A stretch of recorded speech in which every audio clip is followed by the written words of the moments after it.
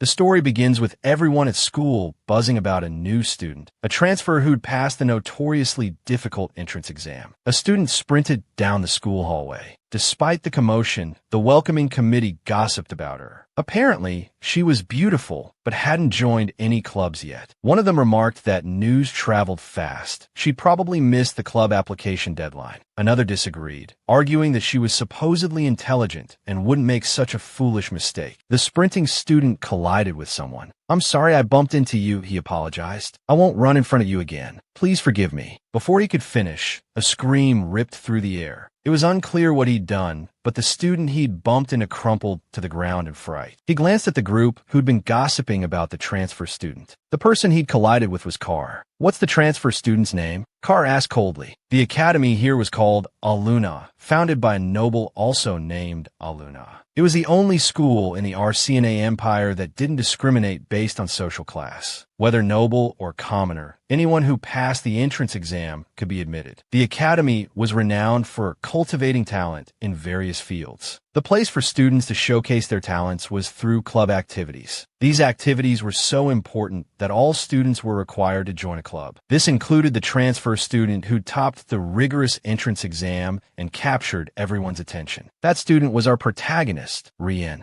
Although a commoner, her perfect scores and striking beauty had captivated some of the student body. No one could guess what the subject of these rumors was truly like. She stared at the club introduction posters, but the popular clubs were already full, and the clubs lacking members, well, they were all rather intimidating. Is joining a club really this troublesome? She thought, bumping her head against the wall plastered with posters. She hadn't expected to be friendless at school, nor did she understand why the club registration deadline had been yesterday. Club activities affected grades, so she couldn't not join a club. Since things had come to this, she decided to just join any club. People stared at her, wondering what her problem was. Everyone else had friends. She wasn't so lucky. She was always alone, because everyone had known each other since middle school, and she'd entered 5 years later. There was no place for her. She wondered if she'd ever make any friends. Lost in thought, someone patted her back and shouted, "Hey you." Startled, Rienne trembled. She collapsed, momentarily paralyzed by the unexpected contact. "Sorry," the student apologized, "but are you Rienne?"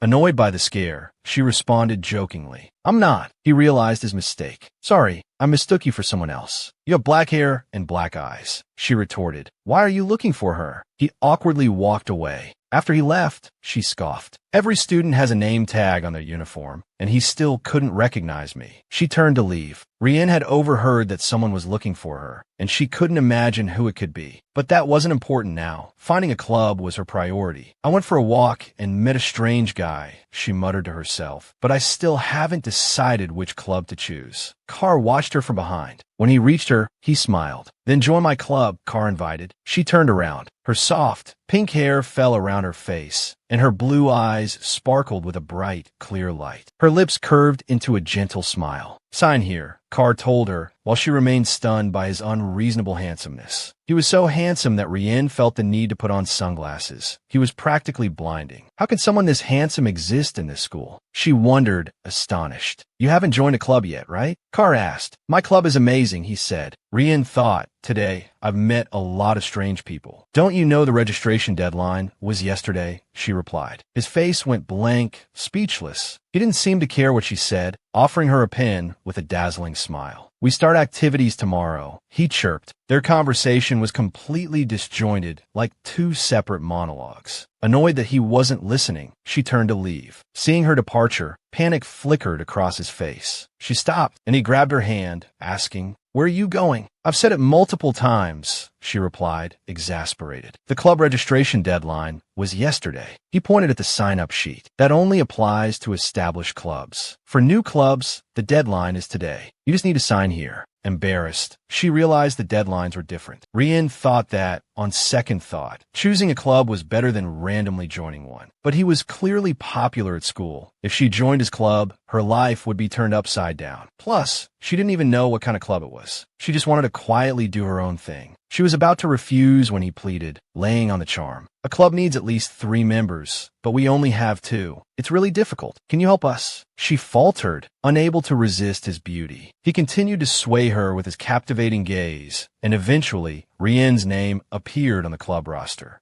Carr was ecstatic, while she was stunned, defeated by that face. Why did I give in to that face? She berated herself internally. He, still elated, went over the plans for tomorrow with her. He smiled, having successfully recruited her. I almost didn't get her signature, he thought. I didn't expect club activities to be this hard. To be fair, creating a club with Carr wasn't difficult. He was tired of being followed everywhere because of the clubs he joined, so he decided to create his own. Rumors about this club had already spread throughout the academy, as the only members of Carr's fire club were the top 2 students in their year. Joining their club would be incredibly beneficial to any student's academic life. The only problem was that Fire was incredibly annoyed. He'd watch Carr come up with excuse after excuse to reject girl after girl, for this reason and that reason, and now everyone was turned off. No one wanted to join. If he didn't want to end up in some strange club, Carr had to recruit more members. So Carr sought out those who hadn't joined any clubs yet. He never thought the transfer student would be a good fit for the club, but in the end, he'd succeeded. But no one had ever resisted his looks like this before. Whether they liked him or hated him, no one had ever ignored his appearance like this. So when she'd rebuffed him, he'd been quite surprised, almost revealing his true nature. He assumed Rienne must have poor eyesight, a beautiful girl with bad eyesight. Club activities had begun, and she was already getting a feel for things. To confirm his suspicions about her eyesight, Carr kept asking, "How's your vision?" She innocently replied, 20/20ths. Firstly, the person who dragged her into this club was Carr. Secondly, while he'd seemed gentle during recruitment, he was known as a terrorist at school. Rumor had it he hurt people for no reason and was exceptionally skilled in swordsmanship. Even if he was only pretending to be nice to get her to join the club, he didn't seem like that kind of person. I can't just call him a terrorist, she thought. He's just a bit of a complainer. Another person started talking to her. Hi, he introduced himself. I'm Fio.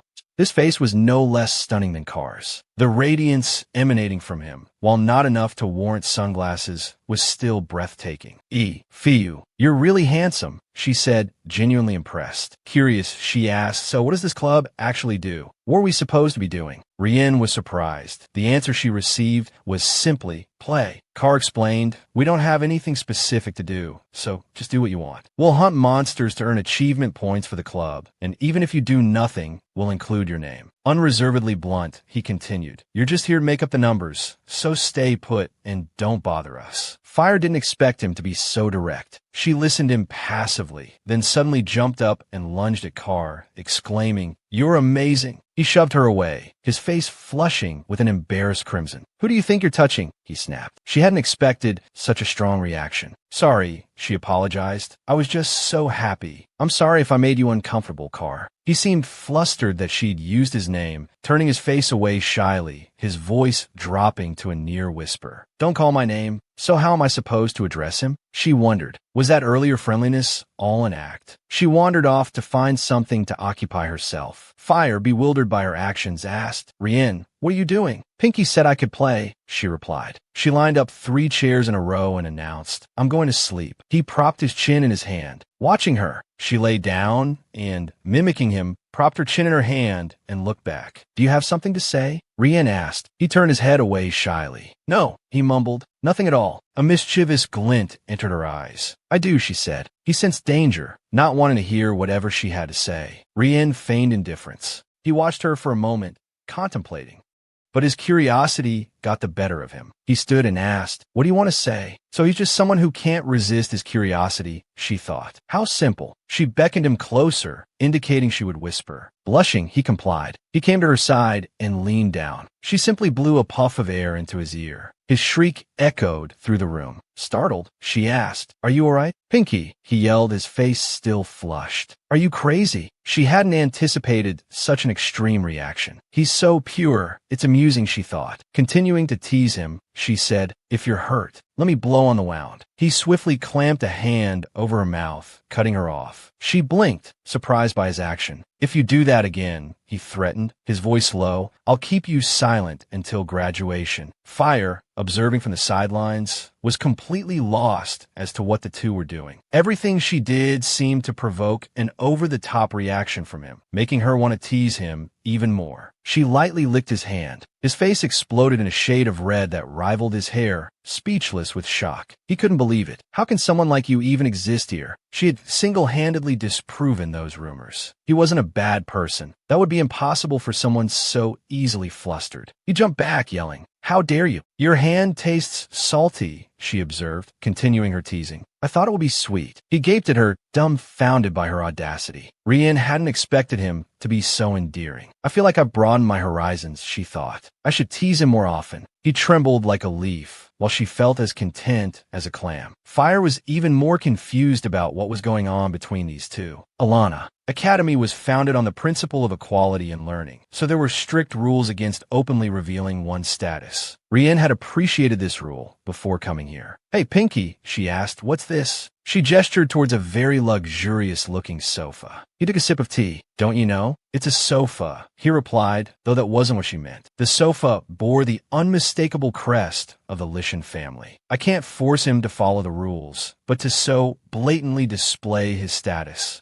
She mused. "It's much more comfortable than those hard chairs," he commented. "It sounds like you were worried about me sleeping on the hard chairs," she replied. He blushed. "Are you trying to tease me again?" he asked, admitting, "Ever since I met you, I haven't been able to understand what you're thinking." "You're adorably flustered," she thought mischievously. "I just want to see how you react to everything, that's all." Carr wiped his mouth with his hand. "I'm curious," he threatened. "If I split your head open, would I finally understand you?" Undaunted, she replied. "Want to give it a try?" He said nothing. TSK, boring, she thought, disappointed. You should have responded jokingly, like, "Are you really going to split my head open?" She walked over to the table and sat opposite him. But something felt off. "Why are you sitting there?" he asked. Confused, she said, "Isn't this yours?" "I didn't think you cared so much about that," he said. The moment the words left his mouth, she darted to the sofa. "Fine, it's not mine," she declared, "but if you're offering, I'll gladly accept." She sank into the plush cushions, her face lighting up with unexpected delight. It felt like sitting on a cloud. Seeing this, he covered his face, a chuckle escaping him. Peeking at her through his fingers, he asked, "Do you really like it that much?" Trying to downplay her enjoyment, she simply said, "It's all right. I don't need to split your head open now," he teased. "Your expression says it all." She continued to revel in the sofa's comfort. He snapped his fingers. A blanket suddenly appeared before her. She stared at it, surprised by his seemingly effortless magic. Unable to resist another jab, she said, "How thoughtful of you to give me a blanket." Pushing it further, she added, "Would you prefer I blow on your wounds or lick them?" He shuddered, his hair practically standing on end. Basking in the luxurious embrace of the sofa, she decided to call it a day with the teasing. Let's give him a break, she thought. Rienne found Carr quite endearing. He reminded her of a pink cat, a grumpy little feline wary of everyone. Now she understood. "I misjudged you before," she said. "I'm sorry." He looked at her, puzzled. "I heard some rumors," she continued. "They said you beat someone half to death before coming here." At her words, he remained silent. Then, she slowly drifted off to sleep. "I misread him," she thought. After that, all the bad rumors about Carr vanished, as if someone had meticulously erased them. The next day was the same. She dozed off again. It's the third day of club activities, and I've settled in quite nicely. She heard the sound of the door opening. She cracked open an eye to see who it was. "Why aren't you coming in?" Fire asked Carr. He gestured for Fire to be quiet. Seeing Rienne asleep inside, Fire understood. Then, a puzzled expression crossed his face. "You're not acting like yourself," he commented. "Why do you care so much about her?" he continued, his gaze suspicious. "Don't tell me." "You're mistaken," Carr interrupted. "It's just because of the transfer students' club schedule adjustments." Fire looked surprised. "Huh, I didn't know about that. How much longer until she transfers?" Carr was silent for a moment, then replied, 2 weeks. He added, "That's why. I just want to be nice to her, so she doesn't run away."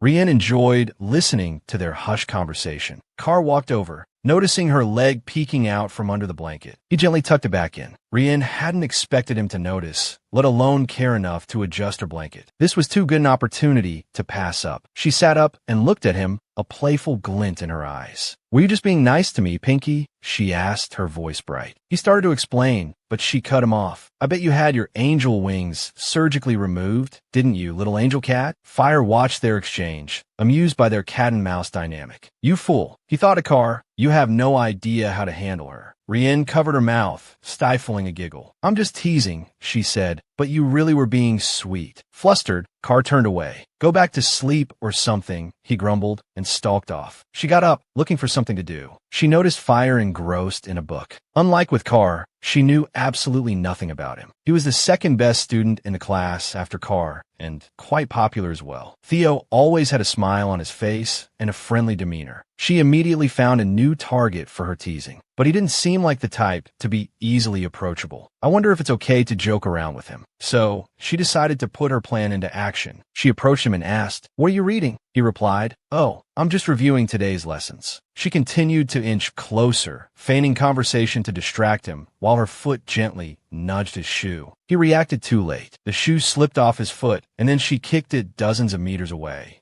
A look of pure glee spread across her face at her success. He couldn't believe she managed to do that without looking. She used to hate it when her parents teased her, but it was actually quite fun, so now she did it too. She said to him, "Sorry, I was a bit bored. I'll go get it right back." Is that what you do when you're bored? He thought. You're not going to throw out the window, are you? She said, I'm not that bad. She cheerfully retrieved the shoe and ran back to him. Carr watched silently from afar. She began to perform. I believe this is the shoe of the Academy's blonde prince. He didn't understand. Honestly, I don't know if you're ignorant or just don't care. She replied, It's me. Please forgive me for what I did to your shoe. Then she knelt down. Carr couldn't take it anymore and yelled, Hey, stop. Rienne looked bewildered. He had a look of anger on his face. Do you have no shame? He said. She didn't understand what he meant. He explained, You shouldn't kneel so easily. Get up. It was just a joke. Are you really that mad? I only took a knee. Theo seemed to realize something. He asked hesitantly, Why really? Why are you doing this? Carr replied, Doing what? He remained silent, saying nothing.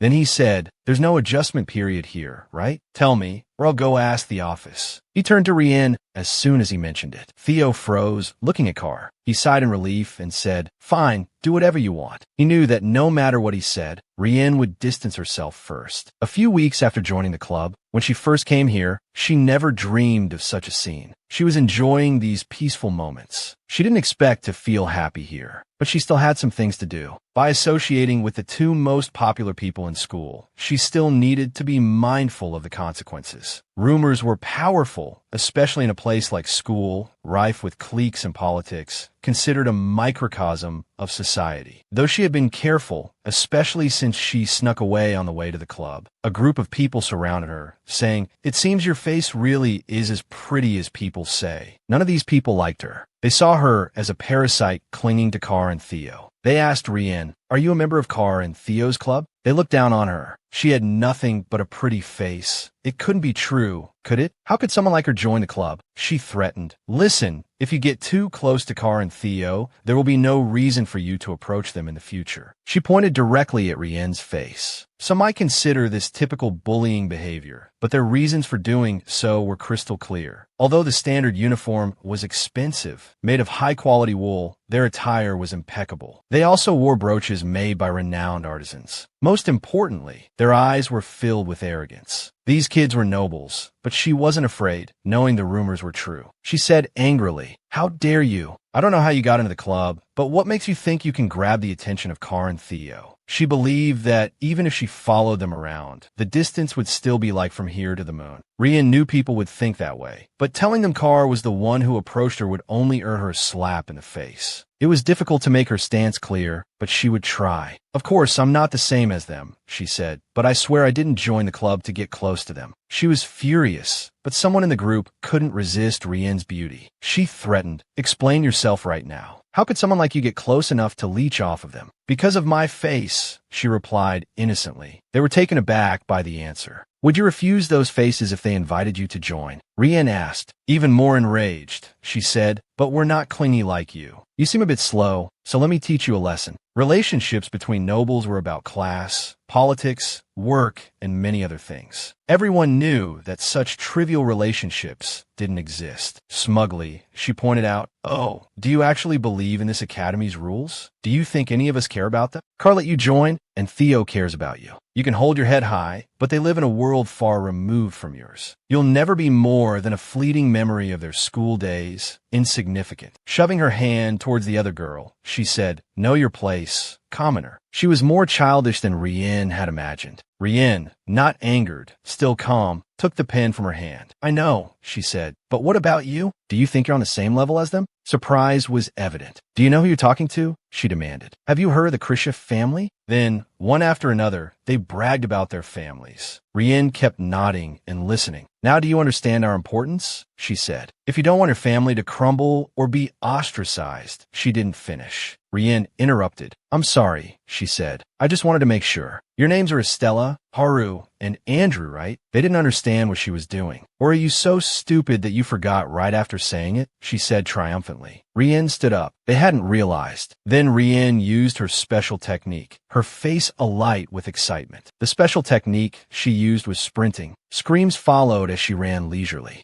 At the faculty office, the pen Rienne had just been holding came in handy. It could record the entire conversation. All the teachers present witnessed the incident in shock. "I think we've heard enough," one teacher said. "This is appalling. It's fortunate you reported this. Otherwise, we wouldn't have known. Rienne, you can go rest now." "Of course," she replied. "Thank you, sir. I was still scared, but I told you anyway." Playing up her innocent looks to the teacher's advantage, she added, "And I couldn't just stand by and watch the rules established by the founder be broken like that." Every teacher praised her for being a good student. By emphasizing the school rules, she would appear as a model student, making the rule breakers look disrespectful to the academy. It was a bit much, but if she wanted to make her life easier, she had to do it. She sincerely wished for things like this to happen. Since she joined a prominent club, attracting attention was understandable, and she also knew it wasn't a good thing. So it was fine because she was used to it. "Calm down, Rienne," she reassured herself. "You're at the academy. You can do this. No one can bother you anymore. Deep breaths. I need a rest. I'll go to the club room." Then she lay down on her bed, covering herself completely with a blanket, and waited to calm down a bit before getting up. She would stay here for a while, until these memories faded. "Dad, Mom, when you wake up, let's go camping, just like we always did." At the age of 10, Rienne's life had suddenly changed. They had both caught a strange illness. She began frantically researching herbs. She couldn't give up. She couldn't. She prayed for a miracle every day, telling herself she couldn't lose hope or give up. If she worked this hard every single day, maybe one day she would find the precious herbs to experiment with. Until she saw her parents' condition worsen. No matter how many herbs she found, no matter how much she prayed. After the funeral, her last vestiges of hope were completely shattered. She locked herself in her room, not seeing anyone, not talking to anyone. She wallowed in despair for a year. On the other hand, she realized it was hope that made her this way.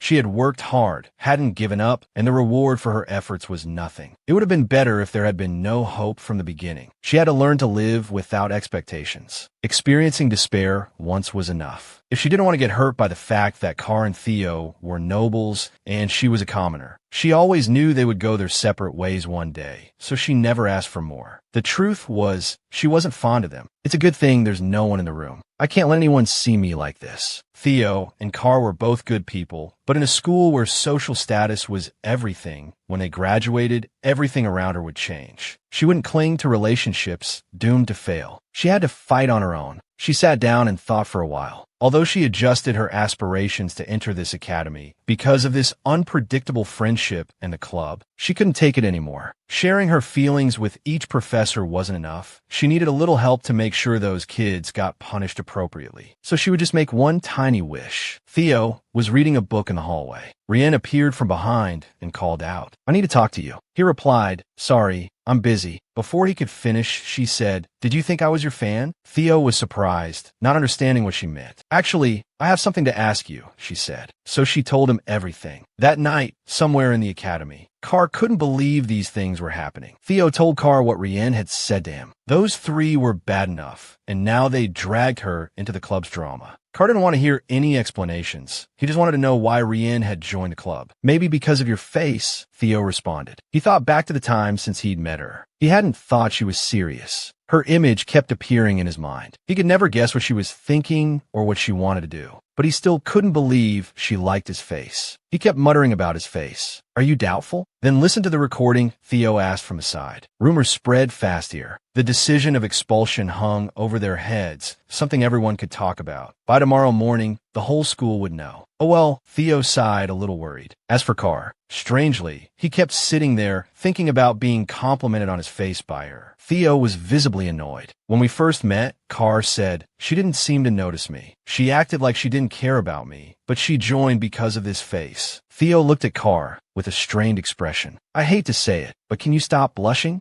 It looks creepy." Carr thought, all this time, she's been relentlessly teasing me, acting like she's not afraid of me, saying the strangest things, but he still couldn't believe. She actually liked his looks. Why did that fact make him so happy? The way she teased really hurt his pride. He could never guess what she would do next, so he was always caught off guard. That girl wasn't afraid to provoke him, not afraid of him at all. Maybe that was why he wanted to know why she teased him, what made her happy, and what she felt about him. Theo realized something. "Carr, do you have feelings for Rienne?" He didn't deny it, instead asking, "What should I do?" "I think you're right." Theo didn't argue, but Carr had to realize one thing. It was tiring for Rienne, having to carry Carr's burden. He didn't know when it started, but he couldn't erase her from his mind. That day, even after returning to his dorm, he couldn't stop thinking about her and how she sprawled languidly in the chair, not even bothering to cover her legs properly. He thought if he did something, this strange feeling would disappear. At the Lycian family home in the city, a beautiful morning ushered in a new day. Carr used teleportation magic to return home. Teleportation magic was a high-level skill that required a great deal of magical power, so some mages fainted immediately after using it. With his unparalleled magical talent, Carr was not one of them. He rang the bell in his room. The butler hurried over and,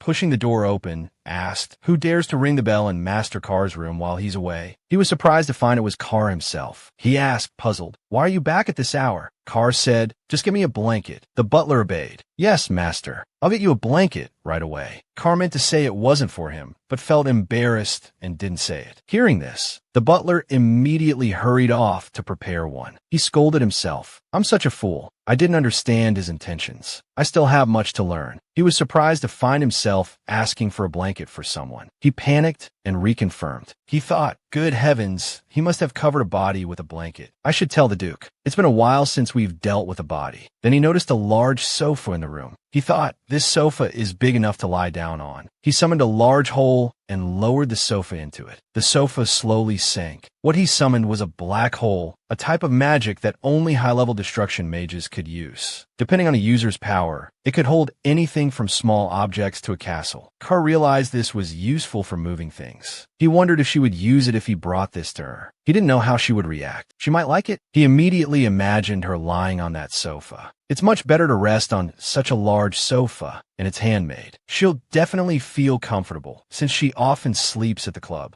So now she can cover herself with a blanket and wake up in the warm sunlight. Maybe she'll smile at him again. Just thinking about it made him blush. He immediately corrected himself. What are you thinking, Carr? I hope she likes the sofa and blanket, not me. Oh dear, she'll be so excited when she sees this new sofa. He thought if she could rest somewhere comfortable, then he wouldn't have to worry about her being uncomfortable, and then he wouldn't need to care anymore. He wouldn't need to care anymore, but why was he still thinking about her? His heart kept beating faster, and the more he thought, the more worried he became, but he didn't understand why. As he was lost in thought, Rienne played a prank on him. She came up and blew air into his ear. He shouted, "Stop it!" A pile of wood next to him also fell over. She was surprised to see him react so strongly. Worried she'd gone too far, she apologized. "I'm sorry. I went too far. I won't do it again. I didn't think it would make you angry." She kept apologizing. He looked at her shyly and finally understood. "So that's why I didn't push you away." He said, "I was just joking. You always tease me, so I wanted to tease you back. You got tricked, dummy." In the girls' dormitory at Alena Academy, in Rienne's lounge, she had just woken up from a nightmare. She thought maybe she should go out for some fresh air. Someone knocked on her door. She had no friends, so if someone came, she could only think it was a classmate bringing something. She decided to pretend she wasn't there, but then changed her mind. She ran to the door excitedly. Her face was hazy from just waking up, and then she suddenly realized it was Carr Carr standing in front of her. This was the girls' dormitory, so when she saw him standing right there, before she could even process it, she slammed the door shut. The sound louder than thunder. Panicked, she wondered if she was in the wrong room, or if he thought this was the boys' dormitory. But she was sure this was the girls' dormitory. She opened the door to check if she was dreaming. That handsome face called her name, Rienne. There was no doubt he was standing right in front of her room. She suddenly realized he had just called her name. He'd never done that before. Was there something urgent? She hesitated whether she should open the door. She decided to open it. She asked, "Is that you, Pinky? What are you doing here?" He was too embarrassed to say anything. She was bewildered, not understanding what was wrong. "Is it something so bad you can't even speak? But you're too famous. It won't be good if someone sees you." Then she decided to pull him inside. She closed the door. He awkwardly realized he was in her room. She asked, "What's wrong, Pinky? This is so sudden. Did something happen?" He stammered, unable to get the words out. "See, can you let go of my hand?" She replied, "Sorry, I know you don't like being touched. I was just a little flustered." He responded, his voice trembling, "I don't hate you touching me or calling my name." Her face went hazy with surprise. She didn't understand what he was saying. He replied, "If you want, you don't have to call me Pinky. You can just call me Carr." Cat ears sprouted on his head. She looked at him like a cat letting down its guard. She realized, he likes me. She was surprised by his obvious display of affection. But why? They hadn't known each other long, and she hadn't done anything to make him like her. She thought he was annoyed by her pranks, but he actually wanted to get closer. She understood the situation. There was nothing wrong with a pure and handsome boy like him liking her, but this had happened before. If Carr wanted to take their relationship further, she should keep some distance. The greater the hope, the greater the disappointment. Despite that, she accepted it because it made her happy. He suddenly saw her smile, and his face flushed, his heart racing. He wished he could record that sound and listen to it every day. She called his name, making him even more shy. He couldn't hide his feelings, so he covered his face with his hands. She said, "Since I've never called you by your real name before, it's a little embarrassing for me." She kept calling his name. She raised her hand and said, "If you don't mind, can I do this?" She gently touched his handsome face. He didn't resist, just let her touch him. Suddenly, his expression darkened. She didn't understand what happened. He moved closer to her face and asked, "Rienne, are you crying?" She dodged his question. He said, "Was it those bullies?" She replied, "It's none of your business. If you keep making that disgusting expression, your face will freeze." Even with that expression, that handsome face isn't affected much. He said, "I'll handle the bullying, don't worry, and don't cry anymore." She smiled, surprised by his concern. But the bullying issue had already been resolved by herself. Meanwhile, in the clubroom, Theo sat thinking. He remembered that day, Rienne saying, "Take this," and handing him the recording pen. She explained, "The original belongs to the lecturer. This is just a copy." He understood the situation. She wanted him to spread the rumors. Thinking back, he realized Rienne was smarter and more practical than he'd imagined. There was an unspoken status discrimination among the students, and many students complained about it. The professors were also wary of this situation. Even if they received sponsorships, they could still be expelled. Rienne might be a transfer student, but she had already grasped the academy's weaknesses. But that wasn't enough, because, as smart as she was, she must know what nobles were like. They could make commoners disappear without a trace. But he wasn't too worried, because Rienne was now the object of Carr's obsession. The story of the three nobles bullying the commoner girl had spread throughout the school. It was said they were about to be expelled, and everyone was speculating about what would happen to the three. They deserved it, but because their parents were close to some of the professors here, the most they would get was suspension. The Academy Council chairman also intervened, because they even mocked the Academy's regulations. But something more terrifying happened. Those three families suddenly met with misfortune during the night. While the miners were outside, an earthquake suddenly occurred. Then the transport ship encountered a strange storm and sank. Meanwhile, another family's warehouse and factory caught fire, burning all the goods. Was this too much of a coincidence? After these incidents, Rienne was now extremely perplexed. Expulsion and ruin happening at the same time. Was there some invisible hand of justice involved? But at least I don't have to worry about the future anymore. But the rumors said that if someone provoked her, something would happen. At first, she had no friends, and now no one dared to approach her. Theo said, "You've always been here anyway. Classmates don't usually talk to you much." She replied, "I guess nothing much has changed." Probably the only thing that changed was Carr. Carr picked a fresh rose for her. He said, "This flower reminds me of you." He was happy, eager to see Rienne smile. But strangely, she said, "Thank you for thinking of me, but please don't pick a healthily growing flower for me." His face fell, no longer carrying the previous joyful expression. She comforted him, saying, "Since you've already picked it, let's put it in a vase. If we change the water regularly, we can keep it alive for a few more days." He immediately cheered up, saying, "I'll go get a vase right away." Then he teleported away, leaving Theo and Rienne dumbfounded. She said, "You teleport for a vase?" Theo said, "Who knows? He's too polite." He thought to himself, he's probably going to find some rare item that can't be bought with money. Somehow, Carr started to become adorable. He laughed at everything she said and was very kind to her. He even brought extra blankets for different seasons. She guessed it was normal for boys of this age to suddenly like someone, but she didn't want to scold him for it, hoping they could be friends for a long time. She said, "It's no big deal. Even without friends, I still have you guys." Theo said, "You consider me a friend, even though I didn't give you cotton." Carr had a question. He said, "I've known you longer than Theo. Doesn't that make us closer?" She said, "Is there a difference? Does it matter who's closer?" He asked, "Am I on your list of most important people?" She thought it would be troublesome if she answered seriously. She replied, "Good question. If it's your hair, it's ranked 40th. If it's your eyelashes, it's 27th. She was surprised to find that he actually blushed. She said, "I'm just kidding, Carr. It's all a joke." His face became serious. She thought, smiling. He took it seriously again, but it's cute. Then she said, "How can I rank you guys?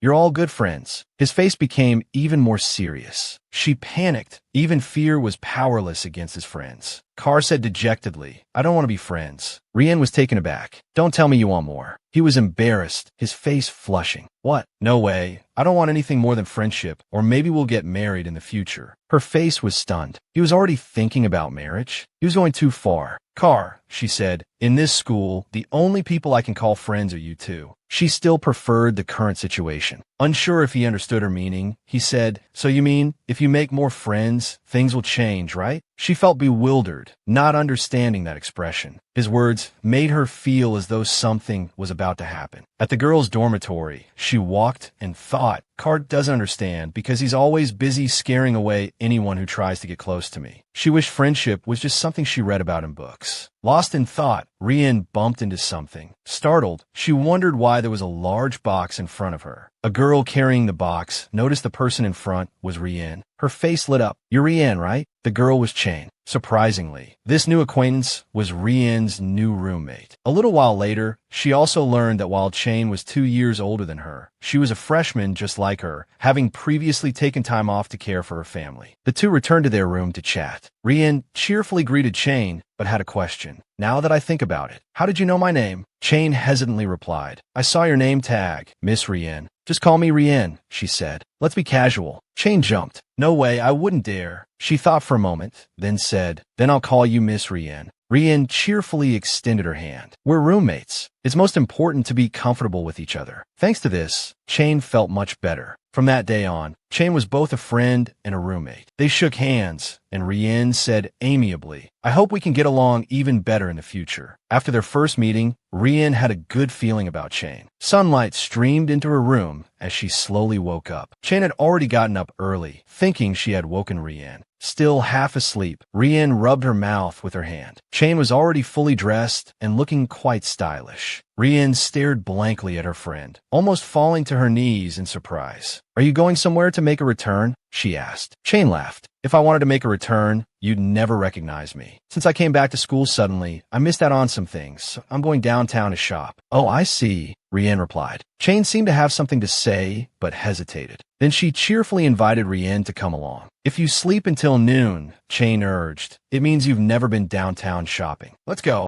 And so, the two arrived at the shopping street. It was bustling with activity, and everyone seemed cheerful and friendly. Rienne stood there, looking around, as it was her first time here. "It's so interesting to visit such a lively street," she said, excitement bubbling in her voice. She thanked Chain. "I'm glad I agreed to come." Chain replied happily, "You're welcome. I should be thanking you, Chain said. Now let's go buy everything we see. Rienne was surprised. Really buy everything? Despite saying that, both of them carefully selected their items. From cute little ornaments on the bookshelves to pretty vases and even delicately embroidered handkerchiefs. If I came here alone, Rienne thought, I would have missed these items, but shopping with a friend is different. She noticed many people buying cookies and called Chain over. Do you want to buy some too? Chain asked excitedly. Seeing her friend's enthusiasm, Rienne said, all right, since we're here, let's buy a few. Chain was delighted to hear this. There are many kinds of cookies. Rienne thought, why are they all heart-shaped? She hadn't noticed the writing on the shop sign. Today is cookie discount day. Buy for your special someone. Oblivious to the message, she continued selecting various types of cookies. Chain, however, had noticed the writing on the cookies. Rienne was too busy choosing. She asked if Rienne already had someone she liked. Rienne casually replied, of course, I like someone who is very kind. Chain was surprised. Does it have to be kindness? She asked. Yes, Rienne answered, but not everyone is willing to do that. They have to be truly kind. Disappointment flickered across Chain's face. If it weren't for that, she added, I wouldn't notice them. Then she posed the same question to Chain. Communication is the most important, Chain replied. That's just a basic skill, Rienne said, though she supposed some people might be terrible at it. Chain, with a rather dangerous look in her eyes, asked, do you know anyone kind? Like super nice and super close? Rienne wasn't sure what super close meant. Chain elaborated, like a friend from your club, or someone everyone in school likes. Oh, you mean Theo? Rienne replied brightly. He's very kind. Hearing this answer, Chain seemed to panic for some reason. Rienne sensed something was amiss. She immediately clarified to Chain, no matter what you think, it's not like that. Theo is just my friend. Chain responded flustered. Does he like you? I can't believe you're so oblivious. Despite her explanation, Chain seemed convinced, so Rienne gave up trying to clarify, since she and Theo didn't have feelings for each other at all. Somewhere, Theo shivered, unsure why. That evening, Chain walked mysteriously down the hallway. She thought of Rienne.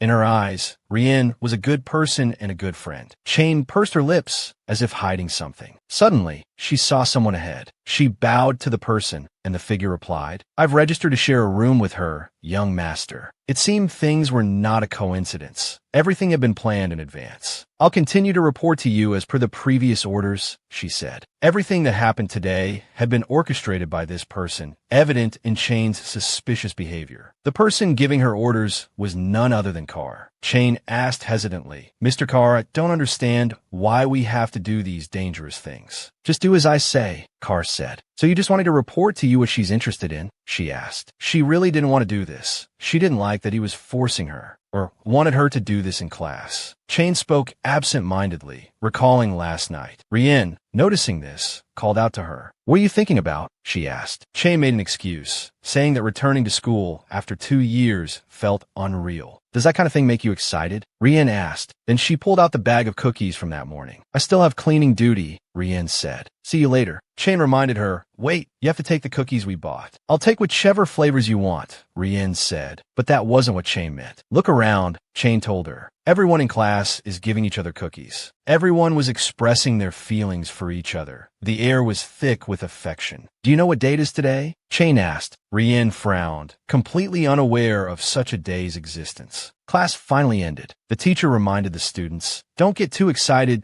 just because it's cookie day, understand? Because there are a lot of poisons and love potions mixed in, so the school prohibits cookies. Don't forget that. So that was why people only exchanged cookies when there were no teachers around. Rienne had never heard of this. The rule must have been for the school students, though despite the school regulations, cookies were everywhere. Chain was surprised that Rienne had bought the cookies to share with her, thinking she would enjoy them. Chain was touched and happy, while Rienne puffed up her chest, proud of her thoughtful gesture. This didn't mean Chain would accept them, however. No, I must refuse, she said, because today is a special day for girls to give cookies to boys. She further explained, but they also give them to their boyfriends. Friendship cookies, she added. Rienne didn't understand the concept of friendship cookies. Like to your club friends? Chain suggested. Rienne refused to do that. She didn't like them that way, and it would easily cause misunderstandings. It wouldn't feel right, especially to Carr, she thought. She shouldn't do that. She knew how Carr felt about her, so she had to draw a clear line. Giving mixed signals felt terrible. She would treat him as a friend without causing any misunderstandings. There might be moments of weakness, but she had to be strong. She opened the clubroom door and called out a greeting, but the room was in a strange state, as if a great battle had just taken place. Everything was in ruins, except for the sofa. The sofa was protected. Theo lay there, calling for help. "Thank goodness you're here," he cried. He heard some crazy rumors and tried to burn me alive. Suddenly, Carr saw her standing there.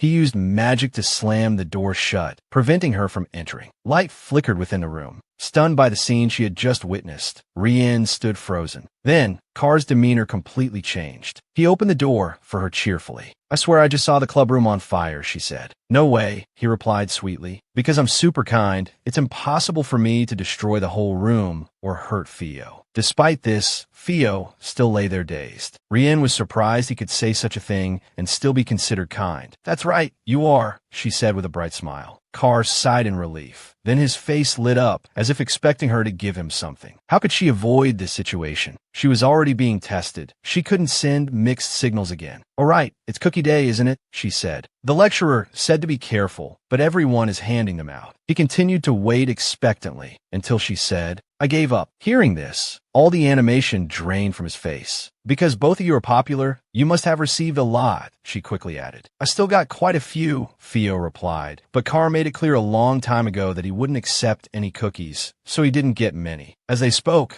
Carr glared at him menacingly, like a tiger waiting to pounce. But when she looked back at Carr, he was like a cute, obedient cat. Theo expressed disbelief at the rumors of Carr liking Rienne, then proceeded to throw another tantrum. After a moment of thought, Rienne said, "Let's pretend today isn't cookie day. Students should follow the rules." Her words landed like a thunderbolt. His face crumpled. She covered her face with a blanket so she wouldn't have to see it. The room suddenly became strangely quiet. She peeked through her fingers. He looked like a sad cat, his face buried in his hands. Unable to bear it, she buried her face too. She hadn't expected him to be so disappointed. She shouldn't have looked. Theo was acting strangely. He gestured downwards, and Rienne didn't understand what was under the table. She leaned over and saw a whole bag of cookies. He continued gesturing. "Quick, give that bag of cookies to Carr. Please help me." Theo seemed to have anticipated all of this. This must be because they were good friends, she thought. Just minutes ago, they were playing together, Theo lying playfully on the floor like that. That wasn't playful at all. "Please, Rienne," he pleaded. "I just want to live." She didn't know what to do. Looking at Carr, he was still sadly covering his face. She decided to place the bag of cookies back on the table. Making up her mind, Rienne pulled something from her bag. It was a package of cookies. She offered them to Carr.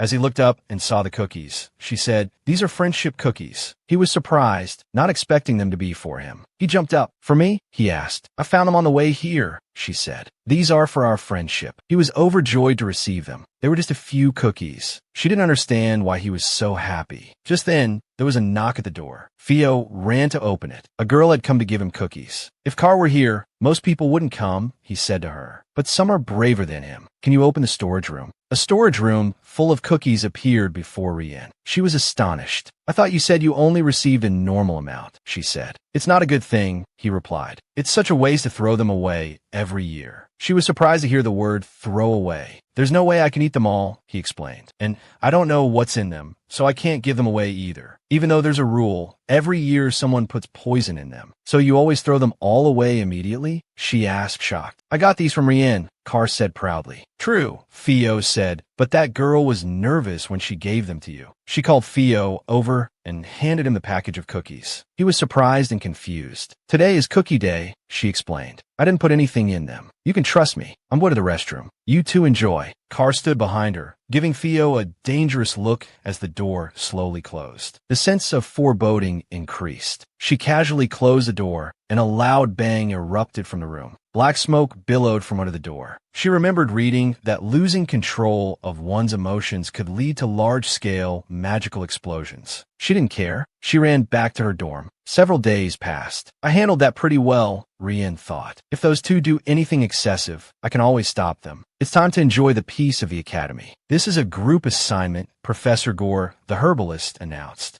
This professor taught her major courses. Though grumpy, he was passionate about his specialty. He shared many things not mentioned in the textbooks, clearly possessing a wealth of teaching experience. But it seemed the students didn't appreciate it. It was understandable, as herbalism wasn't popular to begin with. This was probably why he had arranged the group project, Rienne thought. And the groups were divided by student ID number. Individual assignments were fine, but she'd never spoken to these kids. On the plus side, this would be a chance to make more friends. No one volunteered to be the group leader, so she decided to take on the latter role. Rienne, right? The girl next to her asked, "Can I ask you something?" She asked if the rumors about Carr liking her were true. "Why would he like me?" Rienne replied. The girl looked at her with an expression full of disdain. "Everyone in the group has found their leader," Hannes announced. "Rienne will be the leader." She felt uneasy about this. There's no reason for Carr to like me, she thought. Although she knew he did like her, she was speaking objectively. His looks, talent, status, and even his personality were outstanding. He was perfect for anyone, even royalty. So she wasn't wrong to say, right? The girl next to her kept sneering. She couldn't ignore it. "Thanks for the encouragement, Potato," Rienne replied sarcastically. "Since you're also part of the group, I expect you to follow my instructions without any problems." The girl was taken aback by Rienne's behavior. She yelled something, but Rienne ignored her. Everyone in the group followed her instructions, ignoring the girl. The girl yelled, "What am I supposed to do?" "Oh, my poor grades." Theo, witnessing the scene, asked her what was wrong. "Nothing," she said. "My legs are numb." Carr panicked. "Do they hurt? Do you want me to massage them?" Rienne was surprised, staring at him. His face flushed. "I didn't mean anything by it," he stammered. "I was just worried." She said to Carr, "I won't lump you in with them." I almost spoke without thinking. Theo felt ignored. "I feel much better now," Rienne continued. "I almost lost my temper because of those strange rumors." Carr suddenly became serious. "What rumors?" he asked. She blurted out, "That you like me." He asked, "Does that make you uncomfortable?" "This kind of rumor will only cause me trouble," she thought. "If someone said he liked me, I'd be uncomfortable too. But the more I say it, the more heartbroken he seems." For some reason, every time she saw Carr looking sad, it reminded her of herself after losing her parents. Unable to cope, she told Carr, "I'm just worried these rumors will make it hard for you to get married later." Even though she knew it was the most absurd worry in the world, as if he'd have trouble finding another beautiful, noble woman. "I'm glad it doesn't upset you," Carr said happily. Suddenly, someone yelled, "Is Rienne in there?" Carr tensed. "Someone's looking for Rienne," he said. "Who is it?" he asked, teleporting to the door and flinging it open with a murderous aura. "Who are you?"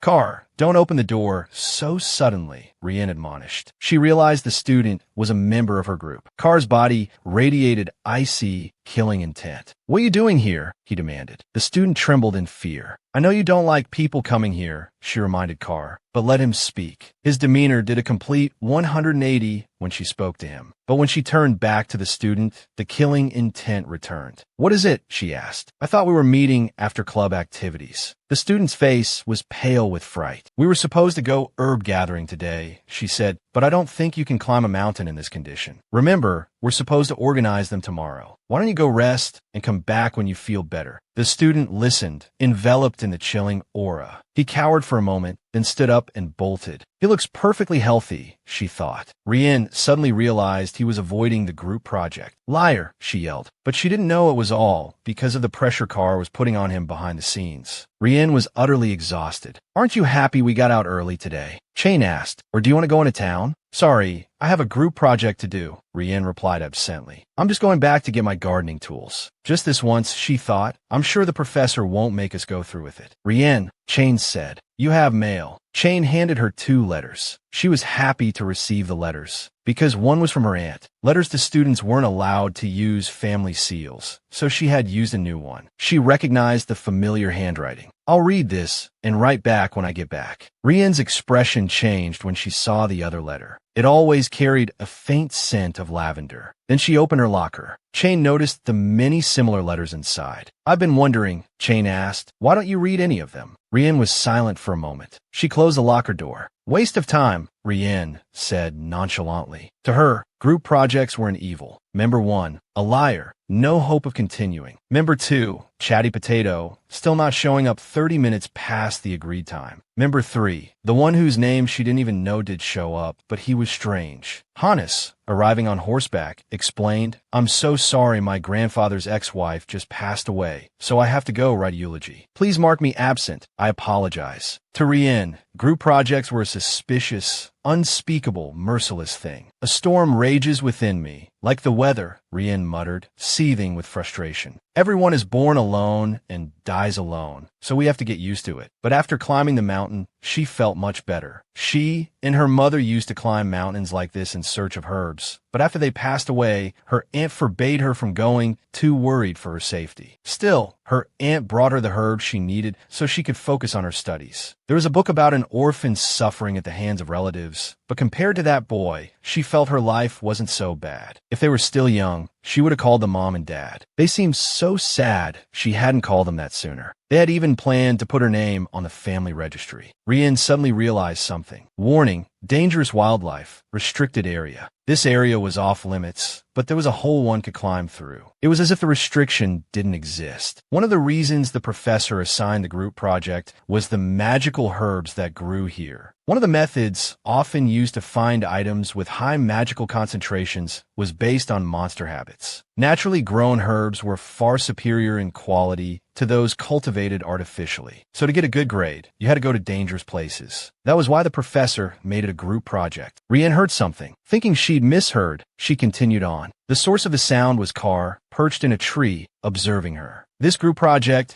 is a brilliant idea, she thought, her face lighting up with joy as she located the herb. The book said that while this herb was difficult to harvest, it had no clear use and was considered a common weed. But it was a valuable ingredient in making deodorant. She had created it as a child because her father smelled terrible after fencing. No one supplies or needs this, so I tried to buy it but couldn't find it. But I found it in the forest. My luck hasn't abandoned me yet, she thought. She was excited, but remained vigilant. She was always prepared, but a giant, spherical monster stood behind her. Rienne, look out! Carr yelled from behind. A sudden attack. The monster was killed instantly. He was so worried, he embraced her from behind. The first thing she noticed was the scent, but the moment she inhaled, she felt an inescapable sense of pressure. It overwhelmed her. Her brain started to function again. Panicked, she asked Carr, "What are you doing here?" "I should be asking you that question," Carr replied. "What are you doing here alone?" It was clear he'd followed her out of concern, but looking at that face, she couldn't be angry. Standing up, she said, "I can protect myself. Rienne's special demon repellent works wonders. It wouldn't have attacked me if you hadn't interfered," she said. "Poor thing, smashed to smithereens." "You shouldn't have to look at such ugly things," Carr said. "To me, you deserve to look at better things. Like your face, for example," he offered. "Then you wouldn't mind if I stared at you all day," she teased. His face turned crimson. Raindrops began to fall. The rain grew heavier. Rienne looked for shelter. "I was just about to pick some herbs for the project, before it rained," she said. She was so busy gathering herbs, she forgot all about Carr. He was probably still watching, worried, but when she turned around, she couldn't see him. Carr appeared in front of Rienne. He looked like a little forest sprite, appearing as if summoned. She realized it was no longer raining. He had created a shield. "Where did you go?" she asked. "I must have searched the whole mountain, but I couldn't find a flower worthy of you," he replied. "So I picked a rose, just like me. What do you think? Does it remind you of me?" She looked at him shyly, gently accepting the flower he offered. Rienne lifted it to her nose and inhaled, replying, "Just like you." As a child, she'd walked up the mountain holding her mother's hand, asking about any plant or animal she saw. Her mother patiently answered every question. She'd asked her mother the meaning of a rose. Her mother had said it meant passionate love. "Let's go, Rienne," Carr said. "I don't think the rain will stop." "Okay, let's go," she replied happily. To her, he truly was like this rose. Her group members had bailed, leaving her to climb the mountain alone, but she was able to complete the project with Carr, who protected her from monster attacks. No one contacted her afterward, so she spent the weekend alone, organizing the herbs. Group projects were such a hassle. Regardless, there was one surprisingly good piece of news. It was from a guy who'd bailed with the most ridiculous excuse and made her the group leader. "Your grandfather's ex-wife is your grandmother," Rienne realized. She couldn't believe he could say such a thing. I was a bit out of it that day, he said. My grandparents are divorced, so it's a bit complicated. He continued, I heard someone in our group didn't show up because they were sick. It must have been hard for the two of you, doing the work of 4 people. You don't have to add my name. Rienne casually replied, Oh, don't worry, I did it myself, so I only put my name on it. He was surprised, asking, What about Amila? Only now did she learn her name. Oh, that potato didn't tell me why she didn't come, so I don't know, she said. I had to wait 40 minutes for her. You were the only one who showed up, but then you ran off too. He asked, So, what's the deal with the potato thing? She explained, Just nonsense. I found a fun way to express my complaints about her. I didn't know what you were thinking before, he said, but now I find you quite amusing. Rienne replied, I'm just an ordinary person, chatting and joking with friends. Do you know that sofa head girl who's always with you? He asked. Chain, she answered. Chain, he said dreamily. Even her name is beautiful. The way she laughs is so cute, exactly my type. Rienne's face, 10-point stop, go away. This useless guy had his eyes on Chain. The group project hadn't been as bad as she'd imagined. Although she'd done it alone, everything went more smoothly than expected. While it wasn't her best work, she tried her hardest. Even though it was just her own work, with this notebook, she should get a good grade. The professor slammed the notebook on the desk, saying, Your group gets an F. She was stunned, not understanding why the grade was so low. Professor, may I ask why? She asked. You would have been better off picking herbs by the roadside, he explained. Rienne argued. I entered the monster habitat, researched, selected, and collected herb samples. The point of this project was to gain practical experience, right? That's why you put us in groups. Even though you knew this, you still accepted help from a third party, the professor replied. That is why you're only getting an F. The third party was indeed Carr, who had accompanied her, but he hadn't helped her with the project. She had refused his offer to teleport the herbs using magic. Each collected herb had unique properties and had to be handled appropriately. I think you're mistaken, Rienne said. I didn't accept help from anyone. Is that so? The professor replied. The buttercup on page 3. Yes, that's the one I included, she answered confidently. She hadn't expected him to remember the page number. The effects of this herb were only discovered by scholars a week ago, the professor said. Even 4 students working together couldn't have managed that. You're saying you recognized it in the forest and collected it yourself. Not only that, but there are many other herbs that have been difficult to identify since a certain expert, let alone a student who doesn't even listen attentively in class. He misunderstood her. Though I do doze off in class because I already know all of this, I put in the effort to find rare herbs for a good grade. She thought, I didn't expect this to backfire. Regardless, it means he's been paying close attention to all the students. Fortunately, she could handle the situation. He was the professor. After all, persuading him would be easy. She just needed to tell the truth. The important thing was, if she stood out too much, things would become more difficult. She knew far more about herbs than her classmates, but the reason she never showed off in class was that if she answered every question and became the teacher's pet, then she would have to go for a master's, maybe even a doctorate. As we speak, the lab zombies are pacing back and forth in his office. I wasn't aware that the buttercup's effects were only recently made public, Rienne explained, but I've known about them since I was young. I just assumed they weren't well known in the city. She added, I gathered these herbs from the mountain behind the school. I can pinpoint the locations on a map as proof. Keep it simple, secure her grade, but don't draw too much attention. These were her goals. But what Rienne didn't know was that, for centuries, the buttercup had only been used for decoration. Researching a flower was something only an eccentric would do. And the eccentric who published the buttercup research a week ago was starting to take an interest in the eccentric before him. In other words, she had caught the professor's attention. Then tell me, the professor asked, what are the effects of Cieta licorice root? Although she hadn't used it in the project, she answered knowledgeably. It's a common herb that helps with blood circulation and replenishing energy. If abused, toxins will accumulate and cause side effects. This student passed that notoriously difficult transfer exam with a near-perfect score. The professor thought, in class, she often sleeps or looks out the window, so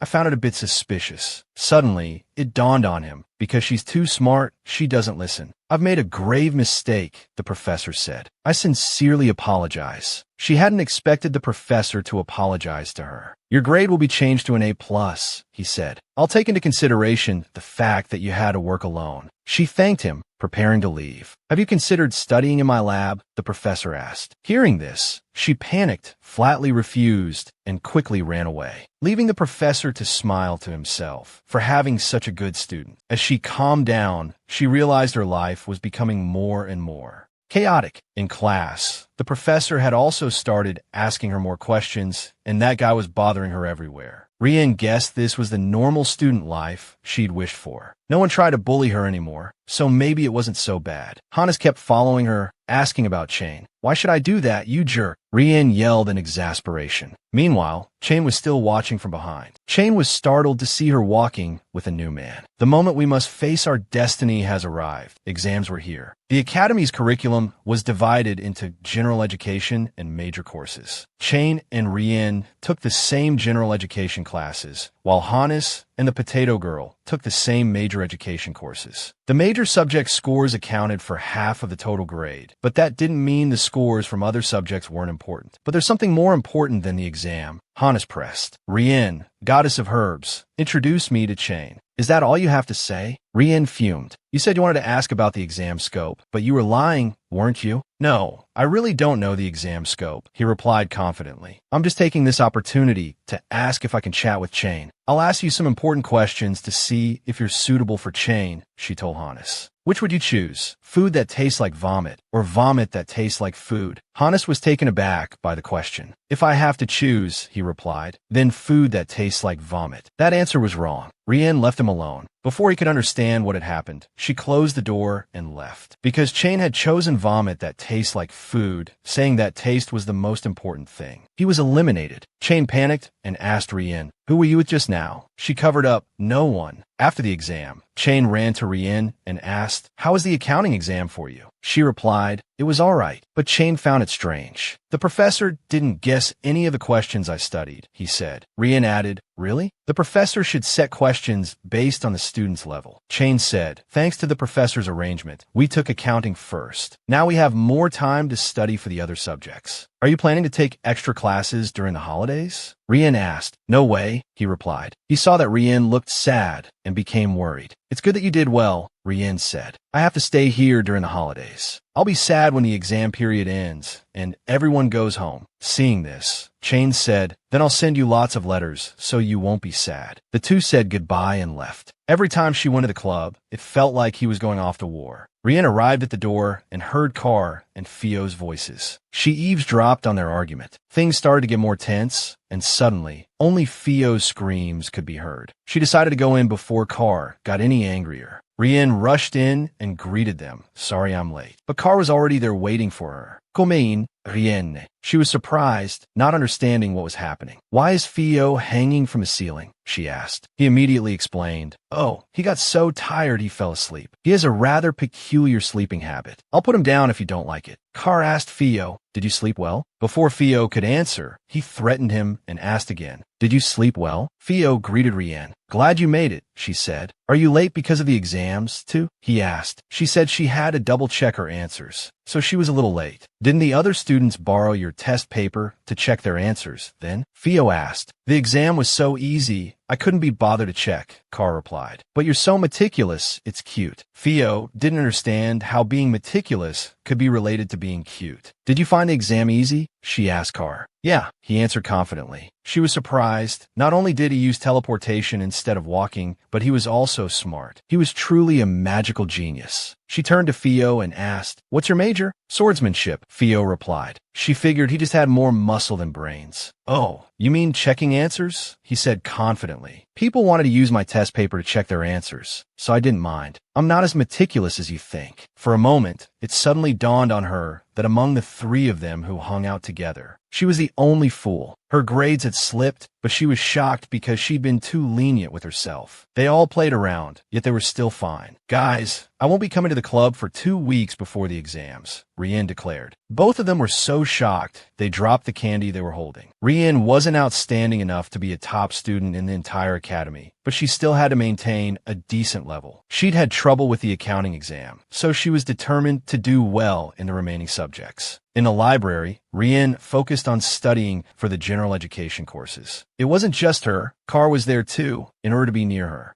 "What are you doing here?" she asked Carr. "Studying," he replied. "The book you're holding is upside down," she pointed out. Yet Carr still managed to answer. "I read upside down sometimes." He recited the contents of the book in his hand, proving to her that he was studying. "You're just sitting there staring at me," she said. "You're distracting me, making it hard to concentrate." He leaned closer. "Am I bothering you?" he asked. "How about this? If there's anything you don't understand, ask me. I'll explain it to you, anything at all." Did he not notice the stares around them? Everyone was sneaking glances at them. But ever since she'd mentioned the rumors to Carr, they'd spread even further, and everyone seemed to be taking them as fact. It felt as though someone was deliberately spreading the rumors. But who would go to such lengths? At this rate, she thought, Carr's parents might come to see me, asking who I am to dare seduce their precious son. It wasn't like there wasn't precedent for that. "Rienne, what are you thinking about?" Carr asked. She answered with a smile. "I don't know. When I look at you, I forget everything." Carr blushed at the answer. "That's a good thing, right?" he said. She brushed aside the silly thoughts. "Yeah," she replied. "Honestly, I was worrying about something insignificant. Thanks for making me forget." At the Lishan family estate, those rumors had, in fact, reached the family. The butler reported to a powerful-looking woman in the house. "It's one of the most widespread rumors in the academy, apparently because the students saw it with their own eyes, so it spread so widely. So my son has taken a liking to someone," she said. "How interesting. I already have my suspicions, but I don't know what the girl is like. Perhaps we'll meet soon." This lady was Seely, the Duchess Lishan, Carr's mother, and the chairperson of the Alena Academy board. After she said she couldn't attend club gatherings until after the exams, Carr started following her everywhere. She'd been crazy to think she could shake him off, especially since this was the girls' dormitory. Who would have thought he'd teleport here beforehand? "I'm glad to see you here," Rienne said, "but I have a roommate now, so this is inconsiderate." Chain stood there dumbfounded. Carr didn't say anything more. He turned to Chain, startling her. "Was I being inconsiderate?" he asked. Chain denied it. "No, of course not." Rienne said to Chain, "You don't have to cover for him. He's not my friend." Even when I talked to Carr, she thought, he just sits there like that. "Did something happen?" Carr said cheerfully. "See?" She said it's okay. Rienne sighed. "Fine," she said, taking Carr's hand. He was speechless. "Don't make a fuss," she said. "Let's go to the club room. You have to teleport both of us, so I don't bump into anyone." Later, he said, "You using that excuse to hold my hand sounds so reasonable. It's cute." "Are 2 people too difficult?" she asked. He denied it. Then he said, "You started it." She didn't understand. He pulled her towards him. He held her tightly. "I guess high-level magic might have serious accidents," she thought, "so we have to be this close." Carr's heartbeat was so loud it drowned out all other sounds. Come to think of it, this was the first time the 2 of them had hugged. The scent was quite rare. I can't say someone smells like roses, but somehow it reminded me of the rose he gave me before. I was so reliant on him that I couldn't think. Theo's face was full of confusion, not understanding what the 2 were doing. They'd suddenly appeared in front of him, embracing like that. Rienne pushed Carr away. "He said he needed to do that to teleport," she explained. "Because it happened so fast, I didn't know anything." "Really?" Theo said. "Then go on a date somewhere else. I'm studying here." She tried to explain. "I'm telling you it's not like that." Carr was still frozen after being pushed away by her. Theo picked up a book and lightly smacked him with it. "Not a date. Wake up, my friend." The 2 whispered something to each other, and then Carr slipped away. Curious, she asked Theo, "What did he say?" Theo replied, "He said he was going to take a cold shower and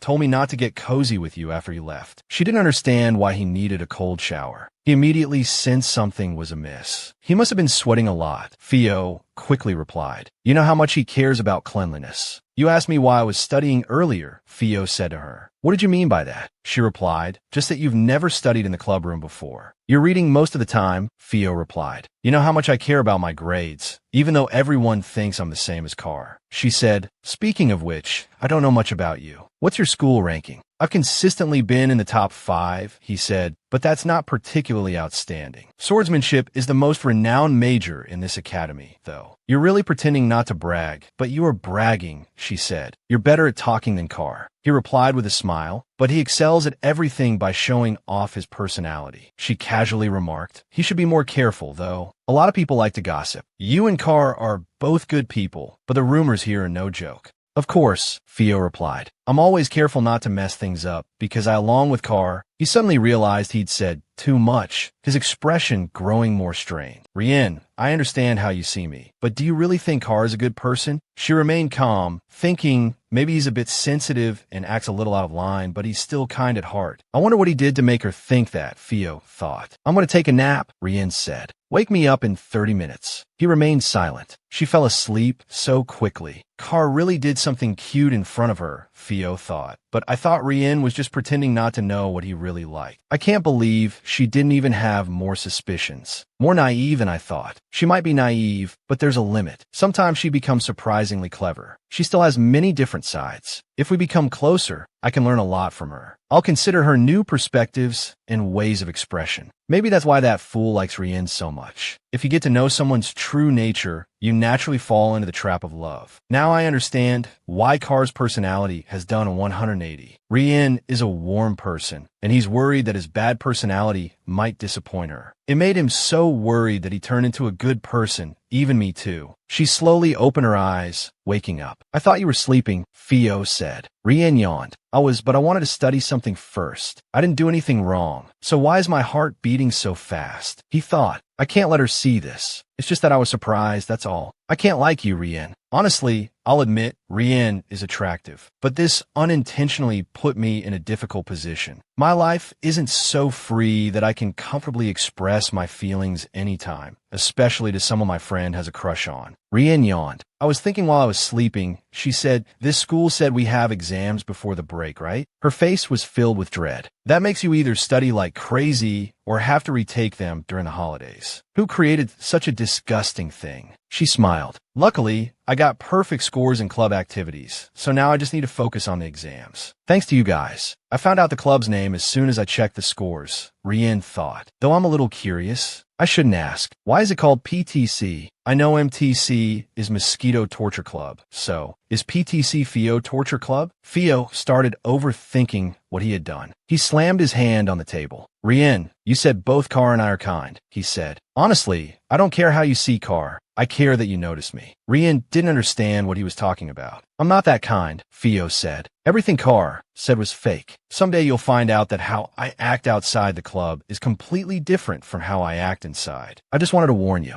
This might be enough to make her keep her distance. I know you're not easily persuaded, she replied innocently. Persuaded? Theo said blankly. What's going on? Because your smile looks painted on, but here it looks more relaxed. I'm glad you can be your real self here. Theo was surprised to hear her say that. You should find me annoying, he thought. Your smile only gives me more hope. He began to tell Rienne a common story in noble families. It's about a half-brother. Since I was young, I knew how to behave properly within the family, but my half-brother was very wary of me. As the legitimate son, he sent me to this academy. It's a cliché story about vying for success. My only joy was having meals with my family, but I sat alone in my room, suppressing my anger. Then I decided I have to get that position. Everything I do at the academy is to gain useful connections. Not entirely, but it's a way to find people who are useful to me. This is my only advantage here. After deciding to use others, I accepted the contemptuous glances directed at me. It's all natural. This is a reasonable way to keep Rienne away from me. After listening, Rienne said, that must have been tough. He looked at her. You must be tired of begging one person after another, she said. You've worked hard, Theo said. Aren't you disappointed that I'm using people? That's not right. Rienne didn't blame him. She simply said, why should I care what they do? You're my friend. He smiled, looking happy, like water flowing downstream. I can't stop my heart from racing. He thanked her, then said, "Sorry, I just remembered I have something to do. I'll get going." Carr is a great guy. The proof is that he brought me a chair and blanket, so I can lie down and cover myself, since I often sleep here. He's not a good guy, Theo said. But even with the head of the Lycian family around, he wouldn't use Carr. That's because he truly considers Carr a friend. But I don't think either of them realizes that. The sound of the door opening echoed. Oh, it must be Carr coming back. Damn it, I wanted to show him how I was studying. Now I look like a lazy sloth, promising to study, but sleeping instead. Rienne tried to pretend to be asleep. How am I supposed to survive the break without you, Rienne? Carr said. See, he thinks I'm sleeping, so he's saying it out loud. I'll keep pretending, in case he gets even more honest. Weekends without you are already hard enough, he said. I wish this break would never come. Is there any magic that can make that happen? Carr leaned against her. It's getting harder to ignore. I just want to make him feel better. Rienne threw off the blanket. Carr, I'll be staying at the academy for the entire break. If you really can't stand it, you can come see me. Carr was both surprised and delighted. How does that sound? She asked again. Is that enough? He replied excitedly. Yes. Let's go to the downtown area together. Before he could finish, Rienne covered his mouth with her hand. He looked confused. If you're going to say you want to go on a date, is that something friends say to each other? Theo stood outside, leaning against the hallway wall, lost in thought. He remembered her saying, "You my friend?" You got me, Theo thought. She didn't even try. He wondered if she would still say that after seeing Carr's true side. It's Rienne, though, he thought as he walked away. She'll accept Carr's true side no matter what. But what if she doesn't? Will I have a chance? 2 weeks passed quickly. The exams and exam period were over. You might wonder why time flew by so fast, but the exam season always passes in the blink of an eye once it's over. Chain asked blankly, "Who are you talking to?" When the final bell rang, it was time for the academy to go on break. In the girls' dormitory, Rienne was helping Chain pack her luggage. Aren't you going to pack these things yourself? Let me help you, Rienne asked. Where do you live? She replied, up north. Chain complained, no kidding, just the thought of the carriage ride makes my butt hurt. And I'm not leaving today. I need to visit my former employer in the capital first. Rienne asked, surprised. You had a job? Chain replied, yeah, I was a companion to a noblewoman there before I came back to school. No wonder Chain seemed like a noble. To be a confidant and companion to a noble, you had to come from a prominent family. Don't be like that, Chain said. It's not like I was trying to climb the social ladder. It's just that my family needs the money. Rienne replied, actually, I admire you for working to help your family. Chain smiled at her. I'm glad you think so. Is this my chance to tell Rienne the truth? Chain wondered, should I tell her I came back to school to keep an eye on her, or that he sent me to get close to her? If I say I feel guilty because she's the only one who's been nice to me, and that I'm sorry for lying, will she forgive me?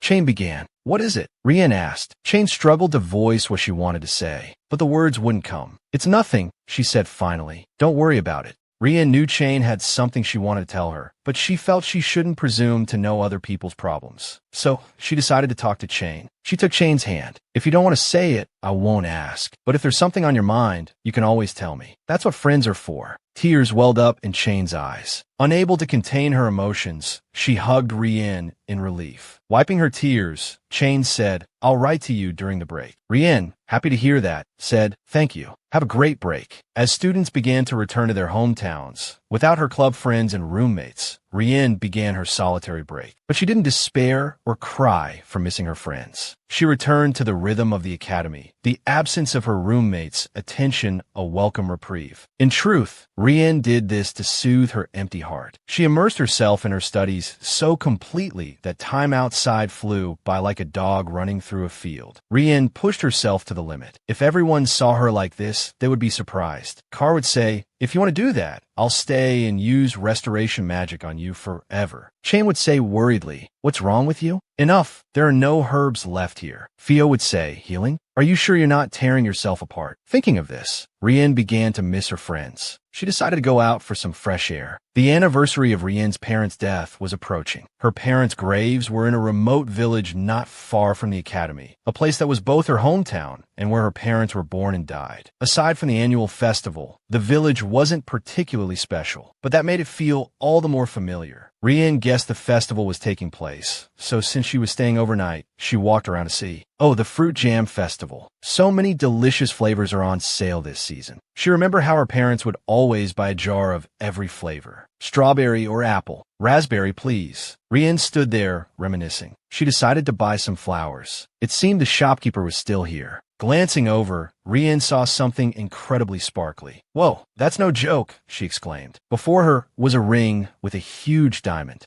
"It's so bright. Who will buy that?" She thought. Flowers are much prettier. Actually, I don't really care for flowers that can't be used for healing, but I suddenly feel like buying some since Carr often gives me flowers. I'm starting to notice them. I should buy a nice bouquet for my parents. Although she didn't quite understand it, she now selected each flower to make up the whole bouquet. I have to admit, I found a new interest in life, a fondness for flowers. I'm buying more than I thought I would. She bought the flowers because she was interested in regular flowers too, not just medicinal herbs. I even bought the kind Carr gave me before. She mused, pleased that Carr only bought small, inexpensive things, mostly to make people happy. I can't imagine what would happen if he tried to give me that thing. That thing referred to the huge diamond she had just seen. Who would be interested in buying that ring? She noticed someone behind her looking at the ring. He contemplated it for a moment, finding it beautiful. Rienne was taken aback. What's so beautiful about it? There are so many gems and jewels in the world, and everyone has different tastes. So there's no right answer to everything. However, this is precisely the wrong answer. Rienne, you're being too nosy, she thought to herself. Who cares what a stranger thinks? Another inner voice chimed in. If you have the power to stop a whole bunch of impending tragedies, then do it. It looks bright and big, he thought. Finally, I can see her smiling brightly. Rienne called out from behind him. Wait, you're not thinking of buying that tacky diamond for your lover or wife, are you? What's it to you? He said. It's just that the ring looks strange, she replied. He looked at her with a different expression. What did you say? It must be because I was thinking of Carr,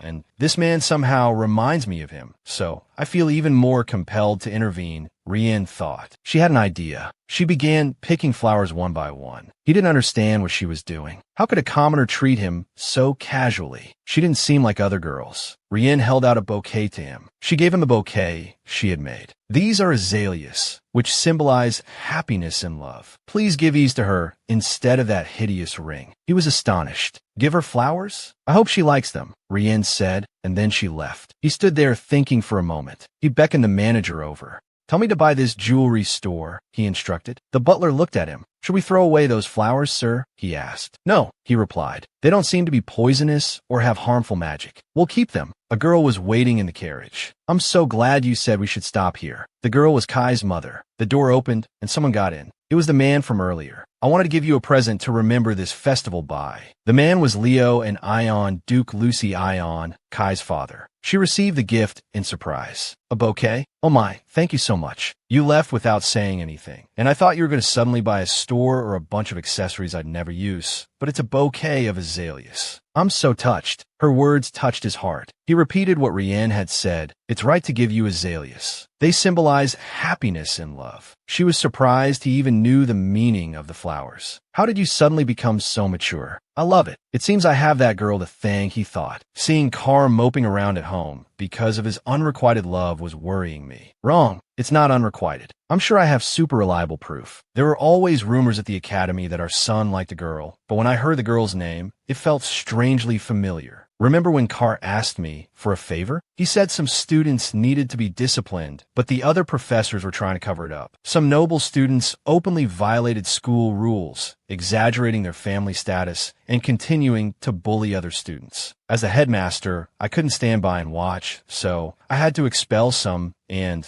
the bullied student was also affected. Guess who it was? She asked. Along with the girl Carr likes, he replied. That's right, she said. It makes me feel relieved to think that our Carr has an unrequited love like everyone else. But he's only got looks. I'm getting exhausted for that girl, he thought worriedly as well. A few days later, back at the academy. You said you were waiting for me? Rienne asked, confusion etched across her face. Yes, please read this letter, Mississippi. It was an entire carriage, the kind only seen in the capital. Who would be crazy enough to send this? Carr wouldn't do something he hates. Absolutely not him. Theo would never use his family to contact me, and neither would Shane. She refused to accept it. The butler said, I invite you to read it first, miss. It's important. Inside was a bank check. I can't let money blind me. I can't believe there are this many zeros, but there's still no reason for a noble to come to me. I can't believe there are this many zeros, but there's still no reason for a noble to seek me out. Rienne blankly read the letter. It went straight to the point, and she recalled that strange feeling. He loved his wife very much. It's not like that, but I keep thinking about that strange man I met on the street. How does he know who I am? I just wondered if his wife liked the flowers. I don't know what she looks like or what she likes. So what should I do? After a moment of thought, an idea struck her. It won't take too long to write back, sir. This will definitely work. At the Lucy Ion ducal residence, the butler handed the Duke the letter Rienne had written. Did you receive this directly from that girl? The butler confirmed, yes, sir. She handed it to me directly, saying the answer was inside. He picked up the letter. I have some things to prepare. Meanwhile, back in her dorm room, Rienne thought, now that I think back on that letter, I feel a bit of regret. For me, it was a chance to do a good deed, but seeing how noble he looked, he might take it as an insult. Oh well, the rest is up to his love for his wife. The contents of the letter were simple. Dear sir, please allow me to give you the answer you seek. Tomorrow morning, please prepare breakfast for your wife personally. Most importantly, you must wear a clean shirt with an apron over it. This is crucial, so let me remind you again. His wife woke up to a strange smell. The Duke, following Rienne's instructions, wore a clean shirt with an apron over it. I prepared breakfast for you.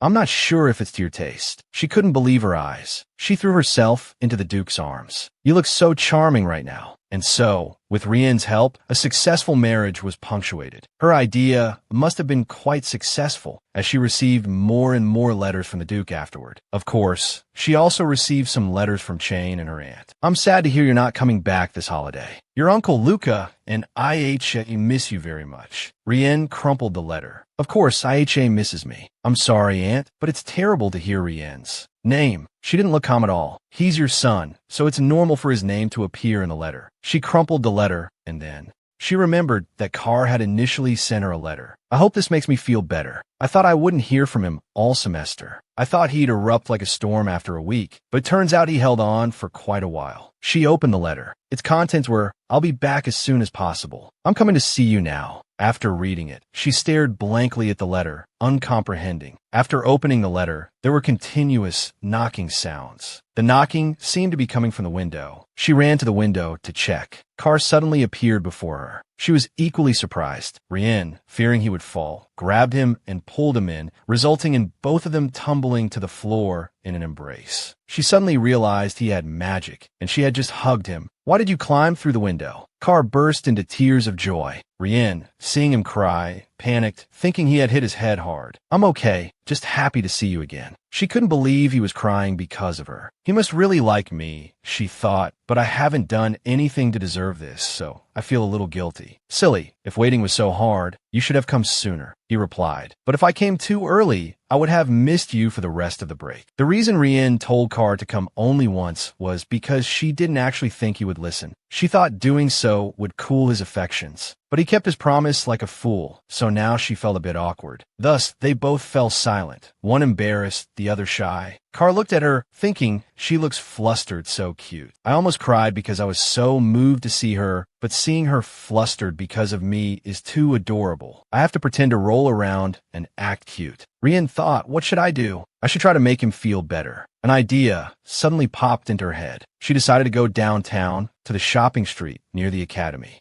He was surprised when she took him to a photo studio. This photo studio is quite popular among the students at the academy. Since you kept your promise, don't you think we should commemorate this day? Carr smiled brightly. Sounds good. Moments later, his feelings were beyond words. He happily held the photo, Rienne and him smiling side by side in the same frame. Rienne paid the owner. Carr offered to pay, but she said, it's okay. I brought you here and I'm rich, meaning the head of the family could take care of him. She was so cool, it stunned him. Carr was glad he'd rolled around and acted cute. He held the photo to his chest. We might be taking wedding photos soon. The break was over, and finally, Chain and Rienne met. They were both delighted. I missed you so much. Was everything you said in the letter true? Did you really see a cat fighting a rainbow chicken with martial arts? She wondered where she came up with these stories. It's better to be back at school. I miss the chaos here. Rienne said, it feels a bit noisy because it's the first day of school. Oh, it might be because of the transfer students. She explained, this year is the 20th anniversary of our peaceful relationship with the Abacon Empire. To commemorate this, our empire's prince will be studying abroad there. Their prince too. 2 students were exchanged between the 2 countries, and it said the Abacon prince will be studying at this academy. Rienne said, "Why didn't I know about this? We shouldn't mention social status here." She thought, since the students at the academy are closely related to high-ranking nobles, rumors will spread quickly. But this is better than a lawless school, even if it's a bit silly. It said he'll start classes today. They changed the subject. "What are we having for lunch?" The dishes were beautifully arranged, and Rienne seemed satisfied with the food. "I chose this because I heard you mention it this morning. They were delicious." Regardless, she noticed the girl she once called Potato was also eating at the table across from them. This girl was once in the same group as her and looked down on her. Rienne looked over while eating. The 2 girls over there, oblivious, complimented each other. The blonde girl was still praising the potato girl. "I spent a lot of money during the summer vacation on special skincare products. These things can't be found even with money, but because it's me, I can get them," she boasted confidently. "At first, I didn't like the mint scent, but it gradually had an effect after using it a few times." The blonde girl asked excitedly, "Really? It worked after only a few uses?" She smiled and said, "It's called Crayo." Hearing this, Rienne felt extremely uncomfortable. She stood up, surprising Shane. "Hey, Potato. I eat potatoes, but not because I like them. What do you want? Throw that skincare product away." The others looked down on her for eavesdropping on their conversation. Rienne suggested seriously, "That kind of thing might be effective at first, but the more you use it, the more it will erode your skin. Stop using it now." The thick-skinned girls ignored her words. They just walked away. Crayo was made from a weed with excellent moisturizing properties, but over time, it would accumulate toxins that were difficult to cure. However, these toxins wouldn't appear immediately, so the more people used it, the more toxins they introduced into their bodies. Crayo had already created many victims, and the distributor was shut down afterward. There were many other reasons for this severe consequence. The only person who found a solution and created a special antidote was my mother, so I can't let more and more people become victims of it. Shane ran over worriedly. "Do you want me to deal with them? I can't just barge into her room and throw things away." Warning her was the only thing I could do. She'll regret it later. Walking in the academy garden, Rienne thought, "I'll prepare the antidote in advance. If she doesn't stop using it, she'll need it sooner or later." She sighed. Why wouldn't she listen to me? What if she turns into a sprouting potato? This bothered her so much that she ran to the garden to cool off. I can't believe I'd be so harsh to her. Somehow, she ran into someone. When she went right, he also went right. When she went left, he also went left, as if they had the same mind. Tired of it, she stopped to let him pass first. "Please don't try to get my attention this way. I thought it would be better here. This disruptive behavior is extremely bothersome." She stared blankly, not understanding what was happening. She stood there, motionless. Rienne reminded herself, "Calm down. This is just a test of patience. Patience is a virtue." Then she suddenly noticed something and shouted, catching his attention. "Look here, right under my feet. A little bit of luck today. I only found it when I stopped. Think positive." She was about to pick the flower when he turned around to look at her. "What are you doing?" He walked towards her. "Why pick the flower? You'll just throw it away in a few days. I understand why you block my way, trying to get my attention, but I can't stand by and watch you pick and break flowers just because you're in a bad mood." Rienne was surprised, not understanding what was happening. Shocked, she asked, "What did you just say?" The Ren Empire, the country where Rienne was born and raised, was full of various plant species. Usually, petals would fall off the flowers and fruits would grow from the stems, but this species was different. This flower had to be picked. Unlike other flowers, this one would attract bees even before the bud fully bloomed, and once pollinated,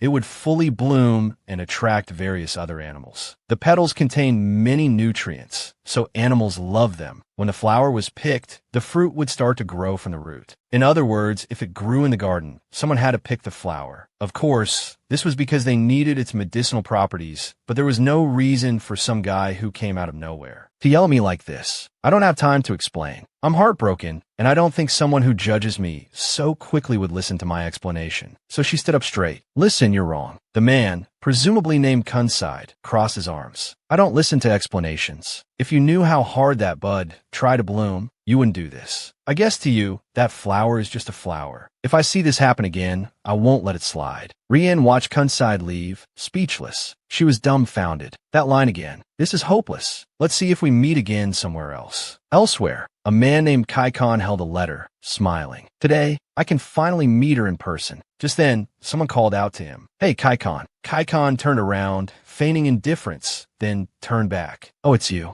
I thought it was Rienne. The other person ran over. What are you hiding, Karcion? Karcion quickly put it away. Nothing. You hid it because you thought it was Rienne, right? Is it something she can't see? Watching Karcion's flustered appearance, he frowned. Damn, he's not usually like this. Why is he hiding it from me now? I'm even more curious now. Then he deliberately moved closer, trying to extract information. Is it what I think it is? You've never been interested in other girls besides Rienne. So what are you hiding? Karcion still refused to say anything. This is my business. It'll be troublesome if you look at it with that sour expression. Fine, then don't flaunt it when Rienne comes. I'll tell her what you were looking at. You know what? Karcion warned. Just you wait. This is where your life ends. Theo was determined not to let this go. By the way, did you know Rienne can't come to the club today? Karcion immediately sat up. Why? Is she sick? What's wrong? What happened? But Theo didn't tell him clearly, pretending to be mysterious. Seeing Karcion let his guard down, he suddenly pounced, trying to snatch the letter from Karcion's hand. Seeing that his possession was about to be snatched away, Karcion quickly knocked him down. Then, with a grim expression, he warned,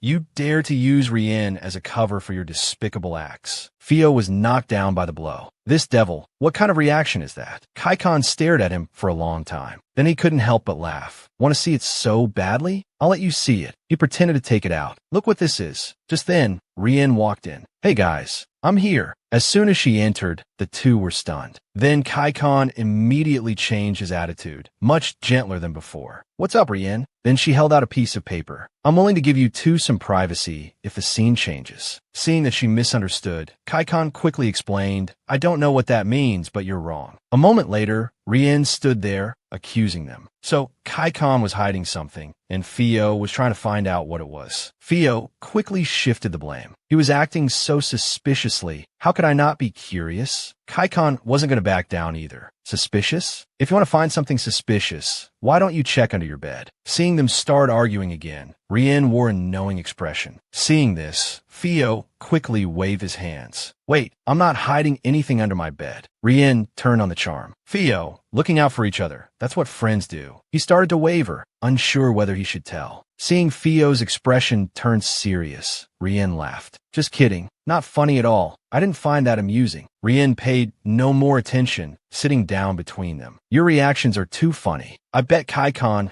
was just hiding our vacation photos, right? Theo turned and asked suspiciously. What? You took pictures together? So you went out together during the vacation? Karcion spoke up. Don't look at me like that. I bet you want to see your girlfriend every day. Rienne asked curiously, what girlfriend? Theo quickly shook his head. It's not like that. I might change girlfriends often, but I never two-time. And I'm good to them. Even if I don't mean to, I remember their anniversaries and birthdays. Seeing him rambling, Rienne interrupted. Quite the defense, Theo. I wasn't planning on lecturing, but if you keep playing with girls' hearts like this, you'll definitely face the consequences. Anyway, the girl I broke up with before thought I was that kind of person. Theo was still trying to justify himself. From now on, I plan to stop dating people I'm not serious about. Rienne seemed surprised by his words, while Karcion's face held no trace of belief. At this, Rienne quickly suggested, let's take a picture together. That way, it'll stop you two from fighting over taking pictures, and we can move on. I'm glad Theo is so kind. Theo turned to her. Me too. Rienne smiled. Of course, if you're in it too, that's only right. Hearing this, Theo immediately turned to provoke Karcion. You're amazing. You're the best, Rienne. Let's take a picture together. A smug look spread across his face as his goal was achieved. But Karcion wasn't happy at all. A picture of the three of us? Cropping Theo out of the photo sounds good. He thought, come on, we're all grown up. We should make some memories, right? Karcion said loudly. You say that like we're about to enter the afterlife. Rienne ignored their banter, still smiling brightly. Sounds fun. Let's take more pictures together. She looked at the photos admiringly. So cute. This is our first time seeing each other after summer vacation, right? It's nice just chatting for a few minutes. It feels like our goodbye was just yesterday. At this moment, Karcion turned to look at Theo and smiled. For some reason, he was also surprised. I think so too.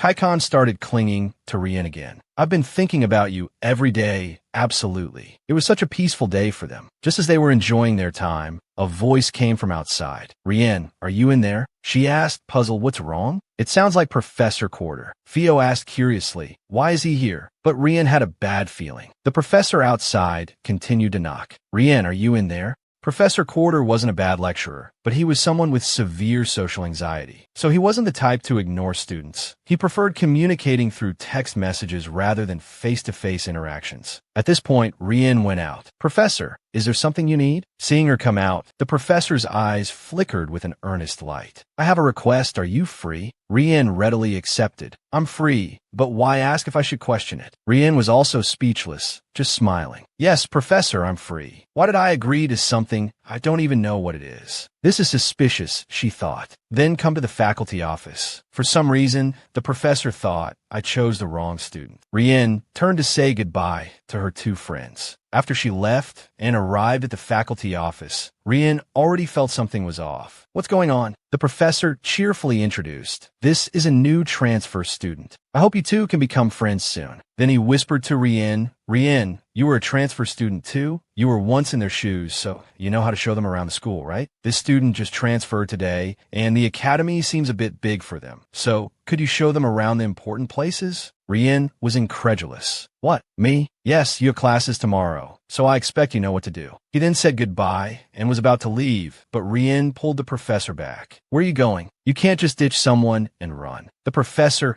said in bewilderment. Ditch and run? You make it sound like I'm an irresponsible teacher. Besides, showing a transfer student around is secondary to more important things, like reading letters from students seeking advice. Can't you hear the cries of those students yearning for guidance? Then he leaned down and whispered to Rienne, please, I'm not asking for much. I'm not forcing you. If you don't want to do it, you can quit any time. Thank you. He finished speaking and ran off, not even waiting for Rienne to reply. She watched him leave, thinking speechlessly, I didn't expect the professor to run so fast. Now only the two of them were left in the office. Rienne said coldly, name, but seemingly realizing he didn't understand what she was asking. She rephrased, what's your name? Coon replied with the same coldness. Coon, Rienne asked curiously. Isn't that quite rude? Like Sean said, we're not supposed to mention social status here, so you can't use your I'm a prince declaration. Does he really have to hide his identity like this? Let me see. If I say his royal family name, then it's Coon Egerbat. All right, Coon, you just arrived today, right? If you have any questions or run into any trouble, I hope you don't tell me, but handle it yourself. Coon was bewildered by Rienne's pleasant, friendly expression paired with such words. What? When I transferred here, I didn't get this kind of treatment or a tour. But now some super important person comes along, and I guess they think you need a servant to wait on you hand and foot, Rienne said, each word crisp and clear. I don't like this. You understand what I mean, right? She finished speaking and turned to leave, but before she could get far, Coon grabbed her wrist. Rienne was stunned. What? My wrist? What? He exclaimed. This isn't special treatment. This isn't special treatment from the academy. I just asked the professor for help. I don't want to be treated specially either. Please don't misunderstand. Oh, is that so? Rienne said coldly. Trying to save face, huh? I'll believe it for now, but I'm not about to forgive him for yelling at me. Oh, it seems I misunderstood you. So, maybe I also misunderstood you touching me. You're not going to discriminate against me because of this, are you? At this moment, Coon remembered he was still holding her hand, and quickly let go. About that, I have my reasons, Rienne said coldly. Of course. Her attitude surprised Coon. You're very direct. Rienne shrugged. So you wanted to hide my feelings and jump over and kiss you? I thought you hated being treated specially as some important person. I know first impressions aren't everything, but can we put those aside? I don't want to be with someone who harms nature either, but I'll try to adjust. I hope you can do the same. Hearing his words, Rienne was stunned. Does he actually know how to converse? I was wondering if he wanted to start a fight. Rienne covered her face in frustration for a long moment, then forced a smile.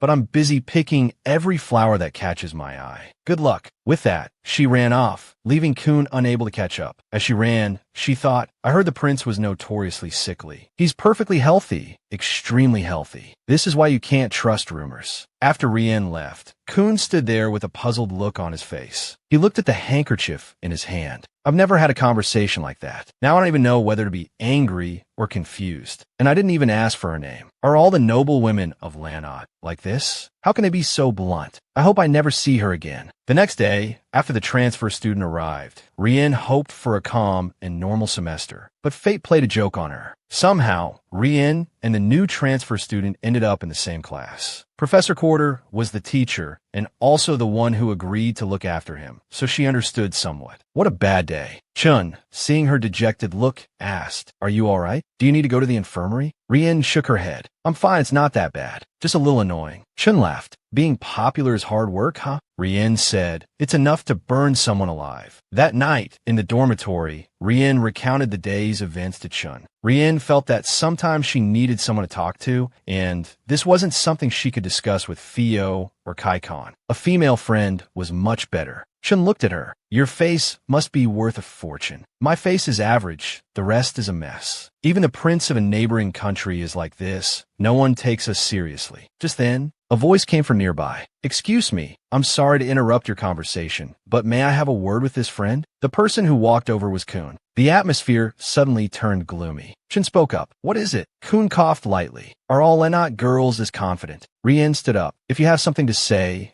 it quickly." But before Coon could speak, suddenly, Kaikon appeared. Rienne was startled. "Kaikon, what's up?" Kaikon held out what he was carrying. "I suddenly thought of you when I went to the store yesterday, so I bought these." He handed her a box of sweets. Rienne looked at what she held, speechless. "It's all snacks." Then she turned to Kaikon and asked, "But why so much?" Chin interjected softly, "I get cravings for sweets sometimes too." The timing was perfect, and hearing this, Rienne didn't press the matter further. "Thanks. I'll treat you to a nice meal somewhere next time." Hearing exactly what he wanted, Kaikon's eyes lit up with delight. "Rienne is going to treat me to a super fancy meal? Like a date?" Kaikon asked excitedly. "Promise." She was a little surprised at first, but then agreed cheerfully. "Pinky promise." Watching Rienne's expression, Kaikon's heart raced, and he accepted her pinky promise. The two stood face to face for a long moment. Kaikon spoke. "Rienne, do you know that new student?" He gestured behind him as he spoke. Rienne examined the contents of the candy box. "That's the new transfer student who came to our class today." After answering, she focused on the box in her hands. "Oh, these look delicious. And there's caramel-flavored ones, too. I received a gift, but it feels weird to eat it all by myself," she thought. So she suggested, "Chun, want to share?" Chun, who was beside her, quickly waved her hands. "I don't feel like sweets right now." "Really? Then you have them, Rienne." At that moment, Kaikon suddenly turned and looked at Coon with hostile eyes. "What are you still doing here? Do you have business with Rienne?" Couldn't back down. So what? Their classmates were practically fainting from Kaikon's aura. Watching the two confront each other, they whispered, "He dares to talk back to Kaikon. He must be the prince." But even if he's a prince, is it really okay to talk to Kaikon like that? Rienne looked at the two of them. "Can you both just move?" she thought. Chin shook her head. "It's fine." Chin sat there thinking, Kaikon, "I don't usually need to report on personal matters like health conditions. I only need to report if Rienne is interested in him. And I only heard about the trouble between Prince Abby Canrat and Rienne last night. There's no way Kaikon could know. But this is so strange. He just happened to show up when Rienne wanted sweets, and that prince was bothering her. I don't know if this is a subtle display of concern, or if Kaikon is really a crazy tyrant. Asterisk. After a moment of thought, she sighed. I'm probably overthinking it. Looking at him like that, he's just showing off, acting tough enough to kick the prince back to his own country. Coon and Kaikon stood face to face, disgust evident in their gazes. Coon spoke, "If you're done, get lost. You don't look like you belong in this class." Kaikon stubbornly retorted, "Then I'll make other trouble." Then he calmly announced, "I'm taking classes in this class, starting today." Coon completely ignored him. "Then what are you standing here for?" Kaikon smiled, but there was nothing friendly about it. "To sit here, of course. Go back to where you belong." Coon watched Kaikon. Asterisk, even knowing who I am. He still acts like this. Asterisk Rienne looked over, seeing the two glaring at each other. "Will you two please go back to your own seats?" she thought. Just then, Kaikon noticed Rienne sitting behind them. "Oh no, I'm sorry, Rienne. Am I being too loud? I'll take care of this right away." He then stepped forward and placed his hand on Coon's shoulder. "All right, did you hear? Go back to your seat. Or do you want me to bring you a chair?" But unexpectedly, Coon brushed Kaikon's hand away, annoyance flickering across his face. Not necessary. Everyone in the class who saw this was horrified. He dared to brush off Kaikon's hand? That was Kaikon's hand. But the person in question still had a smile on his face, his arm hanging in midair.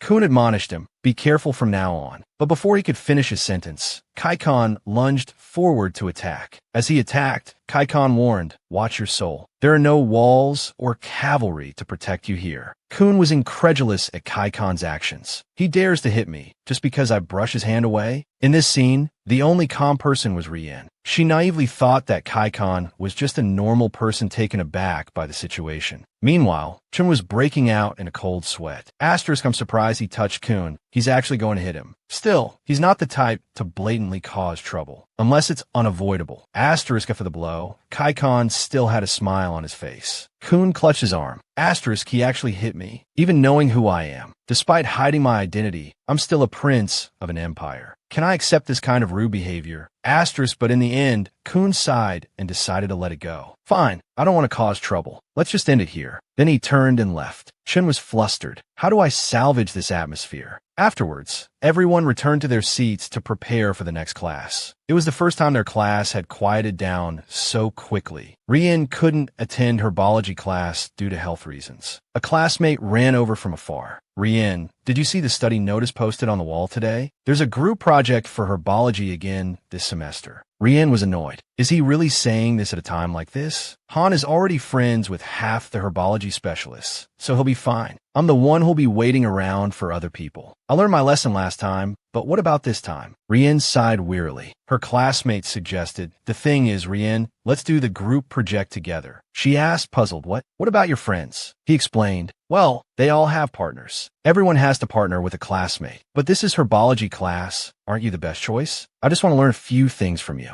This guy, he's really thought this through. The classmate thought, "I've already shown my dedication by voluntarily dropping out of the last group project, so there's no one left in this class who can partner with me. This is the only way." But luckily, Rienne agreed. He breathed a sigh of relief. "Are you serious?" Even for a normal class, I was still wondering how we could be assigned to develop potions. But to be in a group with Rienne, "You're amazing," Rienne told him. The professor knows each student's capabilities, so he wouldn't be crazy enough to expect high results. He'll probably focus more on what we achieve throughout the process. I'll try the first experiment, and if the results aren't good, I'll use my own formula. I can also use the notes I take throughout the process. Hearing about a personal formula, the classmate was surprised. I've been studying herbs since I was little, so there should be something useful. Though respectful, he said, but using your own hard-earned medicinal ingredients is a bit. Seeing him say this, Rienne laughed. Didn't you say you wanted to learn from my experience? Just then, Karcion suddenly appeared. Seeing him, the classmate broke out in a cold sweat. Rienne calmly turned and asked, "What's up?" "It's club activity time after class." Karcion looked remorseful. "It seems I was a bit rude in class, so I came to apologize." Rienne shook her head. "Don't worry about it. I'm not angry." Karcion's eyes softened. "Thank you, Rienne. But who is this next to you?" Rienne took the initiative to introduce him. "This is Han. He's my classmate in herbology." Karcion gave him a curt greeting, then turned back to Rienne and asked, "Rienne, is anyone bothering you again?" His sharp gaze then returned to Han. "Just tell me, these troublemakers can't even get a second word in edgewise in front of me." Rienne stepped in front of Han, speaking up for him. "He's just a classmate. You don't have to look at him like that. He's actually a good person." Karcion was displeased by this action. "He hides behind you and calls himself a good friend." Rienne continued to defend him, and he already has someone he likes. Karcion wouldn't accept the explanation. How can you trust him so easily? Who knows, maybe one day he'll. Before Karcion could finish, Han exclaimed excitedly, "Impossible. That won't happen. I only like older women. I mean, older sisters like Chun are way better than someone Rienne's age." At that moment, Chun appeared. Seeing her arrival, Han immediately blushed. Chun walked over. "Rienne, they've added dance to the curriculum this semester. I saw you were out of class, so I came to invite you to dance class." Hearing this, Rienne bid them both farewell. "Yeah, there are a lot of changes this semester. Karcion, I'll see you at the club." Chun and Rienne left, but before leaving, Chun turned to Han and said, "I reject your confession. I'm not interested in dating people I don't know." Thanks to those words, Karcion left with a relieved heart while Han froze in place. Asterisk, she really rejected me before I even confessed. I have to try harder. Asterisk inside the dance classroom, the instructor lectured. Dancing is the foundation of society, a form of culture. This is an academy that prohibits discrimination. So regardless of social status, nobles and commoners can dance together. And dancing isn't something you could do alone. Rienne sat to the side, thinking, asterisk, is this semester really going to hit rock bottom because of group projects? I prefer being with Chun. I want to dance, but I can't just snatch Chin's opportunity because I'm unhappy. Asterisk, as she sat there lost in thought, the teacher approached Rienne. Don't you have a partner? Seeing her nod, the teacher looked apologetic. I'm sorry. There must have been a mistake when calculating the number of students. But don't worry, the number of male and female students is the same. All right, male student over there, your partner is here. The teacher called someone over. Okay, you two are partners for this semester. But no one expected the person who walked over to be Coon. Seeing his face, Rienne was stunned. This guy, his expression says it all. He doesn't even bother to hide his disgust. After pairing everyone up, the teacher walked to the front and addressed the class. Next time, since both men and women will be dancing together, please prepare a flower for your partner. Choose a flower that suits them. A gesture of goodwill would be even better. Looking back at Coon's earlier expression, Rienne thought, asterisk, he's prejudiced against me picking flowers, but he didn't say anything to the teacher. I know what flower suits him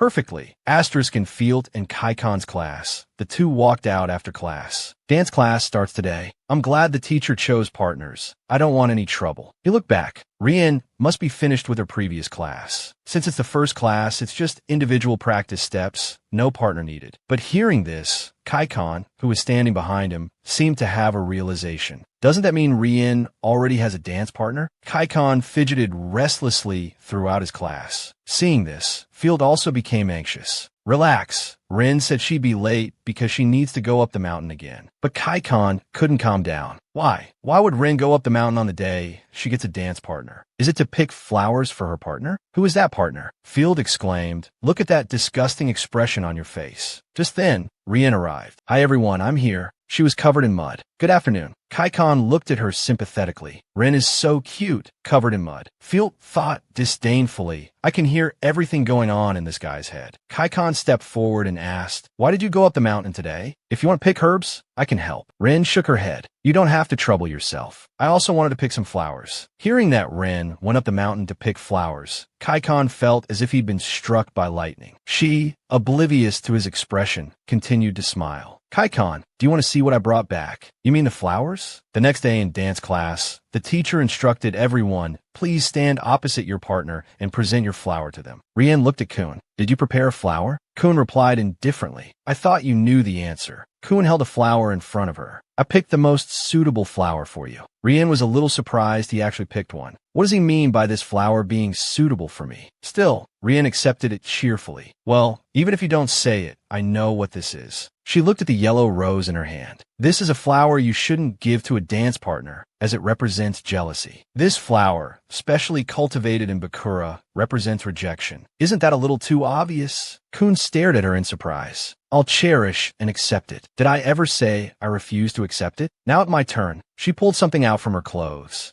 Looking at the thing in his hand, Coon asked, puzzled, what is this? There isn't even a flower on it. Rienne smiled brightly. This is for you. Coon was incredulous. This is called a dogwood flower. Since you hate picking flowers so much, I pulled the whole thing out, roots and all. If you replant it after class, it should be fine. Coon looked at the thing in his hand, tears almost welling up. Is the flower a joke? Is she kidding me? He looked at the tiny flowers on the stem, barely visible unless looked at closely. They were really small. Then he looked at Rienne. What kind of girl is this? At this moment, the teacher spoke. All right, class, the flowers have been exchanged. Let's begin practice. After greeting each other, please take your partner's hand. Rienne just wanted to get this over with. Coon was still sulking about her pulling the flower out by its roots. Rienne looked over. Why isn't he moving? Annoyed, she thought, fine, let's see. Rienne took the initiative and extended her hand. Would you like to dance with me? Coon immediately refused. I don't want to. Rienne's face darkened. Did he really just say that? If he messes up my grade. Rienne suddenly lunged forward. Then do it yourself. Seeing her approach, Coon's face suddenly turned pale, and he quickly dodged to the side. The commotion was so loud that it attracted the attention of their classmates. Seeing Coon's reaction, Rienne raised an eyebrow. That hurt. He looked at his own hand. What did you just do? Then he turned and left without another word. Rienne watched Coon's retreating figure. That sensitivity I felt it when I placed my hand on his shoulder and arm. Seeing this scene, the teacher had no choice. She would talk to Karcion later. As for Rienne, at this moment, another person spoke up. Teacher, my partner went home early, so I'm alone. Can I be Rienne's partner? He stepped forward and greeted her, but Rienne was still intently observing and pondering Coon's recent behavior. After a long while, she finally noticed him. He introduced himself. Hello, I'm Simon. Let's help each other out, Rienne. Her name is Simon? Strange. That name belongs to a student in my class. But Rienne suppressed her curiosity. It's a pleasure to have your help, Simon. No one seemed to have any impression of him. Then Simon raised his hand. Rienne, I've already gotten the teacher's permission, but would you be willing to dance with me? As Simon's smile appeared, she felt a sense of familiarity. Then the class resumed dance practice. But for some reason, Simon's hand on her kept trembling. Rienne could feel his nervous movements. Looking at his expression, she could hear his heart racing. There was something strange about what Rienne was sensing from Simon. It was as if she had known him for a long time. This person really resembled Karcion. Meanwhile, he was thinking, I came out of curiosity, but I ended up dancing with Rienne, holding her hand, embracing her waist, and even making eye contact. Meanwhile, in Karcion's class, Theo realized the person standing next to him was just an illusion. Back in the dance class, as they danced, Rienne spoke. I'm sorry, Simon. I don't know anything about you. I figured as much, so it's all right. Thank you. If it weren't for you, I might have had to dance with the teacher. Simon shook his head. It's nothing. Actually, I should be thanking you for being willing to dance with me. Then he noticed Rienne's injured arm. It's my honor to dance with you.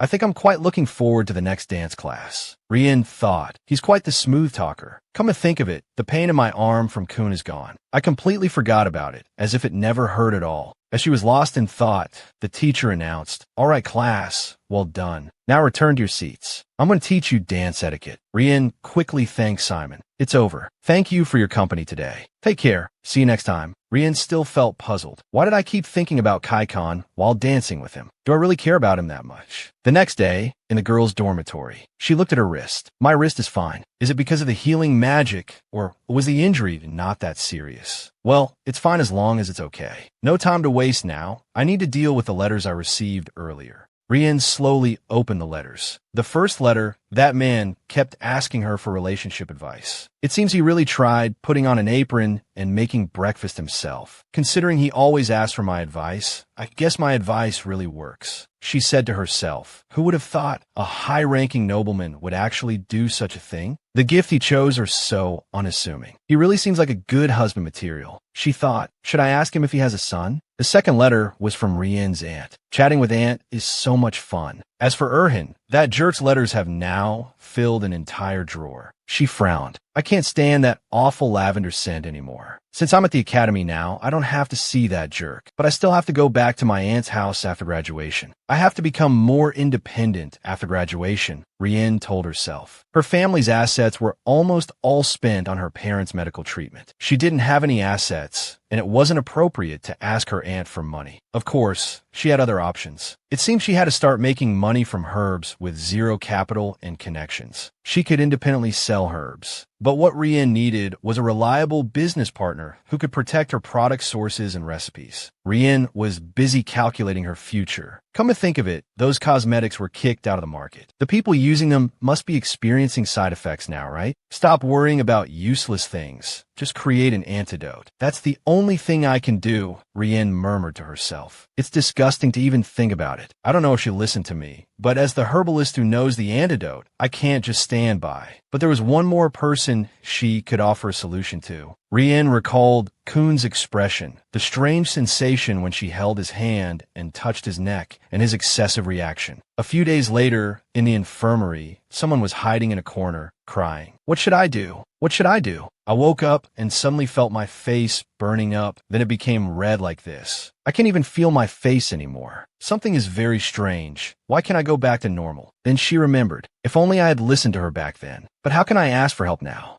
My pride would be hurt. But just like she said, my face will soon become. If you continue using it, sooner or later, the skin will be corroded. These were the words Rienne told her. The more she thought about it, the more frightened she became. Just then, a voice came from outside. Hey, Potato, use this. The girl sobbed. Go away. I don't want to see anyone right now. But then she remembered the nickname Potato. Only one person called her that. She looked towards the door and found that the person had left a strange bottle. Curiously, she stared at it. Rienne stood outside and explained, "This is the antidote. What you're feeling now are mild symptoms, so if you use it, you'll get better soon. I've given you the antidote. The rest is up to you." With that, Rienne turned to leave. Tears of gratitude streamed down the girl's cheeks as she slowly reached for the bottle. Suddenly, Rienne turned back and said, "One more thing. You have to treat me to a meal after you use it, at least." But without waiting for a reply, Rienne resolutely left, leaving the bewildered girl sitting there. She looked at the bottle. My pride, but even after the way I treated her, she still gave me the antidote. On the day she had agreed to give Potato the antidote, a troublesome incident occurred. As Rienne passed by the clubroom, it became an extremely troublesome matter for her. Rienne was trying to swat a mosquito, not paying attention to her surroundings. Karcion approached from behind and said, "Actually, this is a good way to knock out someone you don't like." While Rienne was simply trying to swat a mosquito, somehow, Coon fainted. Karcion carried him into the clubroom. There's always something happening to Rienne around this guy. Theo, sitting nearby, asked, "Why did you make us bring him into the clubroom? Is it to hide the evidence?" Rienne rolled her eyes. "What are you talking about? I tried to drag him to the infirmary, but he kept mumbling about not being able to go to the infirmary." Rienne was now annoyed with Coon. His body temperature is too high, showing signs of heat stroke. I have to lower his temperature. At this point, she remembered the method of cooling down with water. Before Rienne could turn to leave, Karcion quickly stepped forward. "Rienne, if you need water, I can create it with magic." Rienne was surprised. "Really? If so, please do." Theo was speechless. Aside from him always trying to help Rienne, why is he so obedient? Afterward, Karcion did his best to create water for Rienne. But because of their previous animosity, Karcion deliberately created a stream of water that poured down from the ceiling, which startled the unconscious Coon awake. Meanwhile, Karcion, having caused the blunder, tried to feign innocence. "I haven't used magic in a long time, so I made a little mistake." Rienne thought, someone should hit him every time he lies. A genius who can use teleportation magic as easily as she can has no reason to make a mistake with such minor magic. Coon sat up with difficulty. "I'm fine. You really didn't need to wake me up like that." Rienne looked at him. "It's good that you're okay, but I still have to look after you. Actually, bringing you here was my decision, but if your condition worsens, you'll still have to go to the infirmary." Rienne was curious. "Coon, why are you always so unpleasant to everyone?" "Ah, never mind, let's not talk about that. Since I've come to understand your personality, just stay here for a while." Hearing Rienne say this, Karcion felt as if he'd been struck by lightning. Then he heard her continue,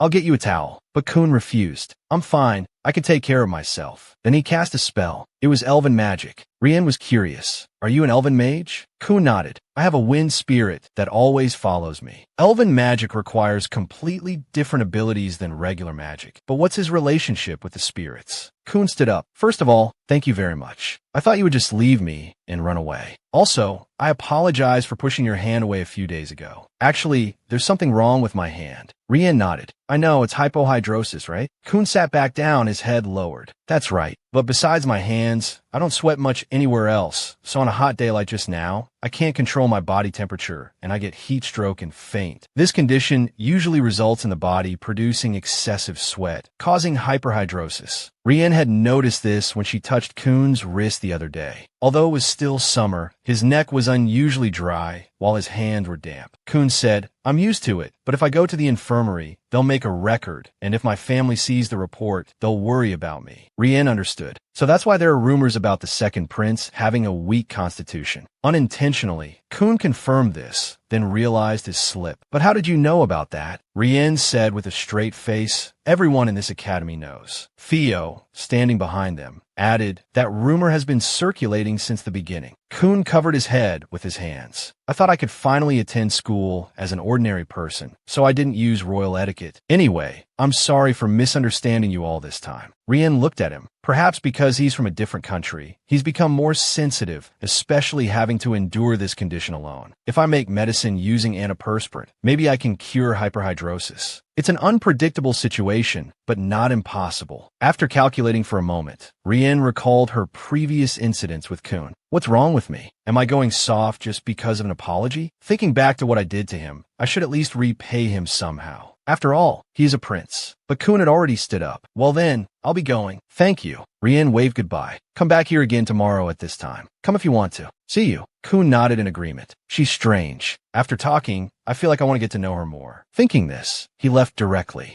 Rienne stood in the room with her arms crossed. I can't think about that unlucky prince anymore. But now there's another problem. What should I do with him? Rienne looked at Karcion. Theo had left earlier, saying she didn't want to get involved with Karcion's matters. Rienne walked over, and before she could say anything, Karcion spoke. Rienne, if what you said is true, then I'm trash. Rienne had a headache. Why had he become like this after a short conversation? So she sat down to comfort him. Calm down, Karcion. I won't hate you because of such trivial things. But Karcion said, Rienne, you're in trouble because of me. After listening to you, I can't control my emotions. I'm not used to these things. I hate this. Rienne hurriedly apologized. I'm sorry. I didn't mean it like that. Are you okay? Karcion cried. I'm sorry. I was just worried about you, that's all. I wanted to, but because I was jealous, I caused you trouble. If I made you hate me. Halfway through speaking, he lowered his head and continued to cry. Rienne's face darkened. What should I do? I never thought he'd be this upset. How do I comfort him? Then she remembered what her father had once told her. Rienne, when your mother is angry, I always try my best to let her sit and sulk. But when I'm angry with your mother, she has the ability to resolve everything. Rienne looked up at her father with innocent, curious eyes, and her father replied, It's a kiss. When you're kissed, you feel much better. Your mother's kiss is like magic. After hearing her father's words, Rienne went and kissed the ducks in the garden and the flowers in the yard. She kissed wherever she wanted, including the pink cat. Now, to appease Karcion, she kissed him on the forehead. This shocked Karcion greatly. After giving the kiss, Rienne, unaware of what she had just done, felt like she had gone mad. The next day, Karcion didn't wash his face, which greatly angered Theo. So dirty. Even if you can stay clean with magic, go wash your face now. Of course, Karcion couldn't hear these words. He was still immersed in Rienne's kiss. Theo held her head. What a headache. I feel like my whole body is drooping. Even if I don't want to think about it, I don't want to see him like this. It was unavoidable. So, Theo said to Karcion, Are you going to see Rienne with that dirty face? Karcion finally came to his senses, sitting there worriedly. Theo gritted her teeth. Why aren't you washing your face? Hey Theo, do I have any other merits besides my face? Karcion suddenly asked. Why are you asking that? I don't think you have any merits other than your face. You think so too? I'll wash my face and be right back. Theo frowned. So annoying. After washing his face, Karcion happily went to see Rienne. The weather is nice today, isn't it? Was the club activity fun? Are you thirsty? Are you hungry? I'll get you some snacks. Rienne was embarrassed. I was hoping he would forget, but he still remembers. I know this won't change anything, but I couldn't sleep last night because I was so worried and I couldn't figure out how to face him. Rienne sighed. Karcion, about yesterday, you know that didn't mean anything special, right? Karcion nodded happily. I know. She continued. So, you know I didn't do it on purpose, right? So can you just forget about it? But this time, Karcion refused her with a joyful face. Sorry, but that's absolutely impossible, because I will never forget what happened. It felt like such a grievance having to wash my face this morning. Hearing this, Rienne had a splitting headache. Oh my God, what should I do? I want to run away. I wish someone would pull me out of here right now. As soon as she finished that thought, her savior appeared. Kun walked over. Rienne, are you here? Can I come in? Rienne quickly replied, Yes, come in. Thinking to herself, finally, he's somewhat useful. Kun walked in and asked, Were you two talking about something? Karcion sat next to her like a man in a trance. Because Rienne kissed me, I don't need to care about someone like you. Kun looked at him. Why is he acting so strange? I'm not sure what this creepy feeling is. Well, at this moment, she took a small box out of her bag. I asked you to come here because I wanted to give you this. It's antiperspirant medicine. Isn't your hands where you sweat the most? If so, use this medicine once every 3 days. If it's effective, you only need to use it once every 2 weeks. And when you gradually reduce it to once a month, your condition will improve a lot. While Rienne was speaking, he suddenly interrupted. Wait a minute. He was touched. Can my condition be cured? Rienne nodded. Yes, because it only appears on your hands. But usually, this condition spreads to other parts of the body. If we control the amount of sweat on your hands, the other excess sweat will be naturally discharged. You said you don't sweat much anywhere else on your body, right? That doesn't mean the sweat doesn't come out at all. If you use this medicine to control the sweat on your hands, the excess sweat will be dispersed throughout your body. Kun still couldn't believe it. But my illness can't be cured so easily. Many people have tried to treat it. Rienne, not listening to him, interrupted, "Don't you believe me? Then you probably don't need this." Of course, I wasn't planning on giving it to you for free anyway. You can choose to believe me or not believe me. It's up to you. Kun stood there thinking for a moment. Since he was young, many doctors and specialists had tried to cure him, but no one could find a solution. He had met all sorts of people, some doing their best, some just boasting about their abilities. But in the end, they were all kicked out of the castle. In fact, he had stopped looking for a solution because he realized that continuing to hold on to hope would only lead to headaches. But why did he want to believe Rienne's words now? Kun said firmly, "I believe you. Please give it to me." Rienne immediately gave him the medicine box. "Okay, I only made enough for myself, so this is all that's left. Come find me when you run out." Meanwhile, Karcion, sitting next to her, was watching warily, in case he might touch Rienne's hand. Kun held the medicine bottle, but still hesitated. "Even though I always bother you, you still tried to help me find an effective treatment. You're really an amazing person." "Rienne, do you have the same problem as me? I felt it when you bumped into me." But for some reason, Rienne flew into a rage as soon as she heard this. "What? Say that again." Seeing her like this, Kun suddenly realized something and tried to find the right words to explain,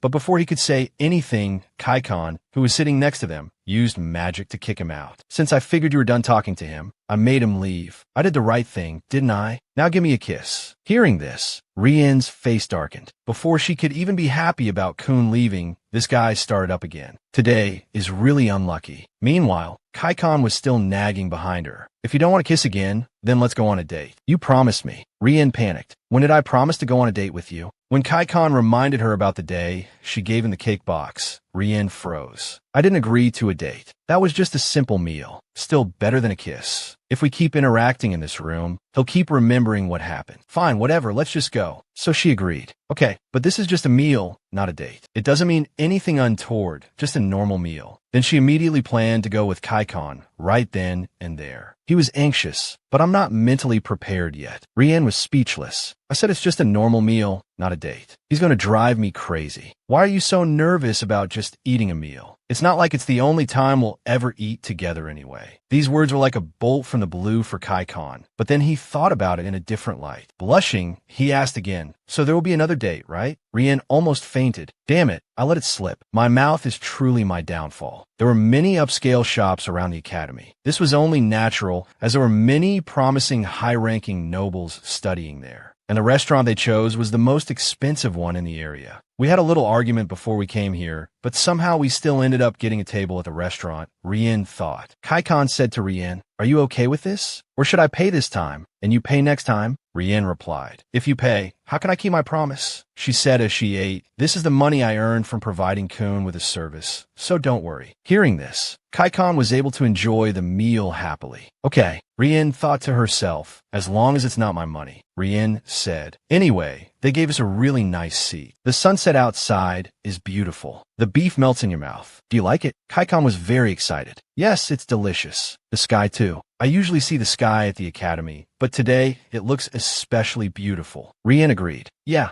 Rienne's face showed obvious satisfaction. "Coming here was a good choice. I've always wanted to come here at least once." Karcion said, "You should have told me. I could have paid for you any time." Rienne thought if I told him, he'd either rent or buy the entire restaurant. After thinking for a moment, Karcion said, "Not to that extent. I just wanted a chance to come here once." Karcion said to her, "I've been thinking about this for a while, but you don't seem to care about money. Or rather, money always seems to be something you can spend freely like this." Rienne answered as she ate, "That's right. When I was young, my aunt gave me a lot of savings. I also often receive herbs from the villagers." Karcion was puzzled. "Why? And villagers?" Seeing Karcion's curiosity, Rienne said, "When I was little, I lived in a small town with my parents. They passed away early, so from then until now, my aunt has been taking care of me." Rienne continued, "It's not a sad story. My aunt and uncle are good people. Time has passed, and now I visit my parents with flowers alone every anniversary. It's okay." Karcion looked at her with his chin in his hand. "I hope you're happy." In actuality, Karcion had known the whole story for a long time. Thanks to Chan's background check, he'd known for a while. But the reason Karcion was interested in Rienne's story was simple. He wanted to hear it directly from Rienne.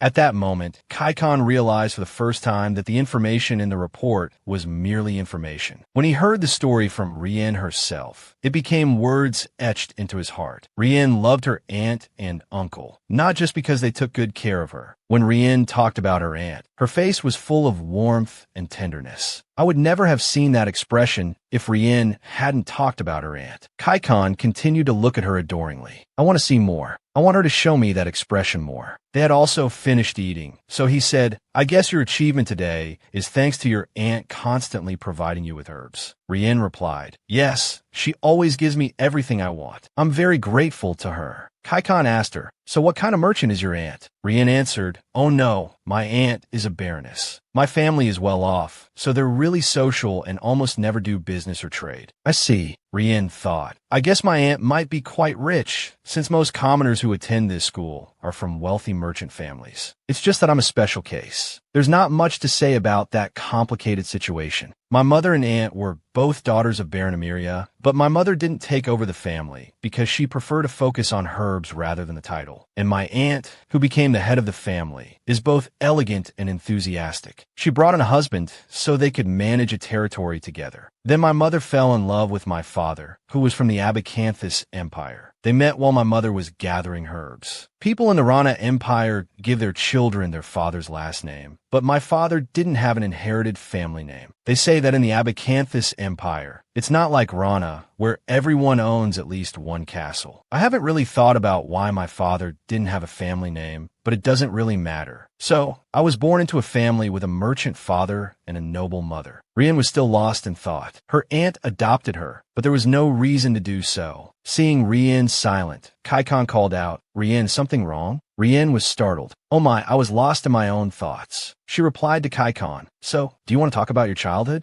Kaikon asked, how did you get to know so much about herbs? I read books often. If I found a herb that wasn't in the books, but I'd clearly heard of, I'd keep asking around until I found it. Sometimes I'd ask to go for a walk, then venture into other territories. I dug around and learned a lot about herbs that way too. Kaikon smiled. That sounds fun. I feel like your aunt really loves you. Hearing her aunt being praised, Rienne was also happy. I've only talked about myself this whole time. Kaikon said, surprised, I just wanted to hear your story. Rienne and Kaikon continued chatting pleasantly. Don't say that. What about your family then? Suddenly, a figure appeared behind them, seemingly walking towards Rienne and Kaikon. It was a girl. Oh, isn't this Lord Kaikon? She came to their table. What a coincidence. It's been a while, Lord Kaikon. Rienne pointed at her. Do you know her? Kaikon smiled and ignored her. I don't. Hearing this, she still smiled. She moved closer to Kaikon. Does it matter who I am? The only thing that matters is whether I'm suitable for Lord Kaikon, whether there's a woman more suitable for you than me. Rienne thought, what is that woman talking about? Even though he said he didn't know her, she continued talking to Kaikon. He didn't even look at her once. Suddenly, Kaikon asked Rienne, Rienne, are you done eating? I'm finished.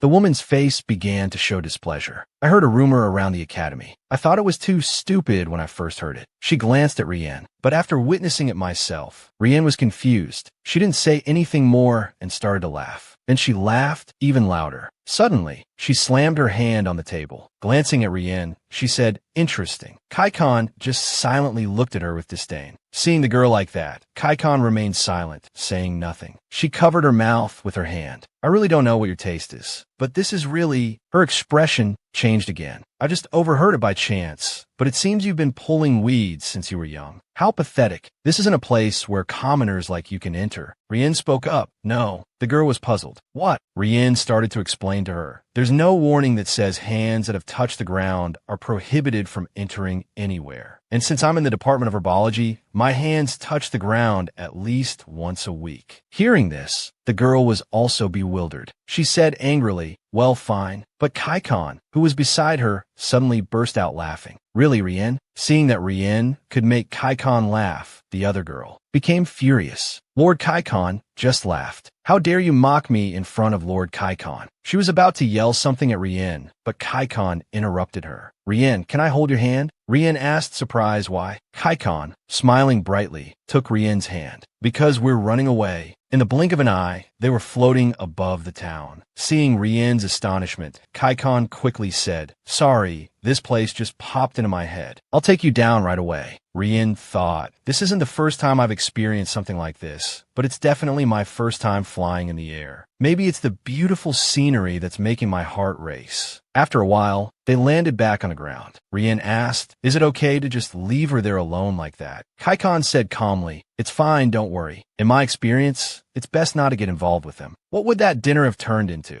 "You're right." Rienne suddenly remembered something. "Oh my, I left that girl behind and forgot to pay the bill." Kaikon said to Rienne, "It's all right. That place belongs to my family." Shock registered on Rienne's face. "What did you just say?" Kaikon looked a little embarrassed. "I didn't say anything because I was afraid Rienne would be uncomfortable. Is this okay?" Rienne thought back to the restaurant. "No wonder they gave us the best seats, even though I didn't make a reservation. I didn't commit a crime. I wanted to treat you to a meal." But Rienne said aloud, "No, let's go get dessert. This time I'll definitely treat you." Kaikon happily agreed. "Okay, sound good." At the cake shop, Rienne, looking at the cabinets filled with cakes, exclaimed, "They look so delicious." "Pick anything you want, Kaikon. Do you still have room for dessert?" They went upstairs together. Shin told me about this place. I wanted to see what it was like. The atmosphere inside is nice too. Suddenly, Kaikon looked back, as if worried about something. Kaikon called out, "Rienne." Rienne turned around. "What's wrong?" Kaikon said, "Go take a seat first. I'll be right back after I use the restroom." Rienne didn't think much of it. "I'll wait for you. Come back quickly." Rienne went to her seat. Lost in thought, a shadow suddenly appeared behind her. Thinking it was some mysterious figure, it turned out to be Kaikon holding tea and cake. "Did you wait long?" "Our order was just finished when I came back, so I brought it over." Rienne replied happily. "Thank you." Looking at the cake, Rienne asked, "Was that girl really a stranger? If so, why did she act like that?" Kaikon replied, "Well, there's more than one or two people with a one-sided crush on me." Rienne thought, "I see. The heir to a duke, handsome, with countless rumors following him. Kaikon must have faced things like this his whole life." Rienne looked happy. "The cake here is so good. Yeah, super delicious." Rienne said, "Eating delicious things can make your soul fly to the clouds. So let's eat a little more before we head back to the dorms. For me, the academy is a place to escape." Kaikon probably thought so too. They walked home together, facing countless gazes and responsibilities, the future out there, where you could live like ordinary teenagers. So I hope that moments like these could be enjoyed with Kaikon. After leaving, they came across a cat, and both happily stopped to play with it for a while. On their way back, Rienne asked, "Even though we missed dinner, tonight was pretty great, wasn't it?" Kaikon said, "Whatever Rienne says is right. I'm not even thinking about who that person was anymore. It was really great." Thinking back to when Kaikon told Rienne he was going to the restroom, that wasn't actually the case. Kaikon went out to meet the girl they encountered at the restaurant. Seeing Kaikon come out, she was ecstatic. He came out. "Lord Kaikon finally noticed my burning gaze. He's coming towards me." She ran toward Kaikon. "Oh, Lord Kaikon, you abandoned that pet to come find me." But Kaikon's eyes were cold. "I don't know who you are. Why are you following us?" She continued to try and ingratiate herself with him. "I understand. I'm a year above you, so it's understandable that you don't recognize me. But that was last year. I took a leave of absence to see Lord Kaikon. You'll see me next year. Once you get to know and understand my heart, you'll accept me immediately." Kaikon looked at her with exasperation. "I've seen plenty of people like you. Keep those delusions to yourself. I don't care." Hearing this, she became somewhat flustered. "Is it because of that commoner girl? She's just using you. She's only approaching you for your status and wealth." Kaikon asked, "You say she's using me?" Hearing his question and seeing his expression, she became excited. "Yes, of course. How dare a rat, always surrounded by filth, approach Lord Kaikon? That's truly absurd." But suddenly, Kaikon burst out laughing. She asked, "Why are you laughing?" Kaikon laughed even harder. Suddenly, Kaikon looked up at her, his eyes filled with coldness and something akin to dread. "I really wish Rienne would use me. She would need me, rely on me, wouldn't she? How wonderful that would be." Hearing this, she was stunned, a feeling of fear washing over her. Kaikon continued, "That would truly be wonderful, but unfortunately, Rienne isn't that kind of person, which makes her even more lovely." However, he looked at her with disdain. "How dare you utter Rienne's name with your filthy mouth?" She still couldn't believe what she had just heard. "Wait, Lord Kaikon, what did you just say?" Back in the present, Rienne and Kaikon walked back together. Rienne said, "I had a lot of fun today, thank you." Kaikon was also happy. "Me too.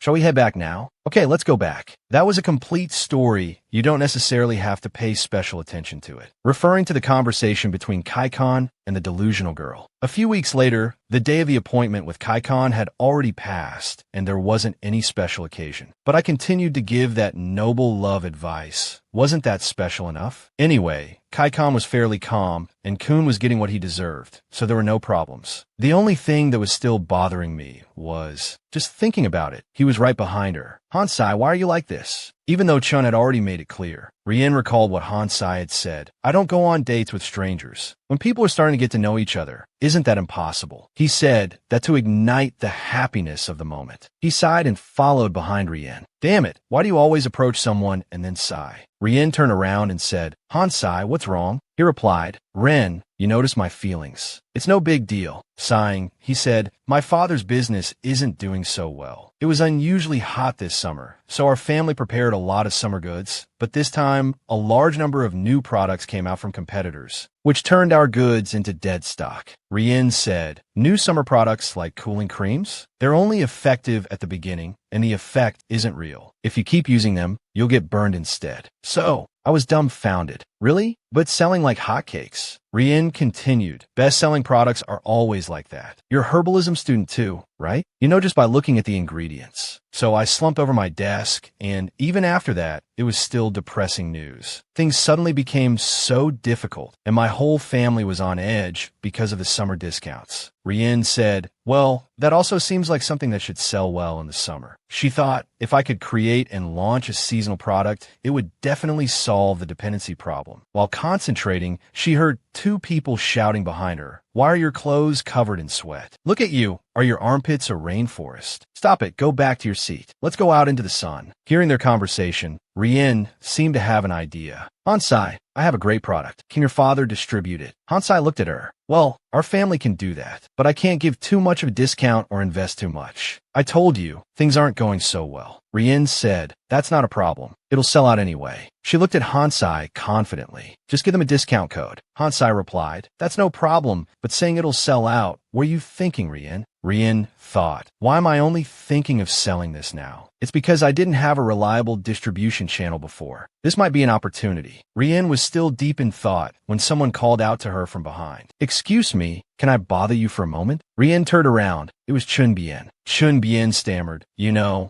Rienne remained silent, looking at Chunbien. This was the girl who had suffered facial side effect from the fake medicine. She must have been using the medicine I prescribed. Rienne looked at Chunbien and said, I'm glad your face is much better. Chunbien's expression suddenly changed, as if she wanted to say something to Rienne. Suddenly, Chunbien bowed her head and said loudly, thank you so much. The people around them were surprised. What's going on? Oh my God. Rienne smiled brightly. You don't have to do that. I'm out of the medicine now. Thank you very much. Chunbien looked at Rienne with sparkling eyes. You're really amazing. From today onwards, I'm your fan. I've officially become your fan. Rienne said, all right, go back to your seat. Hansai, behind Rienne, said, didn't you two hate each other? What's going on? Don't ask, it's a headache. After school, during club activities, Kun was talking to Rienne. In exchange for the medicine you gave me, you want me to work for you, rather than giving you cash as thanks? Rienne said, I'm thinking about the hyperhidrosis medicine I gave you. We need someone specializing in herbs to make it. Kun continued, Rienne, my condition is better than ever. I applied for a large benefit for my family, which you should receive. This is too big for me to ignore. Rienne said calmly, even if I suddenly receive a large sum of money, I'm still just a student. I've never owned or used such a large sum of money, so it's okay. I just need to earn money and use the money I earn. That's why I need work. Kun walked in front of Rienne and bowed. You're not easily persuaded by words, so I'll help you handle those herbs. I'll learn a lot from my mother.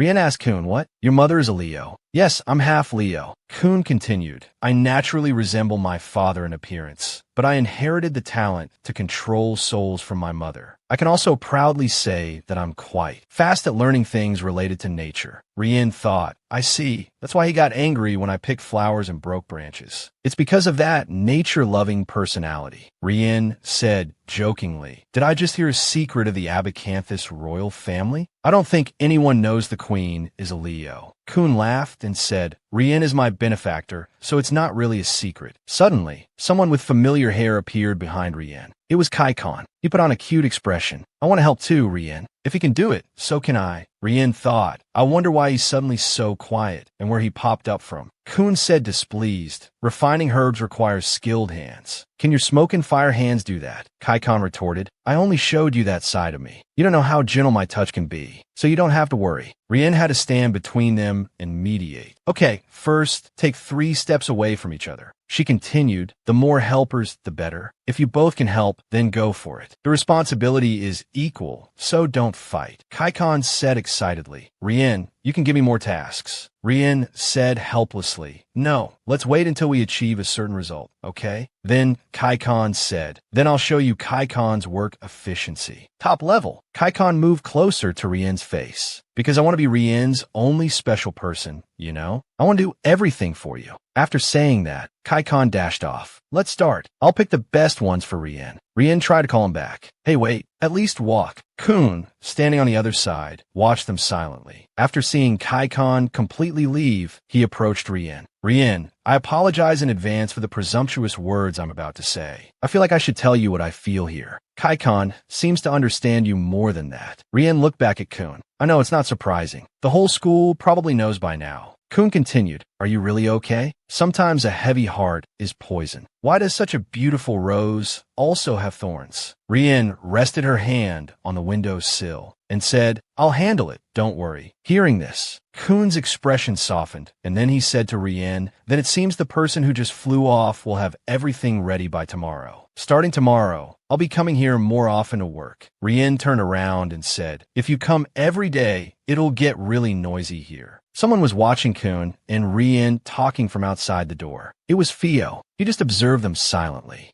Then he turned and left. As he walked away, Theo said, I'm so envious that Coon can recognize Rienne's current emotions and react accordingly. I'm jealous of you, Coon. I wish I could do that too. An excited voice came from outside. Oh my God, it was Hansai. This is amazing. Super amazing. Rienne, you're a genius. No, an angel. Hansai said excitedly. The antiperspirant will definitely be a big seller this summer. This is a chance to distribute a product of this scale. Rienne tried to calm him down. Okay, calm down. Hansai said, like you said, we'll target young people first. You're our business partner, right? In the center of the academy. We'll do a small-scale market test first, and then officially launch it in large quantities. Hansai continued calculating. The product price is a bit high, but there are students, so it's okay. Plus, the trend these days is limited edition items, so it's not a problem. No, actually increasing the product quantity a bit is also fine, as long as the profit is high. Rienne looked at Hansai, thinking, so this is your true nature? Rienne said, I don't know much about these things, so I'm relying on you. I'll do my best. Hansai said, I'm good at business. I'll show you how outstanding the results will be. Hansai continued, I may not be good at herbalism, but initially I wanted to apply to the economics department, but my grades were a little low, so I gave up. Rienne said, you know a lot about herbs too. Hansai said, are you saying I should make all those medicines myself? I can't help with the processing. So is there anything else I can help with? Rienne said, no, I've already recruited a skilled expert. Perhaps, Rienne thought, Hansai feels pressure to help. In the club activity room, there seemed to be a potion-making competition between Karcion and Coon. Karcion said, did you just steal my herbs? Are you planning to win by stealing? Coon retorted, steal my ass, this is just improving work efficiency. If I work fast, I can do more. Isn't that right? Rienne watched them, thinking, next time, I'll have to separate them. Both of them were quite outstanding, working quickly, perfectly, and efficiently. Coon had grown up in nature since he was young, and I only taught Karcion once, but he was already used to the work. Thanks to this, my previously stocked Odoranto had run out. I can't be late anymore. Rienne turned to Theo. Sorry, Theo. Because of me, the club isn't peaceful for a single day. It's okay. Theo thought it's a bit sad, but I don't want to work with those too. He looked at the jars on the table. Are these all medicinal herbs? He picked up a jar. Even if I did it, I'd just be a burden. How did they suddenly become so skilled overnight? Rienne spoke behind him. If you're bored, why don't you help me organize these? Theo was startled and accidentally dropped the jar. Oh no. Behind him, Rienne looked at him with a terrifying gaze. Theo, Karcion, and Coon had also finished their work. Rienne said, let me continue. I could do it faster than you guys. Karcion shouted. Rienne yelled, calm down. she thought. First, consider replenishing the missing herbs. I found the Odoranto habitat before, but I've been putting off regular collection. Should I collect more this time? Suddenly, an idea flashed through Rienne's mind. She said to Karcion and Theo, "You two earn enough points for the club for monster subjugation, right?" "That's right, what's wrong?" Rienne pointed at Karcion. "We don't have enough points this time, right?" "That's right, but don't worry, there's nothing we can't do," Rienne said excitedly. "No, we're going to earn enough points this time. I'll go with you. Doesn't that sound good? Let's arrange it as soon as possible." Both Karcion and Theo were surprised. "What?" they said simultaneously. "No way. It's too dangerous. Dealing with monsters or nuclear war isn't a simple matter." Rienne said, "Is it that hard?" "It's okay. I'm good at catching monsters too." Rienne continued, "When searching for herbs, I also use monster repellent as a precaution. If needed, I can even catch monsters myself, as it's quite effective. I usually go alone." Hearing this, Karcion was speechless. Theo looked at him. "This damn guy. He can't refuse Rienne anything." Theo said, "Rienne, our subjugation targets aren't slang. It's a dangerous mission that only combat unit students can handle. I don't know how far this will go." Rienne pointed at him. "I know. That's why I said I'm going with you. Also, Theo, if you want to make up for the previous loss, you'll have to go to the monster habitat to collect the necessary materials." Theo could only give in helplessly. Rienne said excitedly, "Then it's settled. Let's check the date of the next expedition and register." Coon, seeing them like this, just remained silent. Monster subjugation, although it sounded glorious. Honestly, for someone who had been to many dangerous places to gather herbs, it was more like camping than an adventure. Rienne picked up a sharp needle. "It's been a while since I made monster-killing poison. This should be enough." She dipped the tip of the needle into the poison tester, and the liquid turned black. "Great." Rienne put the needle away. "Anything else to prepare?" "Some usual carry-on tools and medical supplies, just in case." "Should I bring more?" Rienne recalled the time she used to gather herbs with her mother. Rienne's father would always make something special. He would make delicious sandwiches with a special sauce, a memorable taste mixed with special spices gathered from their forest. Rienne, extremely curious about the recipe for this sauce, kept pestering her father to reveal it, but he never revealed his secret to Rienne or her mother. Once when asked why, he said, "Think about it. Rienne, if your mother knew the secret, would she still want to find me every time she wanted a delicious sandwich?" Rienne didn't understand anything back then, but she knew the reason. Even for the smallest things, her father wanted to be a special person in her mother's eyes. On the morning of the expedition, delicious sandwiches were piled high on the table in the kitchen. "I've been wanting to eat these for a long time, so I made them with all my heart. I made too many." Rienne looked at the box filled with sandwiches. "But if I ask him to eat them, will Karcion actually eat them?" The thought was a little strange, but Karcion had cheerfully drunk the poison she'd given him.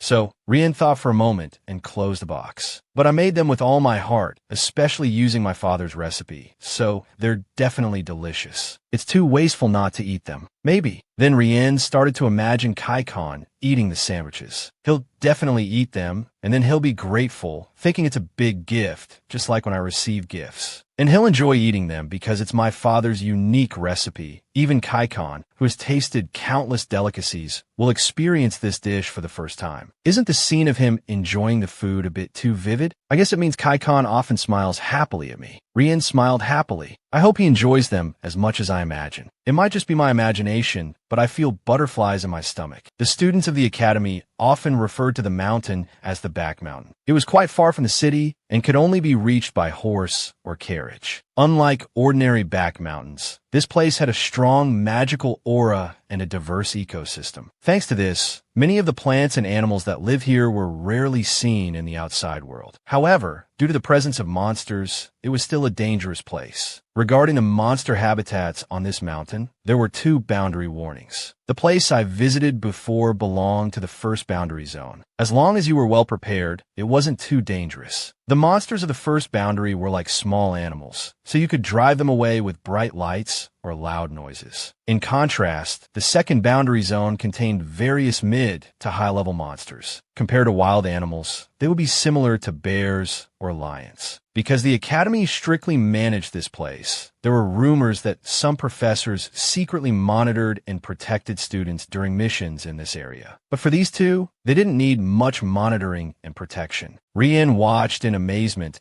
as Karcion and Theo eliminated the monsters. The monsters we encountered in the second boundary were really big, but Karcion defeated it with just one spell. He really is a genius. Theo pointed at Karcion. What kind of freezing spell was that? It won't be easy to extract its core afterward. Karcion replied. If you cut it, it'll splatter everywhere. Do you really want Rienne to see that? Rienne looked at the monster's corpse. You two are really good at this. That was a pretty big monster. Theo said, it took us some time to get used to this, but if it's frozen, this guy can be taken care of immediately. That's even more shocking. So, I've been training diligently. Rienne looked at Theo. He seemed to have become even more cunning now. Karcion said to the other two, but I'm more surprised by Rienne. Weren't you preparing those poison-coated needles at your waist when the monster approached? Rienne was a little embarrassed. You noticed? Theo said, I can't believe you were really going to do that. You seem very familiar with these monsters. Rienne sat on the ground. Well, let's quickly extract the core and report our subject results. We have to retrieve them, right? I'll handle this. Theo was a little surprised. What? You don't have to do that. Even if it's frozen, accurately finding its core is extremely difficult, and extracting it is even harder. Rienne pulled out a dagger from her waist and stepped forward. I'm not good at fighting, so I want to at least do something in this regard. Don't worry, I'll find its core quickly. The other two tried to stop her. Rienne, wait, be careful. If you use the knife improperly, you'll cut your hand. Seeing their concern, Rienne said, do you find it tiring to search for monster cores like this? I don't mean anything else, just asking. They replied, of course not. Rienne smiled. Okay. Contrary to their appearance, monsters weren't entirely biological. In places where magical energy accumulated to a high degree, that was their core. The distorted and imperfect biological parts initially appeared gradually, looking like ordinary animals, but it was just a magical mass that entered and absorbed more power for the core. Rienne continued as she worked. But because they resemble animals, sometimes people pity them. Fortunately, we're not those kinds of people. We just need to extract their cores. After a while, Rienne extracted the monster's core. See? Quick and easy, right? Mining without core extraction skills. Theo said, Rienne, looking at you, you seem suspicious. Throw the knife away and come here. Rienne wiped the blood off the knife. Okay. The other two were a little surprised. I'm surprised you could find its core so calmly. Karcion looked at Rienne with sparkling eyes. You were so cool, so shocking, I let my guard down. Karcion approached Rienne. Let me help you. Give me your hand. As soon as she extended her hand, Karcion cast some kind of spell. Many mages dream of easily casting multiple spells simultaneously, but they can't. Karcion thought. She said to Karcion, not only are my hands clean, but they feel much more comfortable. After a moment, it was finished. I cast a purification spell on you. Rienne looked at her hands, thinking, oh, the cut on my hand from trimming the roses this morning is gone too. Suddenly, Theo shouted from behind. Hey, Karcion, he said angrily, you never cast that spell on me when I extract the cores. Do you know how my hands are always covered in blood from extracting cores? Karcion feigned innocence. Who knows? Rienne and Karcion cheered. All right, let's continue. Let's go. Several hours later, the monster leaves were washed clean. Rienne put another leaf into the already full bag. This is enough. We've collected enough cores. She called out to the other two. Let's eat lunch. Karcion approached. I'm hungry too. Rienne put away the monster cores. What do you two usually eat when you're subjugating monsters? We don't eat much. The more luggage you carry, the more troublesome it is. Actually, when I'm with Theo, because we don't want to sit and eat together, sometimes we almost starve, Karcion thought. But I can't let Rienne starve, so I prepared everything. Karcion opened a dimensional space filled with luxurious food. He looked up at the sky. A special meal prepared just for Rienne. I even cast a preservation spell. Now, we just need to set it out. Just as he thought that, Rienne took out her food. I knew it, so I prepared sandwiches this morning. Hearing this, Karcion quickly closed the dimensional space. Rienne said, what? What did you just close? Karcion said, startled, the trash can. I closed the trash can. Rienne laughed. Karcion, it's written all over your face. You brought something too, didn't you? Karcion said awkwardly, yes. Damn, her sudden laugh startled me. Karcion thought. Rienne said, let's stop talking about this and start eating. I brought enough sandwiches, but it's more fun if we have something to choose from, right? It's not easy eating in a forest like this. The tablecloth was brought by Karcion. Okay, let's start eating.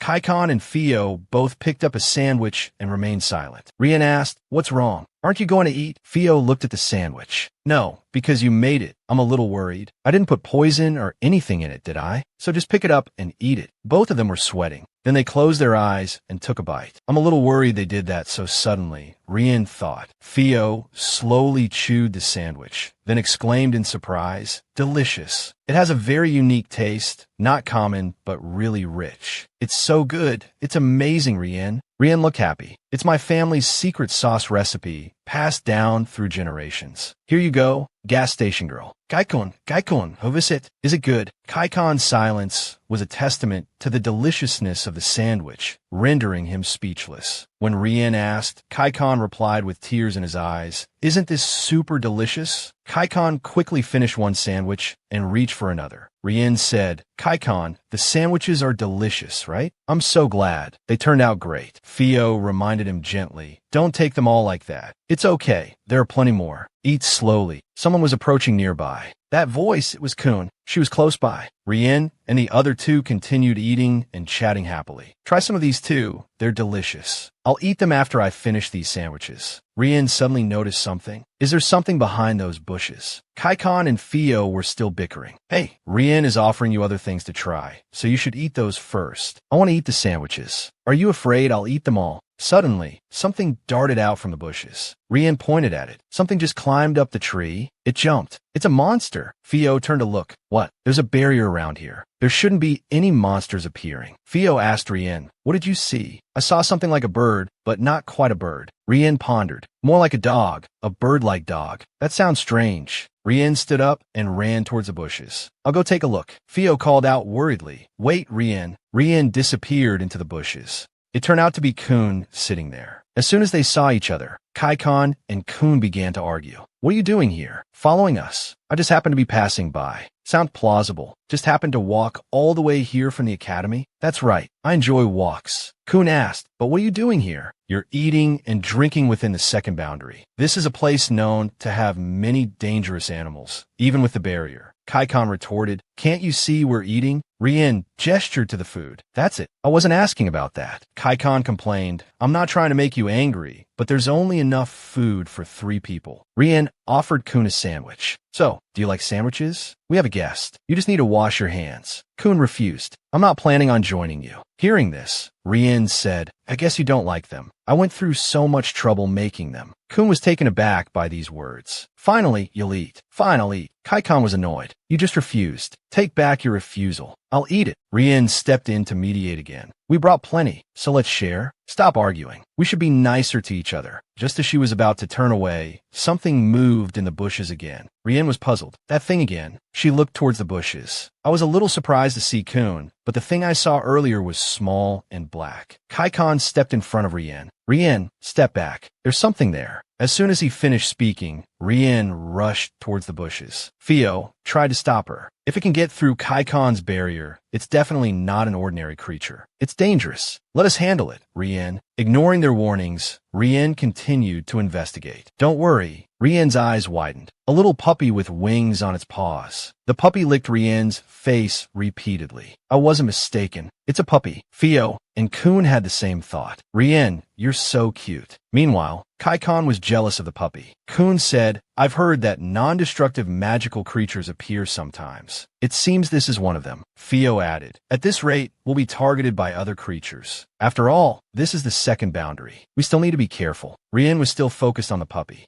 I'll be careful. Coon turned to Karcion. Knowing one thing doesn't mean knowing everything. Simply put, students like you shouldn't be fighting in this area. Can your club really earn enough points with just 2 people? It's too reckless. Maybe you have some kind of obsession with Rienne, always wanting to stay by her side. Rienne spoke up. Coon, don't misunderstand. Actually, I'm the one who wanted to come here. Coon was surprised. Really, Rienne? she continued, and you have such a childish side. Hey, that's rude. Theo approached Rienne. I don't quite agree with what she said, but I'm still a little worried. Let's try something else next time. Theo continued. What don't you understand and agree with? Karcion initially tried to stop you too. Even if we are talented, unforeseen circumstances can happen. Karcion knows this, so he tried to stop you. So did I. Rienne felt a pang of guilt. Okay, everyone, this is a bit much. Karcion scratched his head. I understand why Rienne is so confident, but golden needles are close combat weapons. If a monster gets in close immediately, it might also succeed. Rienne replied, that's true. She pulled out a poison needle. Now look at this. This is a poison needle. It's not particularly rare. Anyone in the herbalism department can make it, but the thing is, it can be fatal. Karcion looked a little worried. Carrying something like that is a bit. Rienne continued. How long do you think it takes for the toxin to take effect? Theo thought for a moment. About a minute or so after entering the body. Rienne replied, less than a second. Just a small amount of the toxin entering the body can completely paralyze the victim. It disrupts the monster's magic flow. The bigger and stronger the monster, the more pronounced the effect. Not everyone dies, but they won't live past 10 minutes. Theo was astonished. Impressive. I didn't know it could be that dangerous. Why isn't something like this used more widely? It's the perfect way to deal with monsters. The reason is only herbalists use them. Only my sister can prevent poison accidents. If it's dropped or lost, it's sure to cause danger. The ingredients aren't easy to wash off, so it can stick to anything. Theo looked uneasy. Okay, Rienne, put it away. It's fine. I'm used to it. Rienne held the poison needle. I've slowly built up an immunity to it. Theo exclaimed in surprise. So you can put the toxin inside your body? You're tougher than I thought. Rienne continued. Something that requires precise timing and dosage isn't something just anyone can handle. Now do you understand why poison isn't widely used? Seeing their expressions, Rienne asked, you both look worried. Maybe I shouldn't come along next time. Suddenly, Coon spoke up. I believe in you. You cured my incurable disease. If it's poison made by Rienne, I should trust it. Rienne smiled. Thanks. At least one person believes in me. The other two were stunned. Karcion stepped forward. It's not that I don't trust you. It's just poison isn't my specialty, so I can't say it's 100% safe. Rienne chuckled. If that's the problem, let me give you a demonstration. Karcion asked, puzzled, what do you mean? He watched as Rienne held the needle, poised to prick her own finger. Whether I'm immune or not, a small prick on the fingertip will tell. I always carry an antidote when I start building immunity, just enough to prevent bleeding. The needle's tip was mere millimeters from her skin, but Karcion swiftly grabbed her hand to stop her. Rienne was shocked, not by Karcion's speed, but because she had pricked his hand. Now Rienne was running through the forest. That idiot, she muttered through her tears as she ran. I said I was fine, but now you're poisoned. Minutes ago, Karcion had collapsed. Rienne had frantically tried to rouse him. Wake up! Rienne continued to sprint through the forest. A branch scratched her face, drawing blood, but she didn't care. Rienne told the others, it's not enough. The antidote dosage is based on my blood. Coon, can you teleport someone with your spirit energy? I can, but only one person. While running, Rienne tripped on a vine. She fell, scraping herself badly. The puppy stayed by her side, worried, though it was on its own. Please take Karcion to the healers at the academy. I'll find a way to catch up and make another dose.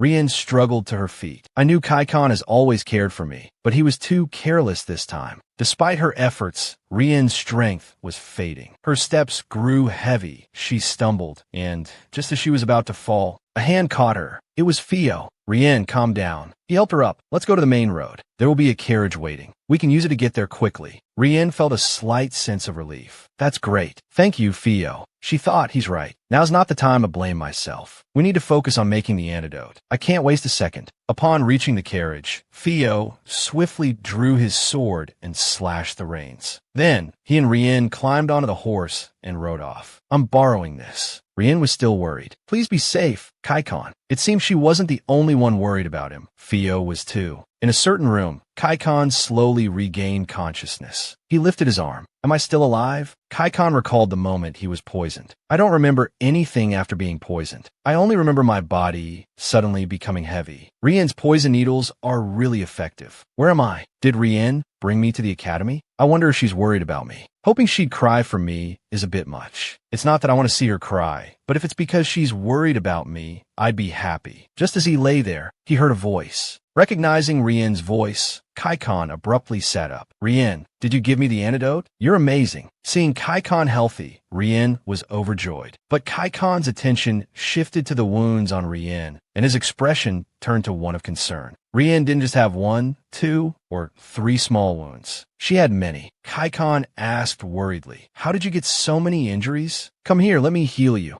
Rienne remained silent. Suddenly, she exploded in anger. "You're worried about my injuries now? You only care if I'm hurt?" "Karcion, you idiot," Rienne said through tears. "Why do you always only think about me? Do you know how scared I was when you collapsed? If I hadn't made the antidote in time, you could have died. I don't know what would have happened." Rienne wiped her tears, thinking, "I know it's not Karcion's fault, but I can't help but think how lucky we are that he's still alive. I'm too scared to think about what could have happened to him. I'm so glad he's safe. There's so much I want to tell him, but even knowing he's okay, my hands are still shaking and my heart is still racing. I don't want to lose someone important." Suddenly, Rienne gasped. Karcion cupped her cheek with one hand. "What was I thinking?" Karcion said, "I'm sorry, Rienne. I acted without thinking because I thought you were in danger." He continued, "But even if I could do it over again, I would still do the same. I don't want to see you get hurt." Rienne gritted her teeth, silent. She yelled at him again. "That's not good enough." She stepped closer. "If you're going to do that again, you have to do it better. You're the best mage in the academy. You should come up with a better way, whether it's stopping me or protecting me with magic. Don't say you do the same thing again." Karcion said frantically, "Okay, I won't make the same mistake again. I'll make sure both Rienne and I are safe. So please stop crying." Before he could finish, Rienne threw herself into his arms. In retrospect, she thought, "I guess I knew this would happen eventually." Karcion, caught off guard, fell back onto the bed. "Whether it's the gentle tone of his voice when he talks to me," Rienne continued to cry, "or how he gives me gifts just by thinking of me, or even when he makes fun of me." Karcion blushed furiously. His hands trembled slightly as he slowly moved them to Rienne's back. Finally, he mustered the courage to hug her tightly. "I'm sorry. I'm really sorry. It's all my fault. I won't let this happen again." Rienne thought, "I'm really in love with you, Karcion." Karcion began to heal Rienne's wounds. "This might sting a little." After a moment, "That should be about it." Karcion asked, "Are there any other wounds that need healing?" Rienne said, "I'm completely fine now."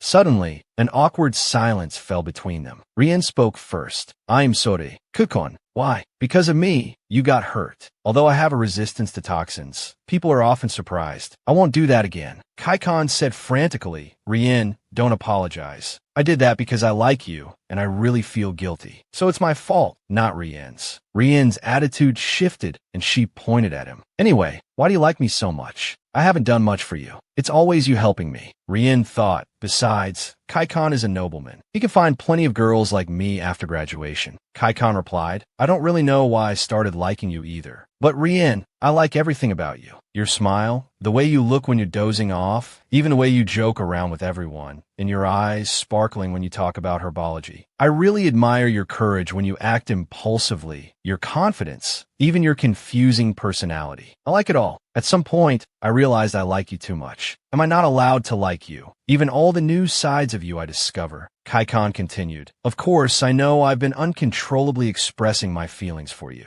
I'm sorry. Am I being too selfish?" Rienne was a little taken aback by his words. She thought, what's wrong with being selfish, especially about this kind of thing? It makes me happy. Who doesn't like unconditional affection from someone they like? But I can't just say that. Karcion said to Rienne, "I'm glad you accept it, but everything I do is because I want to be better in your eyes. There are even many things I don't want you to see." Karcion's expression changed slightly. "Rienne, have you heard those rumors about me being violent and not caring about others?" His demeanor became more troubled. "I might be worse than that. You might be very critical of me." Seeing him like this, Rienne thought, "I guess he's worried about those rumors I've heard. He looks so sad and scared. I wish I could comfort him a little. Isn't this kind of conversation normal between friends?" Rienne said, "I know you might not be very appropriate in your behavior towards others, and I also know you're very good to me." Suddenly, Rienne slapped the bed. "But you know what? No one could treat everyone equally all the time. It's perfectly normal to want to behave better in front of the person you like." She pointed at him. "So instead of telling me all your flaws, I'll judge you based on your actions and words towards me. Understand?" Rienne's gaze softened. "So don't worry about what others say. Even the most perfect people have flaws." Karcion blushed, flustered. "Okay, I understand." In another room, two people were talking. "Madam, Karcion has awakened." "All right, I'll go see him later." After speaking with the housekeeper, Karcion's mother breathed a sigh of relief. This was Sylvia, Karcion's mother. "I heard something happened to Karcion. I thought he'd at least destroyed a building or kidnapped someone. When I heard the child was poisoned, I almost fainted. Good heavens, that child. He's causing trouble everywhere before he's even grown up. She worried about Karcion. That personality, just like his father. Such a headache. Like father, like son. It's no coincidence Karcion has that personality. It all started in my early days at the academy. Back then, as the heir to the academy, everything came too easily, but life seemed so boring. The classes were too simple, and there were no real friends. This is so boring. I wonder if I could find a handsome guy I like. The young Sylvia was walking down the hallway when she bumped into someone. Excuse me. Suddenly, she was captivated by the handsome face. Upon bumping into Karcion's father, so handsome, I have to seduce him. Approaching him through eye contact was easier than she thought, but after successfully attracting him, things got complicated. He turned out to be that imperial prince who sabotaged other students and eliminated obstacles. After finding out the truth, I tried to stay away from him, but he kept following me around like an abandoned puppy, so I had no choice but to accept him. I spent so much energy taming him, and I didn't expect our son to be so much like him. Sylvia continued to fret. The problem isn't just their similar personalities. A few days prior, Sylvia had called Karcion to her office. She questioned him about the rumors of his favoritism toward a certain student. Not only did Karcion proudly confirm it, but when asked what kind of person Rienne was, Karcion's face lit up and he gushed about her without hesitation. Sylvia thought. He went on and on about how wonderful Rienne is. That conversation confirmed everything. Just like his father, he had fallen for someone to the point of obsession. Sylvia stood up and walked to the window. I'm certain that person is also related to the incident a few days ago, because Karcion is always extremely vigilant. Besides never letting his guard down, Karcion has the ability to learn quickly, especially when it comes to ruthlessness. Although I tried to steer him away from things that would lead to resentment, avoiding a relationship resolved through forced parental arrangements like his father, it's still a shame he's only ranked second. How could someone like him have a normal relationship? Sylvia gazed out the window. It's possible the child knows how to handle Karcion, preventing him from causing more trouble. If so, that would be good. Because Karcion is incredibly clever, he might have deceived her. Could that girl be taking advantage of Karcion's status and appearance? It's like a ticking time bomb because I don't know how deep his love is. I can't be at peace. Sylvia grew increasingly anxious. I don't want to interfere in his private life, but I still have a responsibility to raise him. I can't just sit back and watch. There's no other way. If something goes wrong, they'll both get hurt. If that student, Rienne,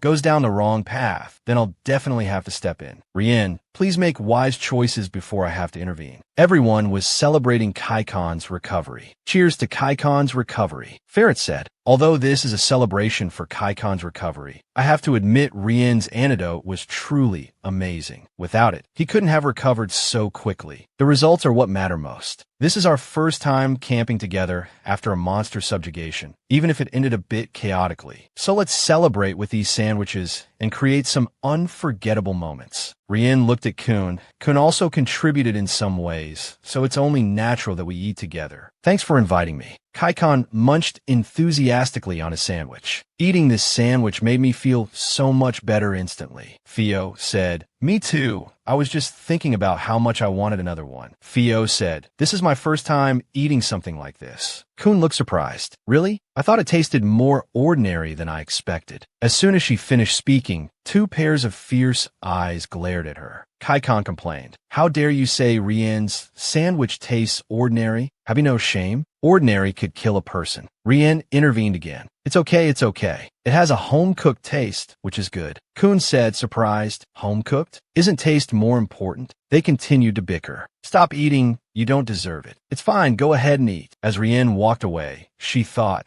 they scolded Coon quite harshly afterwards. I wonder if that's a good thing. Hung-si, who was walking ahead, turned around and asked, "What are you thinking about?" "Oh, sorry. Weren't we discussing the antiperspirant sales?" Hung-si quickly pulled Rienne aside. "Keep your voice down. Don't say it so loudly. You called me out for a secret conversation, yet you're speaking so loudly." Rienne blushed. "Aren't you overreacting?" Hung-si looked at Rienne with a serious expression. "Not at all." She said, "Rienne, you don't understand the problem. This isn't just about it selling well, it's super hot selling. Super hot selling? We're more successful than expected. We're being asked to increase production, which means the price will go up compared to the initial sales. If the whole school knows it was your formulation, they'll be hounding you. Rienne scratched her head. Really? Should we increase production then? Making more shouldn't be a problem. Hung-Si waved her hand. No, the quantity will ultimately be limited. It's not a problem that can be solved by simply increasing production. Rienne said, I'm not as knowledgeable as you in this area, so I'll leave it to you to handle, okay? Hung-Si replied, you don't seem worried at all, even though it's selling so well. Are you worried other brand will do better than us? Oh, I didn't realize. Rienne's face was full of confidence, but he still gave me sincere advice. Because of the product's value, he believed in me so much, so naturally. I trust him too.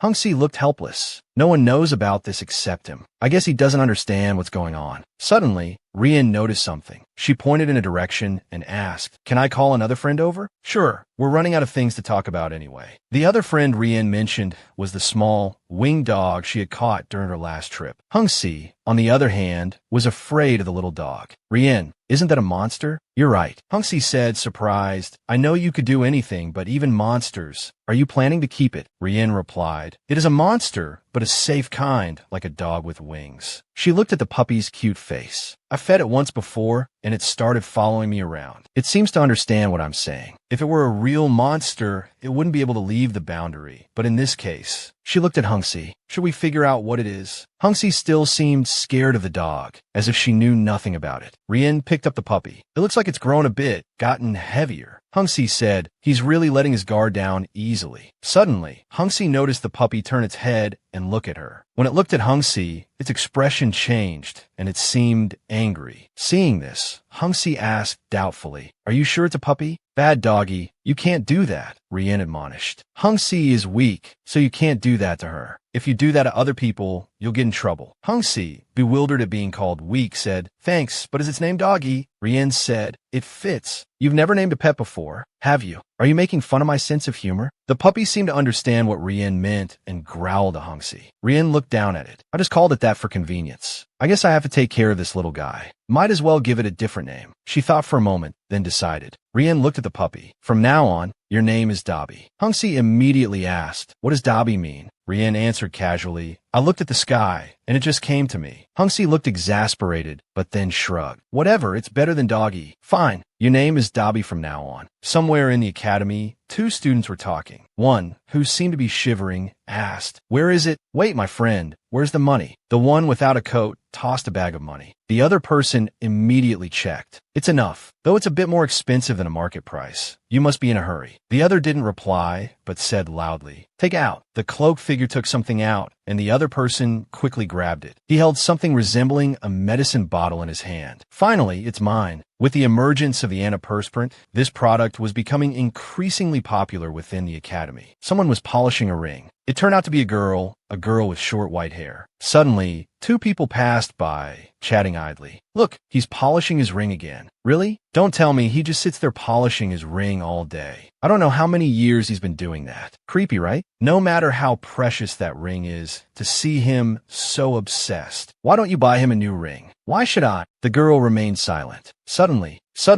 a voice spoke up. What's so strange about that? The familiar voice belonged to Rienne. She defended the girl. Can't he do that? That ring must be precious to him. The girl looked at Rienne. That person, isn't that the famous Rienne? Rienne continued, it doesn't affect you. Stop gossiping about how strange he is. The two people, feeling called out, moved away. I didn't say anything. Hey, let's go. Seeing this, the girl stood up and thanked her. Thank you. It's nothing. They were in the way, so I just shooed them away. The atmosphere between the two became silent. The girl spoke first. By the way, my name is Nancy. Rienne introduced herself as well. I'm Yen. That ring must be very precious, right? Nancy was a little shy. It was the last gift my father gave me. I always want to carry it with me. Small things like rings. You should wear them on your hand so you don't lose them, but but I have a condition where my hands sweat. So whenever I think of him, I often take it out and polish it. Rienne was a little surprised. So that's how it is. Nazi continued. I heard there's an antiperspirant that's hard to get, so I have no choice but to polish this ring every day. Rienne suddenly felt a pang of guilt. I know it looks strange, even if you think I'm a weird girl who only polishes rings. Hearing this, Rienne interrupted her. Don't say that. You don't need to explain anything. After saying that, Rienne left. Goodbye, have a nice day. Nazi was still a little confused. What? She watched Rienne leave. Goodbye. She left so quickly. This is the first time I've talked to Rienne. Nazi thought as she walked. Unexpectedly, I didn't think we could talk so normally. Because she looked so aloof, I thought she wouldn't want to talk to someone like me. Nazi looked at her hands. I was too nervous, and I'm sweating again. Nazi thought. Rienne, the most eye-catching name in the academy. From the beginning, everyone paid attention to her because she was a transfer student who could pass the entrance exam, which is known for being extremely difficult for external students. Everyone was talking about her. She passed that exam, and I thought they were deliberately failing everyone. She must be a genius. So amazing. It's very different from how I entered the academy. I relied on my parents' help. Seeing Rienne approaching, everyone started whispering. She's coming, is that her? That person called Rienne. Rienne walked past them, ignoring the whispers. Seeing Rienne like this, Nazi thought, she's a cold person. She thought, so cold, that face is like saying don't come near me. But Rienne's face has always been like that, hasn't it? Not long after, something happened. That was the punishment for the transfer student, when the noble student who bullied Rienne was expelled from the academy. Everyone talked even more. That's never happened in the history of the academy, right? Commoners never dare to touch nobles. What a terrifying girl. Does she have some powerful backing? Hearing this information, Nanci's eyes sparkled. So cool. A girl who stands up for herself. I often see her at the academy, but I've never seen her interact with anyone. Sitting in the academy, observing Rienne, two people next to her gossip. Did you hear those rumors? They say that terrifying Karcion likes Rienne. Why? Are they dating? Nancy, just listen quietly to this information. Isn't it more like unrequited love? Oh my God, that Karcion, I can't believe it. Nancy started to imagine the two of them. Amazing. I can't believe someone like that actually exists. Even though she's so cold, she can still capture someone's heart. Rumors about Rienne continue to spread. The most surprising rumor was that the second prince of the Abacanid Empire was also interested in Rienne. Because of this, they rumored that Rienne might actually be a princess from some faraway kingdom. Nancy walked down the hallway, polishing her ring as she pondered. Some say she had to come here because she was exiled. As the sole heir, she was constantly threatened by her half-siblings. But after talking to her, I don't think that's true. I think she's a very warm person. Suddenly, Nancy froze, her eyes catching something on the ground. There, right in front of her, was a small bottle. Surprise bloomed into a small gasp. Antiperspirant. She snatched up the bottle, her gaze darting around. Wait a minute. Why is it here? Right in front of my door. Her eyes scanned the bottle, settling on a small inscription. To Nancy. That's my name. A shiver of bewilderment ran through her. Who gave this to me? Opening her door, Nancy stepped into her room. Her roommate, catching sight of her, greeted her casually. Oh, Nancy, you're here. The casual air was quickly shattered as her roommate abruptly slammed a hand on the table, startling Nancy. Wait a second, Nancy? Is that? She rushed over to Nancy, her voice hushed with excitement. Where did you get that? Isn't that stuff impossible to get a hold of? I just found it. Leaning in conspiratorially, her roommate whispered, looks like you took the dark path. I don't blame you, but be careful. The finance department is cracking down on the black market. Nancy felt a bead of sweat trickle down her temple. Oh, really? I'll have to be careful then. Still reeling from the surprise, Nancy's mind raced. But seriously, who sent this? The only one who knows about this is my roommate. Her roommate's voice broke through her thoughts. Oh, I just remembered. Have you heard the rumors about the person who created the antiperspirant? Nancy frowned, confused. No, what about them? Her roommate's voice dropped to a near whisper. You know that girl named Rienne in the next room? It was her. Someone overheard her talking about the formula before it was even on the black market. The pieces clicked into place. Rienne, the one who seems so cold and distant. Could it be, did Rienne give this to me after hearing my story? Nancy stared down at the bottle in her hand, a quiet understanding dawning in her eyes. From within a darkened room, a voice echoed. I want to join too. It was Nancy, standing at the doorway, her voice firm. I really want to join. The figure within the room addressed her, a hint of skepticism in their tone. I don't understand why you suddenly want to join. The figure in the room,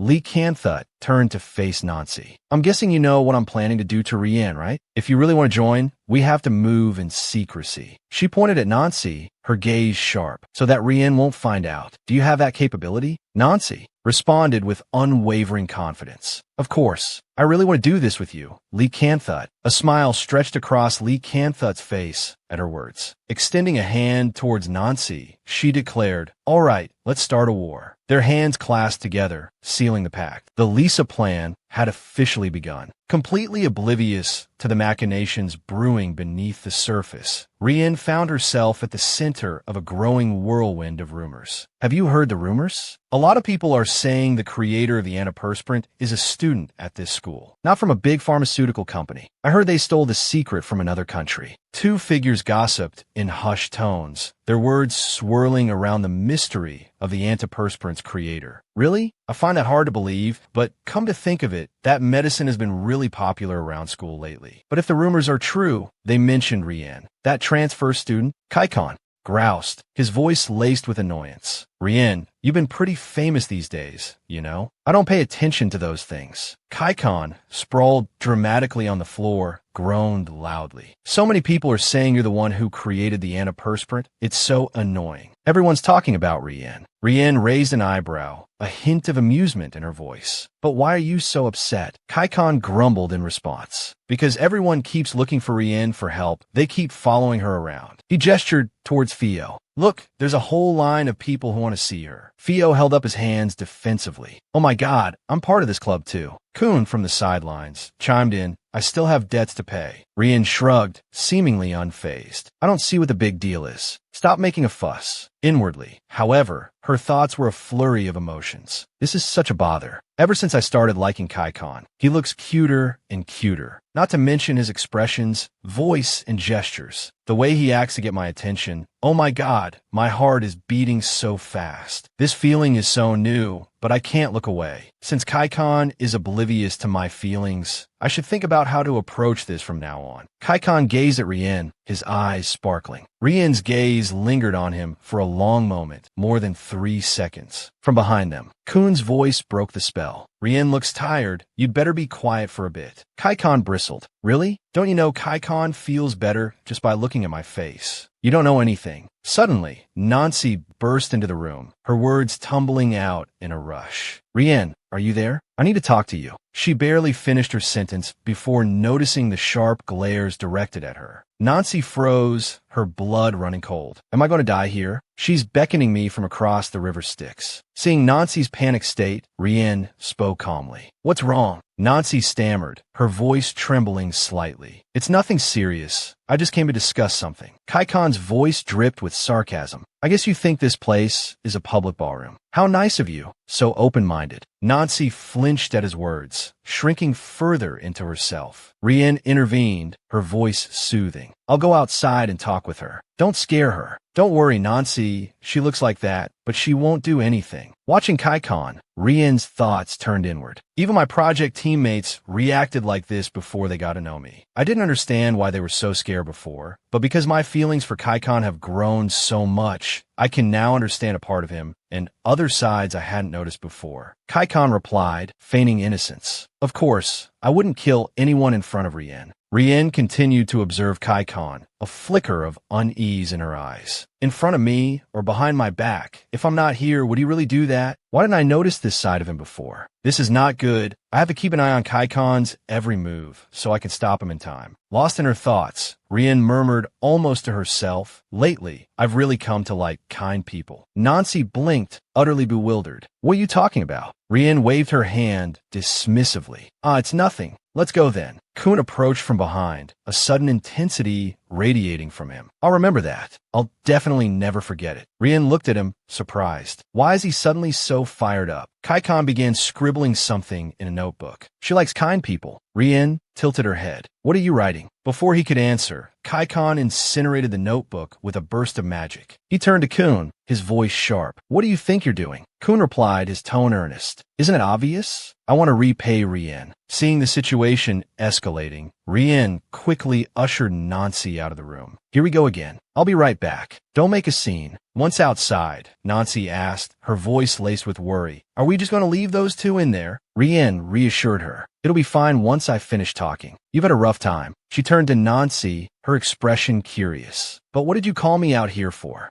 Nancy hesitated for a moment before speaking. Rienne, you aren't planning on mass-producing the antiperspirant, are you? Rienne scratched her head, a hint of exasperation in her voice. Why do you keep bringing this up? I told you, I think this much is enough. Inwardly, she sighed. I find making that medicine over and over again so tedious. Nancy clenched her fists, her voice filled with a fervent passion. I'm glad our business has stabilized because of that medicine. I'm truly grateful. But my entrepreneurial blood is boiling again. This is truly the best product of this era. That medicine has practically taken over the cosmetics industry, and the advertising effect in terms of awareness and word of mouth is unprecedented. It's such a waste to just stop halfway. Watching Nancy's impassioned plea, Rienne couldn't help but think she looked like she was giving a presentation. Nancy pointed at Rienne, her eyes gleaming. So, I'd like to propose one final plan. Rienne raised an eyebrow. What is it? Share the formula with me, and I'll handle everything from preparation and production to promotion. You just need to receive the profits from the business. You can make a lot of money without doing anything. Rienne's response was immediate and skeptical. What are you thinking? People who suggest making money without doing anything are usually scammers. Nancy chuckled. You're too honest. But that means your formula itself is incredibly valuable. I heard that Earth-aged blueprint is a necessary ingredient. Even if I use that ingredient and produce other products, it's still just a substitute. Her thoughts raced. Persuading business partners is also one of the basic skills of an entrepreneur. Nancy continued, her voice persuasive. That's the value of the original product. I'm bringing up this plan because I've realized, thanks to the antiperspirant, we're ready to expand. It's because of it that I came up with this plan.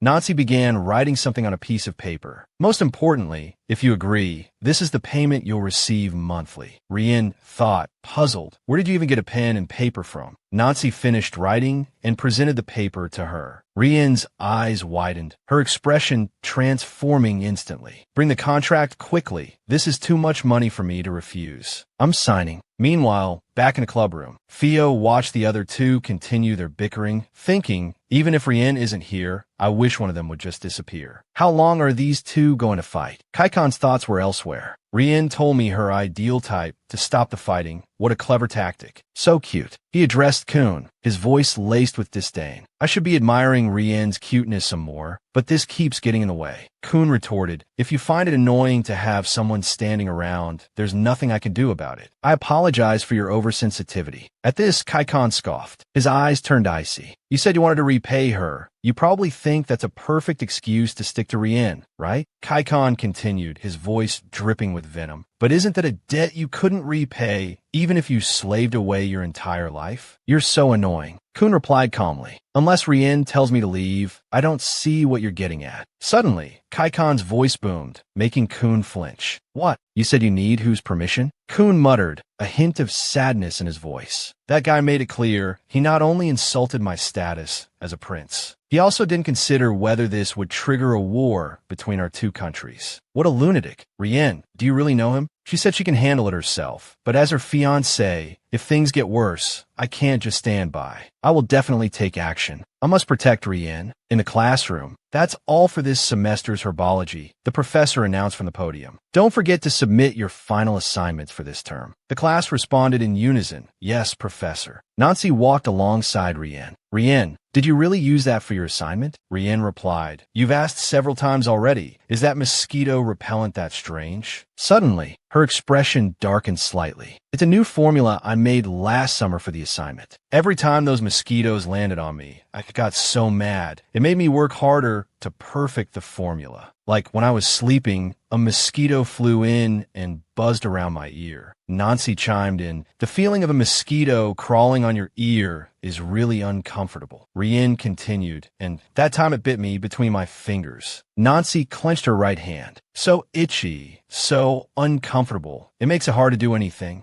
Rienne glared at the document, her expression fierce. Every time that happened, it made my blood pressure rise, and it also made my secret formula more perfect. Seeing her like this, Nancy remarked, "I'm surprised you're not a member of that mosquito repellent club." Mosquito repellent club? Not everyone can join. I heard there's even an interview. Nancy thought about Rienne's formula. You could join now, I swear. Rienne said, "Well, that club sounds interesting, doesn't it?" "Really? Let's get back on topic." Nancy leaned closer to Rienne. "Rienne, what did your roommate write in the letter this time?" Rienne replied, "Oh, you mean the one where after you write and send it, it'll be sent back to us when we graduate, something like that." Seeing Nancy's eager face, Rienne said, "You're not asking about my letter, but my roommates, right?" "Yes. Chunin, what does she hope to achieve in the future?" Hearing this, Rienne deliberately quickened her pace, but Nancy persisted. "What kind of man does she want to date? Did she write handsome, cute, or calm, or a promising man like a merchant's son?" Rienne thought. He hasn't given up yet. Finally losing her patience, Rienne snapped, "If you really want to know that badly, go ask her yourself, you coward." As they both reached their destination, breathless and exhausted, Nancy continued to pester Rienne. "What type does Chunin like? If she's satisfied with me, wouldn't the future me belong to her? That way she can understand my feelings better." Rienne wiped away some sweat. "It seems you really like Chunin." "Yes," Nancy declared, his eyes shining with conviction. "It was love at first sight. I won't marry anyone but Chunin." Rienne raised an eyebrow. "What if she likes someone else?" Nancy shook his head, a stubborn set to his jaw. "I don't know, but my love for her will never disappear." "Rienne," he pressed, his voice taking on a desperate edge. "Answer me. What is love? Why does it make me like this?" Rienne was bewildered by the sudden intensity. Why is he asking me this? She sighed internally. How do I answer this to make him leave me alone? Love is something that can't be clearly understood anyway. Clutching her documents tightly, she began to speak, her thoughts drifting to her own complicated feelings. Always wanting to be together, truly being able to wait for that person to appear with no one else in your eyes. Sometimes it feels incredibly unsettling. Her mind flashed to Karcion. Sometimes I think about him all day. Just the thought of him makes me happy, makes me smile to myself. But love also makes people do strange things. You can only truly understand it once you've completely ended that love. But by the time you realize it, it's already too late because you've already fallen too deeply. Nancy gasped, his eyes widening. Rienne, could it be that you? His eyes started to sparkle with an almost manic intensity. Did you read my mind? You said everything I wanted to say, but in reality, those were entirely Rienne's own thoughts and feelings. Nancy exclaimed, "Yes, that's it, expressing my feelings directly." He launched into a dramatic fantasy, gesturing wildly, giving her flowers and then reciting a poem I wrote. Chunin will know my deep love for her and be moved. What do you think of my perfect confession plan? Rienne offered a gentle smile, a hint of pain in her voice. Let me be honest, it's terribly cliché. Nancy froze, deflated as the words sunk in. He remained rooted to the spot, stunned, even as Rienne walked away. During free time, just outside the clubroom, Coon stood hesitantly, his hand gripping the doorknob. Should I really be here? He wondered.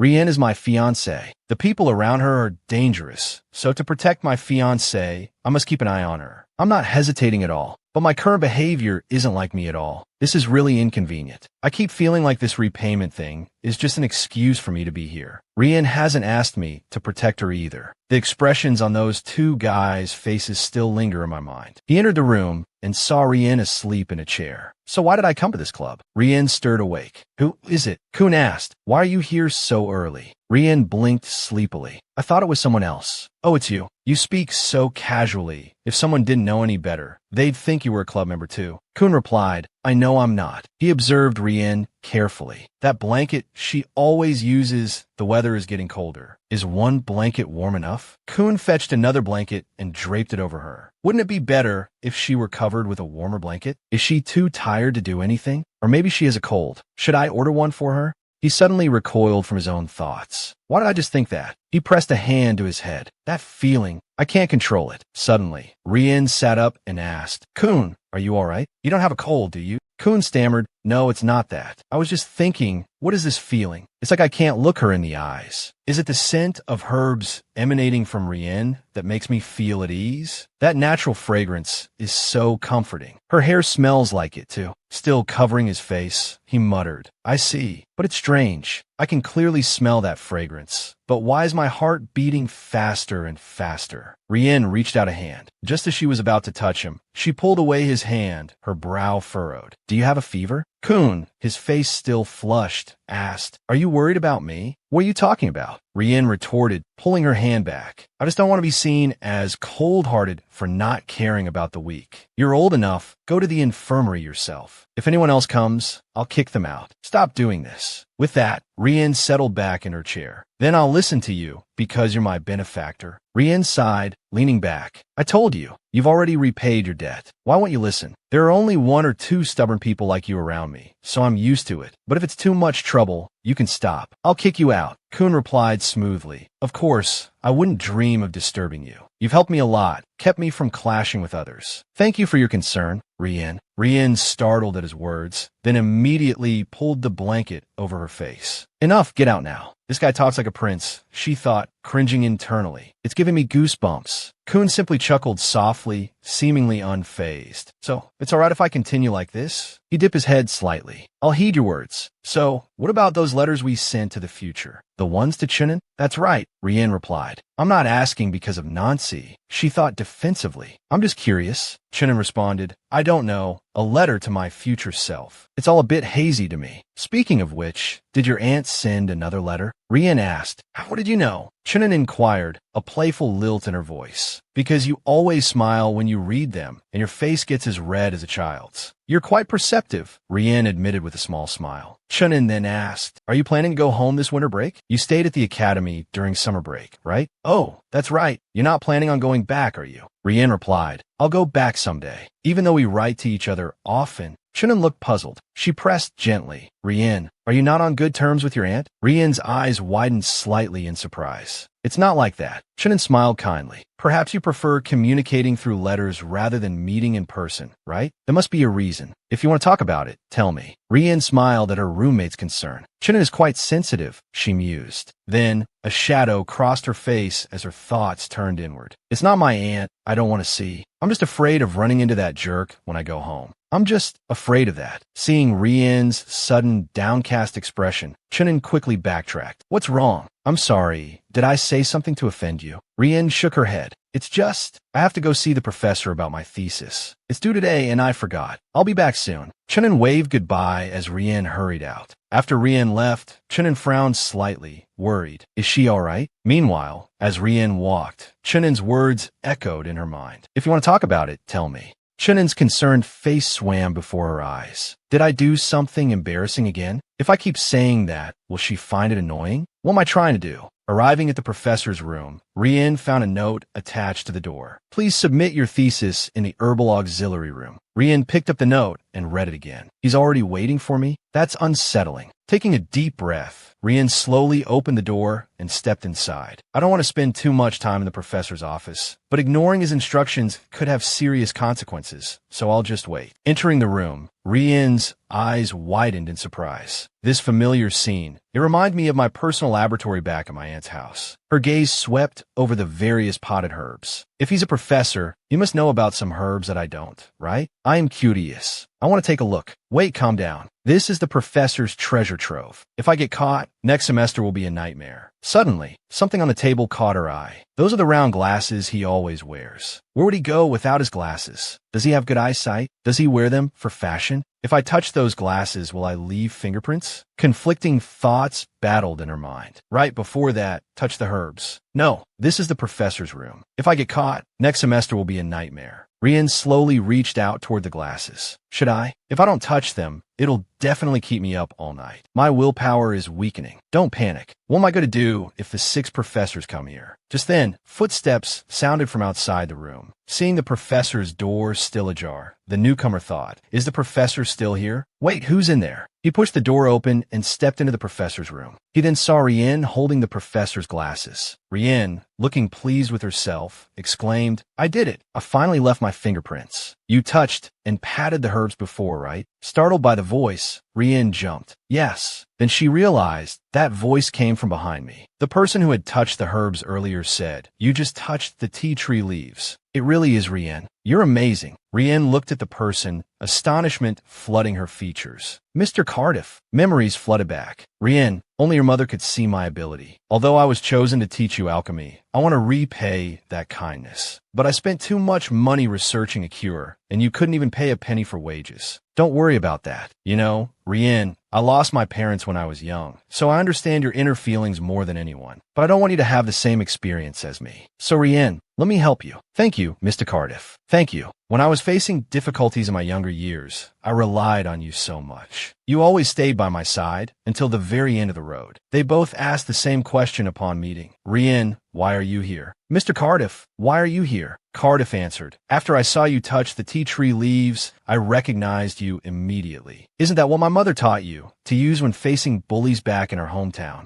Rienne scratched her head sheepishly. You still remember that? Cardiff continued. You've grown up so much. It's amazing. It's been 5 years, hasn't it? She playfully nudged Cardiff's back. You look like an old man now, calling someone old the moment you meet them. To be honest, are you here to see the professor too? What a coincidence. The professor called for me. He'll be here soon. As the two were chatting, someone walked in from behind them. Seeing Cardiff, he immediately called out, Bert. Rienne, seeing him, thought, what's this lazy teacher doing here? Sudden surprise flickered across her face. She noticed Cardiff's expression. His expression is so strange. Cardiff said to her, I'm sorry, I have to go now. See you next time, Rienne. The lazy professor tried to stop Cardiff. Wait, he grasped Cardiff's shoulder. Bert, let's talk for a bit. You have to give me a reason. Let me understand why you keep avoiding me. Cardiff's gaze was completely different from when he was talking to her and Rienne. I have nothing to say to you. With that, Cardiff left. Rienne stood there, bewildered. What has happened? Does he know this lazy teacher? She thought, and the way he called Cardiff. I've never heard that name before. Is it another name for Mr. Cardiff? Does the lazy professor know Mr. Cardiff? Is Bert his name? What's going on? Rienne asked the professor. Do you know Mr. Cardiff? The professor asked what? Cardiff. He scratched his head. Are you talking about Bert? That's his secret, right? That he's called Cardiff. Yes. He began to explain. We were classmates. We were in the same class for about 4 years, and that professor has always been our homeroom teacher. We used to be very good friends, but it's different now. He asked Rienne, but Rienne, do you know him? Was Cardiff your alchemy teacher when you were little? My mother hired him, but I haven't seen him in 5 years. Suddenly, a voice came from behind the professor. So you learned from that brat. The professor stroked his chin. Rienne, I know you're talented, but hearing this story makes me even more curious about your abilities. In this cold weather, you should return to the warm embrace of your family, right? The lazy teacher stood there thinking, this girl is really smart. Rienne walked down the hallway, lost in thought. I've been struggling for a week, and making a decision like this is a bit. I'll just ignore it. Just as she was thinking, Cardiff appeared. Rienne, he said to her, I waited for you because there's something I need to tell you before I leave. Rienne was surprised. Strange. Are you leaving already? We haven't had a proper chat yet. His expression suddenly changed. I'm sorry, but what's wrong? You look worried. I rarely see you so flustered. Did something bad happen? Cardiff asked Rienne. How many years until you graduate? You just finished your first year. So 3 more years. 3 years? I understand. Cardiff placed his hand on Rienne's shoulder. Rienne, what I'm about to say might sound strange, but please trust me, okay? Okay. Cardiff said, from now until graduation, no. Even after graduation, be careful of that lazy professor. Absolutely do not have any dealings with him. Rienne was taken aback. What? She thought, I have to be careful of that lazy professor? But he doesn't seem like that kind of person. He teaches in the swordsmanship department. How could he possibly harm Mr. Cardiff? No, that professor couldn't possibly not know the reason. Is he hiding something? Cardiff lowered his head and apologized to Rienne. I can't tell you the reason, but please trust me, Rienne. Rienne stopped pressing him, immediately agreeing. Okay, I'll do exactly as you say. Although I don't understand why. He really doesn't want me to have much contact with that lazy professor. Cardiff smiled. Thank you. With that, Cardiff turned to leave. See you next time, Rienne. Rienne tried to call out to him, but Cardiff didn't look back. Cardiff, I will definitely trust you. Everything will be all right. Cardiff isn't the kind of person who would let anything bad happen to me. Karcion had been standing outside. inside, seemingly having heard everything. Back in the dormitory, Cardiff muttered to himself, "This is my last snack. If you don't wait for me, I'll poke you with a fork. Dolby, can you take care of yourself while I'm gone?" A voice responded, "I only have a few snacks left. Do you need some? It sounds like you're bluffing. Where are you anyway?" A small dog cuddled close to Rienne. A tinge of sadness touched Rienne's face. In the end, I couldn't ask Cardiff anything. Where he's been all these years, what he's been doing, why he's using an alias. Cardiff was there for me during that dark period, so I want to be there for him too. Why won't he tell me anything? I'm going to sleep. I'm going home tomorrow. Suddenly, Rienne noticed a sound outside. She looked out the window and saw Karcion calling up to her. Rienne opened the window and said, "Please use the front door." But Karcion replied, "This way is more of a surprise." Dolby barked loudly from behind her. "It certainly is a surprise, but it's cold at night." She turned and hugged the small dog. "That's right, you think so too. Be patient. Let him reflect on his actions." Karcion asked Rienne something. Rienne answered, "Do you remember what we found on the mountain last time? I named it Dolby. I'm teaching it how to live for the next holiday." "I'm talking about my dog." Karcion inquired, "You're not planning to stay at the academy this holiday?" "I'm planning to go home this time. I mean my actual home, so don't suddenly show up there, okay?" "All right, then how about Rienne comes to my house?" Rienne thought, "Go to your family's estate?" "Yes." Rienne mused, "The Lusian ducal family. I've heard rumors about them. The Duke doesn't have a single drop of blood or tears. The Duchess bravely faces such a Duke." After a moment's thought, Rienne politely declined. "I'm sorry. That would be very difficult for me." Karcion immediately moved closer to Rienne. "Then I'll write to you." Rienne said, "I might not have time to check my mail, as I'll be busy in the lab. But sure, I'll write to you to see how you're doing." Hearing this, Karcion brightened considerably. "You don't need to write. When you come out of the lab, I'll come find you." Suddenly, Karcion asked, "What are you smiling about?" Rienne replied, "How do you know that doing all this will make everything all right? Talking to you is like becoming a character in a fairy tale. I feel like if it were you, you would sparkle, believing, and then suddenly appearing at just the right moment. It's quite magical, really. Talking to Karcion always makes me feel more at ease than ever before." Karcion replied with a smile, "Isn't that a good thing?" It was strange. Whenever she felt sad or faced difficulties, even when her heart felt heavy, Karcion was always there to encourage her. "All right, you absolutely must appear in a dazzling manner." Rienne, cheered by Karcion's presence, thought that even encountering that person back home wouldn't be so bad. "It's a promise." The carriage carrying Rienne arrived, and she looked out the window. "We've arrived. This is the Emiria County estate. Ever since my aunt took me in, this is the only place I can call home. My second home in this life." Rienne had barely stepped out of the carriage when someone came running out to greet her. Rienne, it was her aunt. She embraced Rienne tightly. "I missed you so much. Welcome home." Rienne asked her aunt, "Have you been waiting for me?" "Of course. What else would I be doing? I've been looking out the window ever since I received your letter saying you were coming home." Rienne commented, "It's quite cold today." Rienne and her aunt chatted happily. "Someone else was waiting for you at the window too, so I wasn't alone." As soon as she finished speaking, that someone appeared behind them. It was her recently recovered uncle. He hugged Rienne. "Do you know how much your aunt and I have missed you?" "Come now, dear." He's exaggerating again. Rienne said, "I missed you both too, uncle." Her uncle held Rienne tightly. "Why did you send the letter so late? I almost fainted from the surprise of you coming back so suddenly. Do you know how much your uncle complains about missing you every day?" Rienne scratched her head. "I wanted to surprise you, and if that's the case, then I succeeded." Rienne asked, "Is Luca home?" "He's waiting for you inside. Come in quickly." Inside the house, her aunt asked, "Luca, Rienne is here." "What's with that expression, son? I thought you'd be jumping for joy at seeing Rienne." Rienne was about to pick up her luggage and leave. "Mom, don't say that." Luca continued, "I'm at the academy too, but I never see Rienne. If I'd known she was coming home, we could have returned together." Rienne said, "Luca, that's because the middle school and high school buildings are so far apart, and your term ended earlier than mine. If you wanted to wait for me to come home together, you would have had to carry my luggage for a week." Luca grumbled, but her aunt interrupted him. "All right, give it a rest. She must be tired." Luca said, "So what? I'm going to have the chef make Rienne's most hated dish, eggplant." Rienne gasped, "Why? You can't do that to me. You get to decide." "Very clever. Luca, come here. I'm going to give you a big hug." "I don't like it. Stop it. It tickles." Her uncle and aunt just stood there, laughing happily. "All right, you two go to your rooms. We'll talk more at dinner." Night fell, and Rienne looked at the dinner table, her eyes sparkling.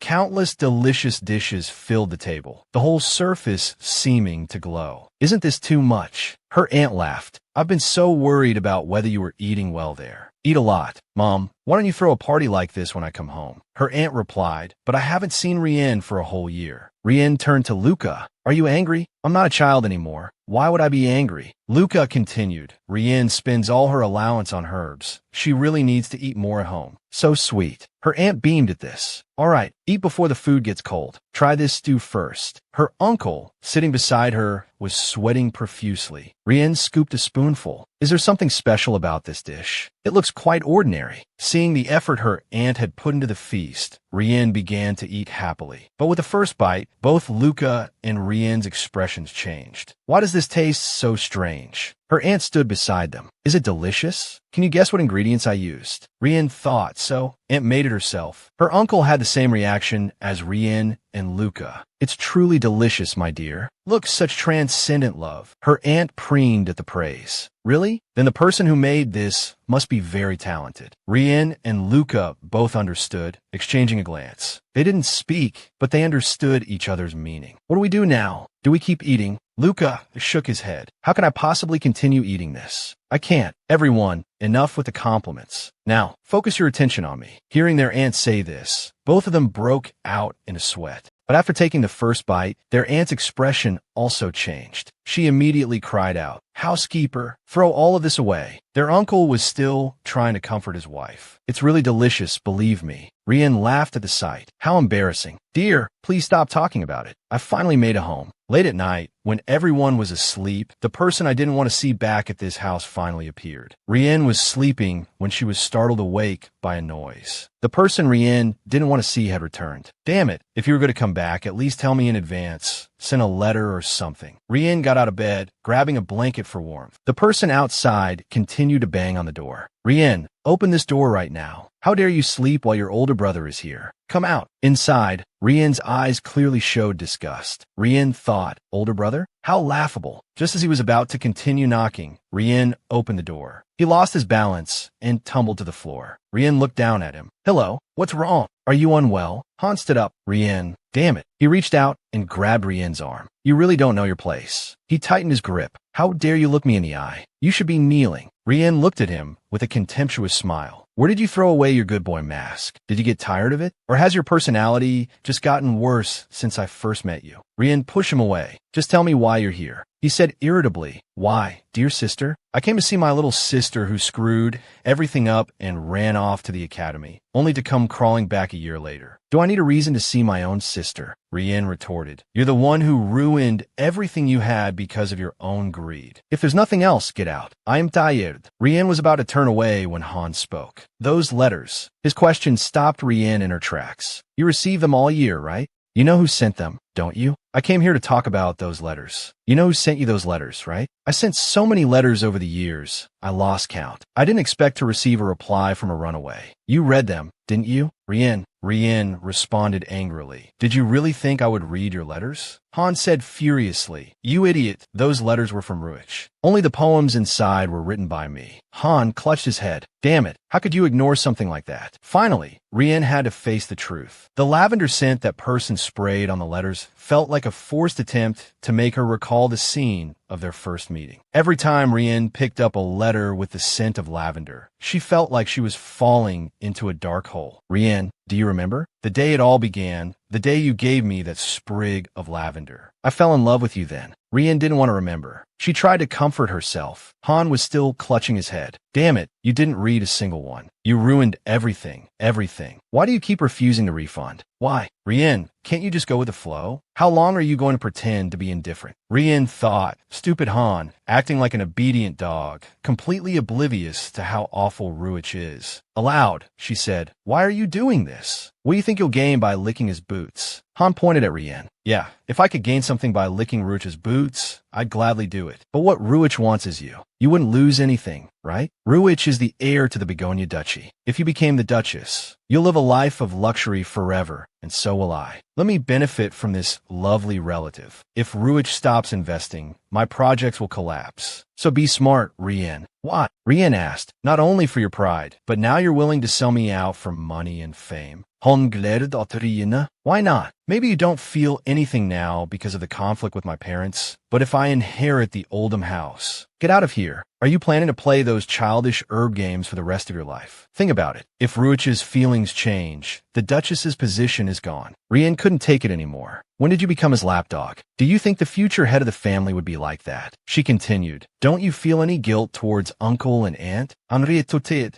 Why? If it makes our business successful, they'll live a better life. Fine, if you want to save face in front of my parents, then cooperate. You just want to be the favorite in this house. Don't you, Rienne? Rienne scoffed. He's all talk and no substance. Han continued. There's a party at the Begonia family estate next week. You should go. Rienne asked why. As soon as he finished speaking, he pinched Rienne's face. Don't even think about running away. If you don't go, I'll tell Ruich, and you'll be finished. Rienne stared straight into his eyes, unflinching. Seeing Rienne's gaze, Han quickly withdrew his hand. Damn unlucky woman. You don't even blink. He turned to walk away. Don't ignore me. If you go, think about the family's benefit. He slammed the door shut as he left. Rienne stumbled, falling back onto the bed. Rienne seemed to feel deeply unwell. She started to recall her uncle and aunt. Family? Hello, Rienne. We're your family now. What are you talking about? We're already family. That's right. Rienne remembered her aunt's smile, exactly like her mother's. Of course, she's my mother's younger sister. That's probably why everything is so difficult. My aunt's family, I owe them so much, a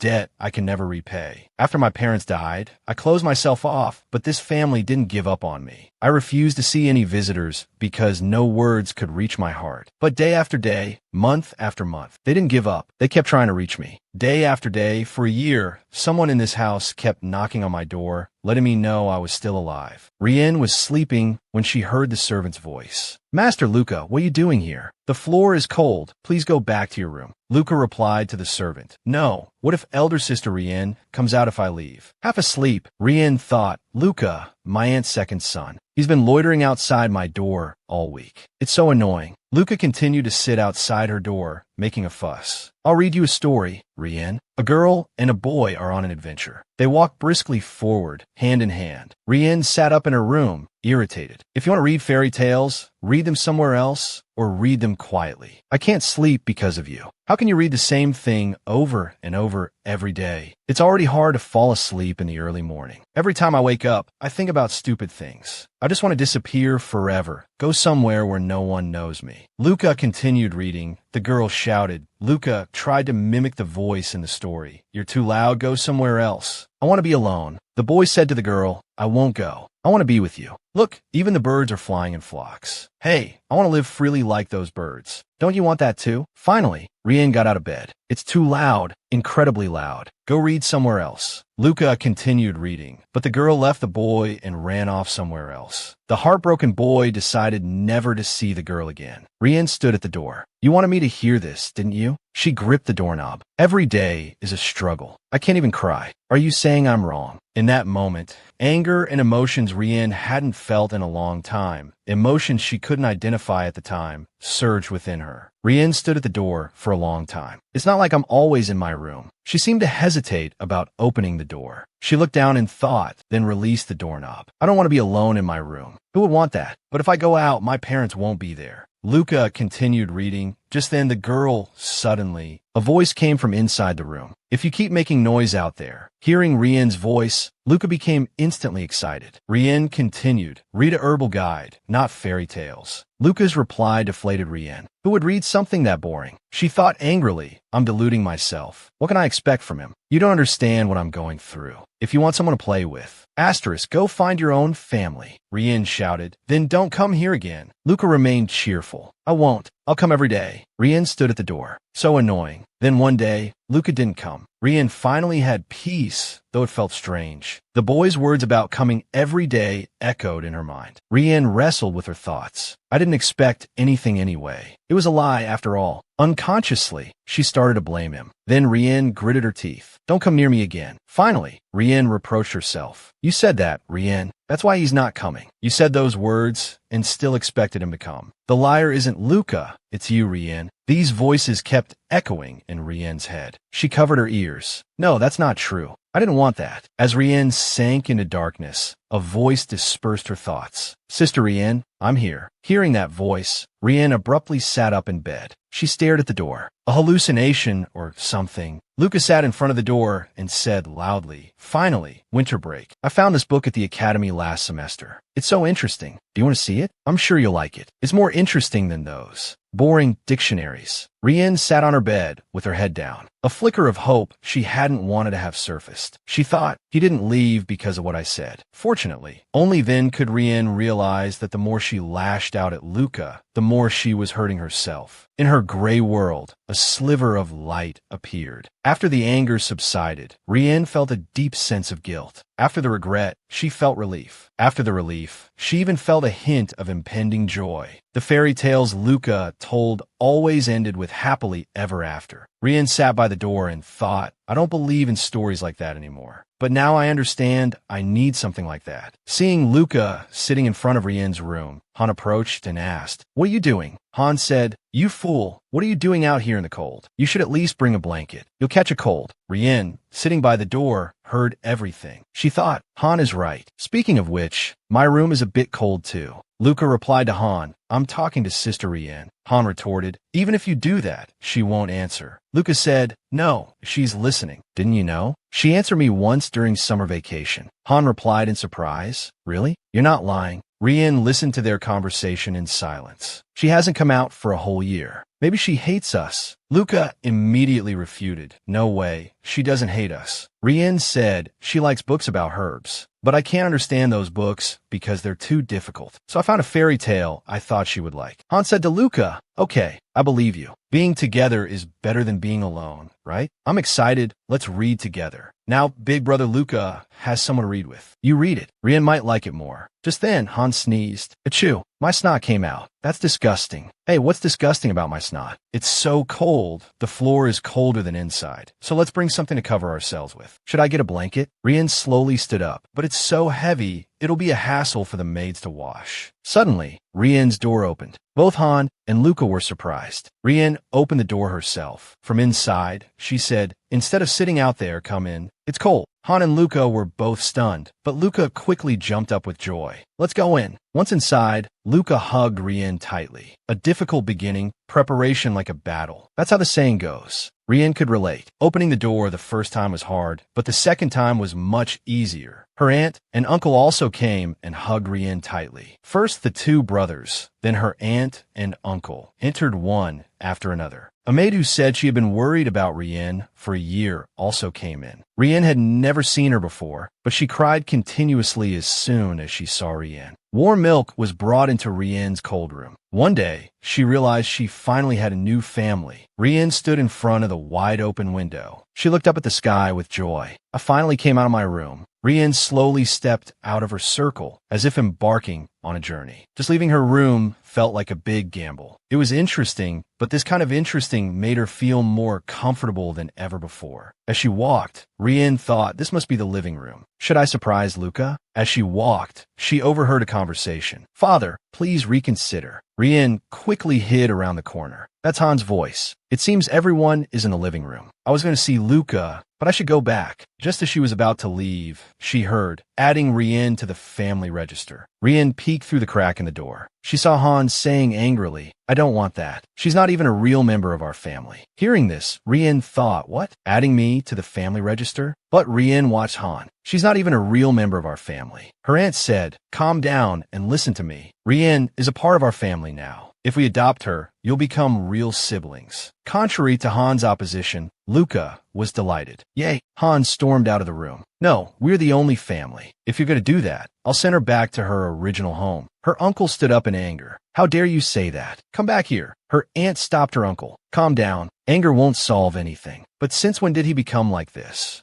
He must be confused. If we persuade him slowly, he'll understand. Her uncle said, "I wish it were that easy." Rienne, eavesdropping outside, clenched her fists. Her eyes showed sadness mixed with a hint of joy. They think that way. I'm so glad. But I don't want to see my aunt's family fight because of me. Rienne turned back to her room. Even if it's hard for me, I don't want to lose the relationship we just built. There's no need to add me to the family register. I am okay. But her aunt and uncle didn't give up. The next day, they came to Rienne and offered to adopt her. After listening to them, she felt their deep sincerity. That's why Rienne declined the offer. Persuading Han would require a lot of reasoning, and she didn't want to see them troubled because of her. Her aunt and uncle understood. They hugged Rienne tightly. Rienne didn't tell them to reason, but they respected her decision. They embraced her, telling her she could tell them anytime if she changed her mind. Everything went smoothly. That's what she thought at the time. After Rienne left her room, time flew by. Her aunt and uncle no longer mentioned the adoption. Han also smiled at her again. Maybe he was relieved. Sometimes she went horseback riding with Han. Rienne often spent time in the herbal laboratory provided by her uncle. She also had a tutor who helped her catch up on her missed studies. As Rienne found love and happiness within her family, her pain gradually subsided. She didn't forget completely, but she was able to live a life doing what she loved. Rienne went to the flower shop with a bouquet of flowers. She thought, should I choose a bouquet as a gift? In the carriage, Rienne was still thinking, I heard flowers are the best gift, so I chose flowers. But I'm still a little embarrassed. I don't know what Han likes. These flowers are pretty, so it should be fine. I can only wait and see. Seeing Rienne, a servant greeted her. Hello, Rienne. Where are you going? Rienne replied, Where's Han? The servant answered, The young master is in the living room. Rienne headed towards the living room, still feeling a little anxious. I'm so nervous. This is my first time giving a gift. I hope he'll at least be happy. Rienne opened the door and went inside. And guess what? But seeing Han talking with someone, Rienne froze. Oh no, being in the living room means there's a guest. Rienne bowed. I'm sorry.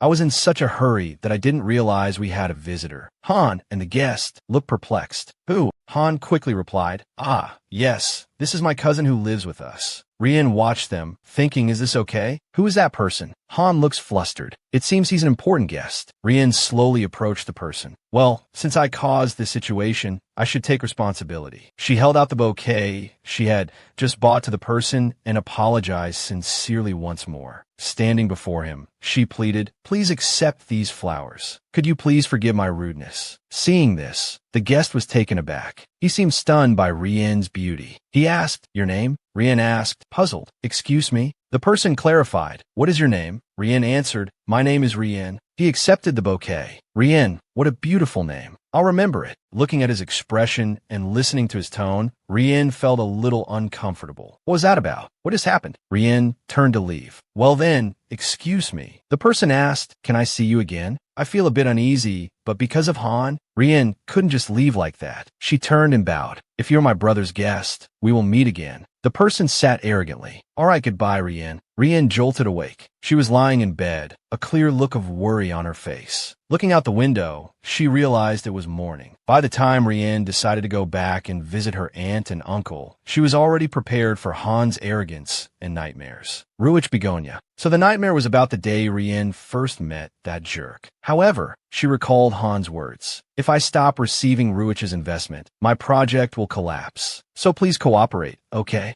Rienne thought angrily, that idiot, doesn't he have any other way to get funding? What is he thinking, trusting that investment? Lying in bed, Rienne pondered. He must have thought I would obediently listen, since my name isn't on the family register. If I abandon everything and run away, his project will end too. The problem is, we both cherish this family. Rienne lay still in bed for a moment. Then she abruptly sat up. I've had enough. Go in her desk, she declared. I won't suffer like before. I found the perfect way for myself at the academy. Picking up a pen, Rienne said, just you wait and see. She seemed to be writing a letter to someone. Even if I have to sell my herbal formulas, I won't let myself be treated like this now. To highlight the young lady's jet black hair and captivating eyes, please dress her in this red dress. What are you talking about? To complement her fair skin, she should obviously wear blue. No, we have to make sure she looks elegant and fresh with this high-quality periwinkle dress. It turned out the servants were arguing over Rienne's attire. Everyone calm down. Did anyone choose the wrong color? Miss Rienne, sky blue, red, periwinkle. No, wait. How about green? Chun began applying Rienne's makeup and styling her hair. Rienne, I can finally do your makeup. Please give me a chance. Didn't I tell you all to calm down, Chun? Hearing the commotion outside, Lucas said, since Rienne's friend has arrived, I wanted to say hello, but it seems I can't. Han thought, I'm worried she'll be scared and run away. But she was actually getting ready for a party. Han started to leave. I'll be home late today. Their mother asked, are you going to party too? Come home early. Han thought, if she really cares about this family, she'll instantly become an obedient person. Otherwise, it will be troublesome my dear sister, Rienne. It seemed Han was also going to the party with someone. The person following him asked, young Master Han, is it true? The person continued, are you going to party with a girl? Did you receive a prank invitation? Hearing this, Han turned around in surprise. I'm going for work. Work? Since you're carrying an invitation, it looks quite formal. Has the carriage arrived? Han looked inside the carriage. Rienne, I'm really grateful you're willing to go with me. As he looked inside the carriage, Han blushed and froze. A servant pushed Han inside. What are you standing there for? Hurry up and get in. Have a safe trip. Chun, holding the invitation, said listen carefully, because Count Natalie sweats a lot. He might be interested in antiperspirant. You must approach him. He is considered a gentle, calm gentleman with a large mole under his lower lip. Also, be careful of Baronicado. He loves gossip, but even slight mistakes will leave a bad impression. Countess Lamenta has extensive knowledge of cosmetics, so she would be a good business partner. Han sat next to Chun, his face flushed. Seeing this, Rienne asked, Han, are you listening? I am, but why is it so hot? Rienne explained, since this is your first time stepping into high society, I found you an instructor. Learn from her and use it for your business. Chun chimed in, but that assistant is me. Chun continued, oh, Viscount Artemir is also on the guest list. He's a close aide to Marquis Lucianus, but he has OCD. He's also worth paying attention to. Suddenly, Rienne's eyes widened. Duke Lucianus? Han muttered, that violent guy? Yes, that violent guy. Rienne clarified, that bald, violent guy. What are you talking about? Ah, there's a famous story about a man who used violence against the chef at a restaurant, forcing them to refund almost the entire bill. Rienne was surprised. Why would he do that? Chen explained, I heard it was because there was hair in the food, and the chef claimed it was the customer's hair. The problem is, the Viscount is bald and suffers from severe hair loss. Hearing this, Rienne was speechless. Rienne questioned, but is that really a reason to assault someone? Chun continued, I bet it's because the chef was a commoner. What? There are nobles like that. Han was about to say there were such rumors, but seeing Chen's expression, he pretended not to know. Rienne sighed. It's just a rumor. Regardless of the rumors, it's none of my business. Rienne's expression softened. Anyway, Kaikon, once we graduate, he and I will have nothing to do with each other anymore. The three finally arrived at the party venue. Suddenly, Rienne heard someone say, this is where the Begonia family is holding their party. That's great. Ah, it's not easy to get an invitation to this party. Let's enjoy ourselves, madam. That's right. It's not the Begonia family's party. Now I can relax. Han must be waiting for me at the party, just standing there all night, waiting to see if I show up. The people inside started whispering, oh my, look over there. It was the young lady entering. It seemed Kaikon was also present. As expected, young people always make a party more lively. Despite looking so young, her aura is extraordinary. I wonder which family's daughter she is. Footsteps slowly approached the party, and the object of those praises was Rienne. That young lady, it's a shame she doesn't have a gentleman accompanying her. If my son were here, I would have him ask her to dance. Chen whispered to Han, Han, Count Natalie is over there. Han replied, gentle face, large mole under his lower lip, confirmed. Chen said, thank you very much. I'll be back soon. Count Natalie prefers white wine, right? Chen nudged Han. That's right. You have a good memory. You're so smart. Seeing Han like this, Rienne thought, there was a time I tried to keep these two apart. You really never know what the future holds. But Han, you idiot, you should have asked her to dance first. Rienne approached Chun. Chun, aren't you going to dance? Are you asking me? Chun replied, shouldn't you be more worried about that than me? Me? What? Rienne continued, I really haven't thought about it at all. What's with that suspicious smile? Chun suggested, look behind you. Rienne turned around. Behind me. As she turned, Rienne's eyes sparkled. The familiar figure was none other than Kaikon. Seeing Rienne looking so beautiful in her dress, Kaikon shyly covered his face. Witnessing this, Rienne walked towards him. Seeing Rienne, Kaikon stammered, unable to speak her name. Rienne thought, I can't even be surprised by his handsomeness. Oh wait, I am surprised. If Kaikon wasn't so flustered, would I have been like this first? Or is Kaikon so handsome that I forgot to be surprised? Rienne extended her hand. My favorite song is playing. May I have this dance? Kaikon was startled, but he quickly regained his composure, smoothed his hair, and took Rienne's hand. Of course, it will be my honor, my lady. A beautiful space where you could see every potted plant was meticulously cared for. The gleaming floor, the gazes of everyone present, and my flushed face that I pretended not to notice. Even though I'm certain he'll eventually forget these feelings after graduation, I'll put that future aside for now and enjoy this sweet, dreamlike moment. It wasn't something I could have anticipated, but as Rienne looked at Karcion, she thought, isn't he too skilled? His face is so red, yet he dances so naturally and comfortably, as if he's used to dancing with a partner. Oh right, of course he's skilled. He's the youngest son of a duke, after all. Karcion, noticing Rienne's expression suddenly darken, became a little worried. When dancing at the academy, my partner, Simon, was also very shy. I stopped talking to him after we learned because I felt awkward with someone I barely knew. But come to think of it, not every noble child is a good dancer, right? But Karcion certainly was. She said to him, "You're such a good dancer, you must really enjoy parties." Karcion, surprised, thought, Rienne, why is she suddenly making that face? Karcion replied, "That's not at all. I hate things like parties," he said softly, "but because you're with me today, this is the first time I've been able to enjoy myself at a party." Hearing this, Rienne thought, I understand how he feels, but seeing this side of him is annoying. Him bringing up times when I'm not there. I'm trying to hide my trembling, but why am I so irritated? Lost in thought, Rienne accidentally stepped on Karcion's foot. Oh my, I'm so sorry. This is my first time dancing outside. Karcion laughed. It's all right. Everyone makes mistakes. I should have noticed and pulled my foot back. I am sorry. Rienne looked at Karcion with an annoyed expression. She said, it still feels strange. You say you don't like parties, but you're a wonderful dancer and you're good at conversing with your partner. So why? How can someone be so perfect? You're not just lying to make me happy, are you?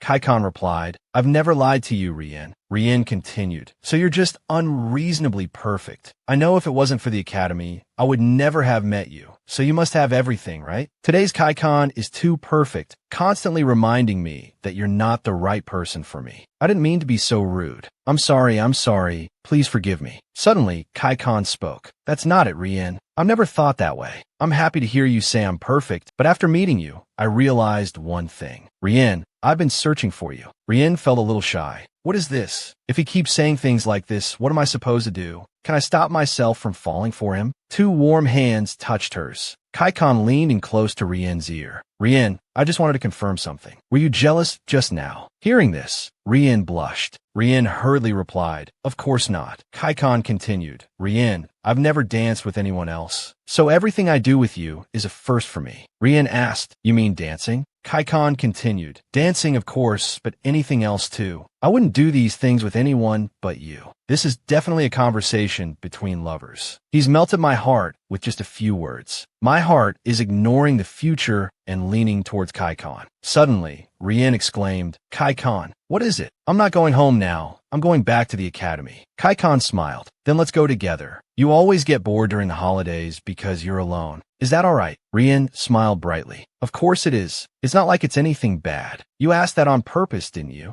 Karcion held Rienne's hand. Rienne, do you want to get something to eat? I mean now, because if it were you, I believe you'd say so. Back at Han's place, he panicked. Wait, I clearly saw her getting ready for the party this morning. I was certain she'd come. Where did she go? Hearing this, another person stepped on Han's foot. Does Rienne hate me? I even promised her the position of Duchess. Isn't that enough? On exclaimed, Duchesse. Weren't you only going to make her a concubine? The other person, Ruich, said, what? You don't believe me? Sorry, that's not what I meant. Ruich stroked his chin. I understand. It's because Rienne doesn't trust me yet. That's why she's avoiding me. It's not because she hates me. He sighed in relief. To prove my love, I need to prepare properly, right?